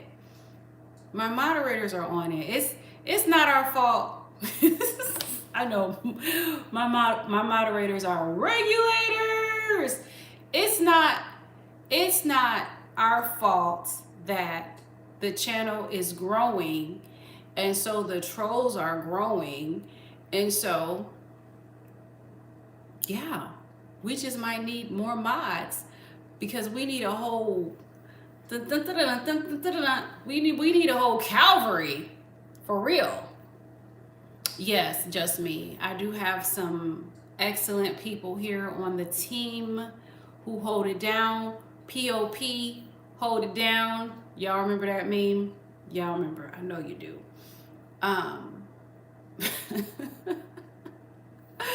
That was the one who was like, I'm legally blind. You remember it. I already know you do. So please do not play and act like you don't. My mods love me. They go to bat for me. I feel like I have only 3. I want to say only 3. The 3 that I have that I think, maybe there's 4, but I don't see the 4th one too often. Toke, Milwaukee, Struggler. I think that's it, y'all. So that's why I say, yes, as we grow, we will need more regulators. Tim, I don't know why you're not a mod. Tim, you play games. You know you could be a mod. But what do you want to do? You just want to sit back here and eat chips and watch me go off on people. We're blessed to have you, just me. Tim, I cannot. All right, y'all ready to do this silent meditation? It's gonna be 3 minutes, and this is the only one you're gonna get for a while, so you might as well do it and just deal with it. It's only gonna be 3 minutes. All right.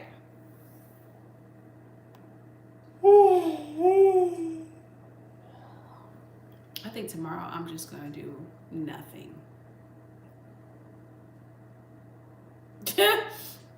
Yeah, struggler. I know my schedule is wild. You jump in and out. You do jump in. You fight for me, Tim. You like a moderator unofficially because you don't want the full role. But yeah, most definitely. I know you fight for me, Tim. Yeah, and struggler, I know. In Milwaukee, I know. In Toke too, I know. Schedule is wild, especially because we've been doing these marathons. Like I done lost all my mind. But the good news is, moderators, you get a little bit of a break because I'll be on break. You know what I mean? So y'all be, you can just relax, but when I come back, y'all better be ready for the rodeo. So, all right, here we go. We're going to do our silent meditation. All right, now please make sure that you're in a place where you can actually do a silent meditation. Make sure you're not driving, okay? Don't be out here driving trying to do a silent meditation, please, at this time. Make sure that you are relaxed. And all we're gonna do, my beautiful belongers, my sweet peas, all we're gonna do is sit and breathe. And I promise you, you're not gonna float away. You're just gonna sit and breathe. Okay? Now here we go. We're just sitting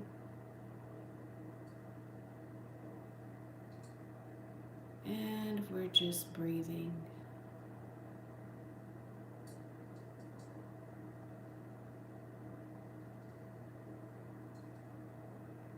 Just sitting and just breathing.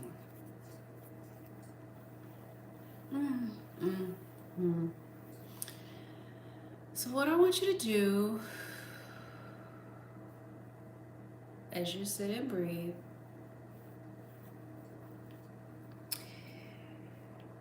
is to find your breath.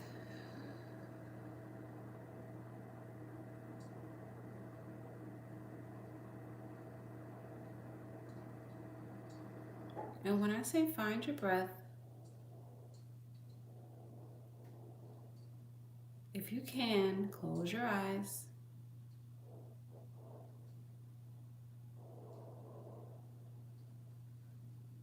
And locate your breath in your body.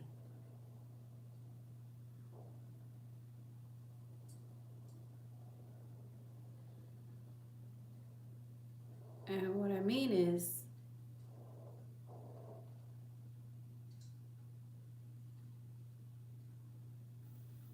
to see where your breath is located.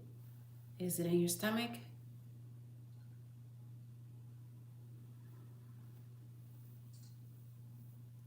Did you pull it up to your chest, your throat? Did you blow it out your lips? Do you see it coming through your nose? Maybe out your mouth? Find your breath and watch it. Just breathe.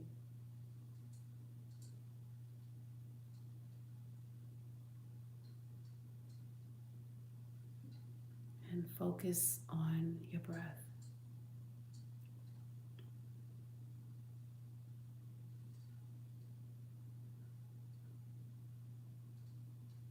Whenever you get lost, go back to your breath.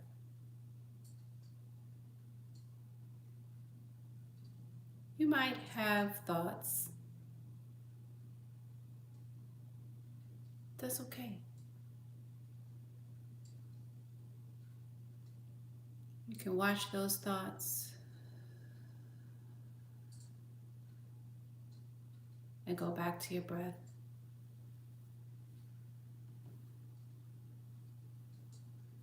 Just breathe.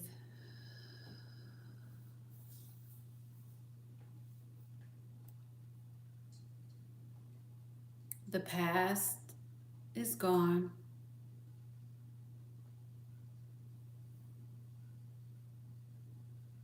The future, not here. Only moment. Right here, right now.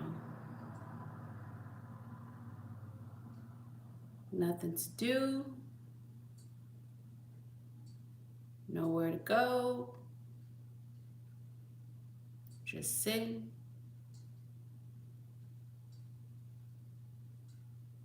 And breathing.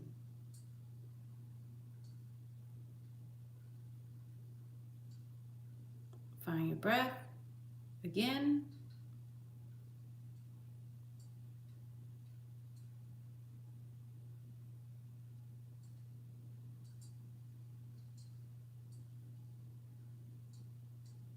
Each time you breathe in, see yourself breathing in light.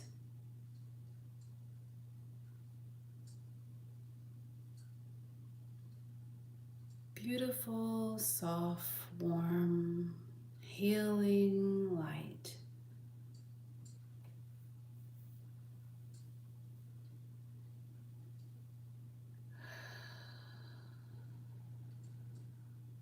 And release it out.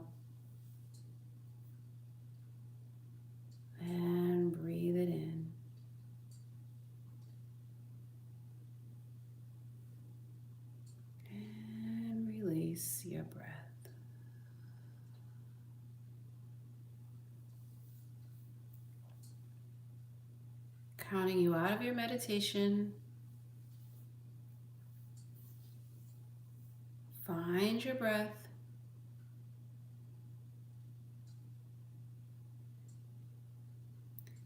In 5, 4, 3, wiggle your toes and your fingers. 2, and 1.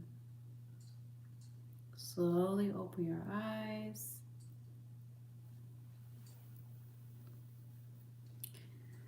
Hi guys. I don't know about you all, but I was seeing a lot. A lot. So let me just look at the chat, make sure I'm not missing anything. Okay, excellent. Well, as always, namaste. Oh, now you want to be a moderator, Tim. Oh, you asked for it. Boom. Tim, ask and it shall be given. Let me see.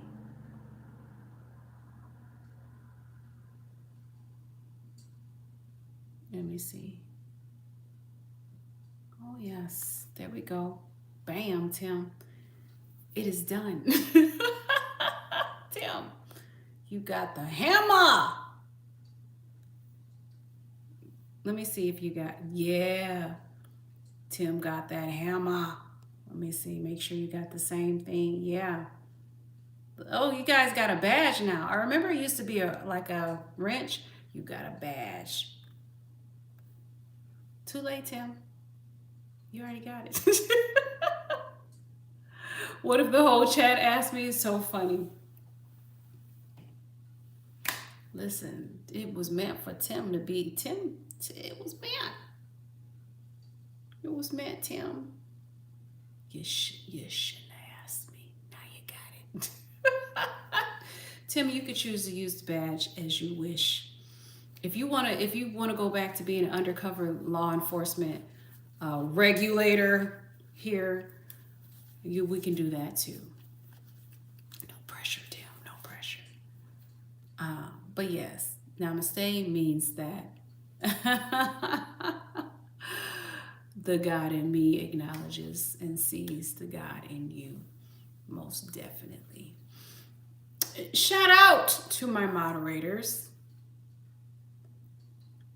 And thank you so much. Tim, you know, you didn't fully ask for it, but somehow the universe saw fit to give it to thine. Look at you, Tim. Tim, you were born for this. You were born for this, Tim. You were born for this. All my moderators know Struggler is the OG moderator.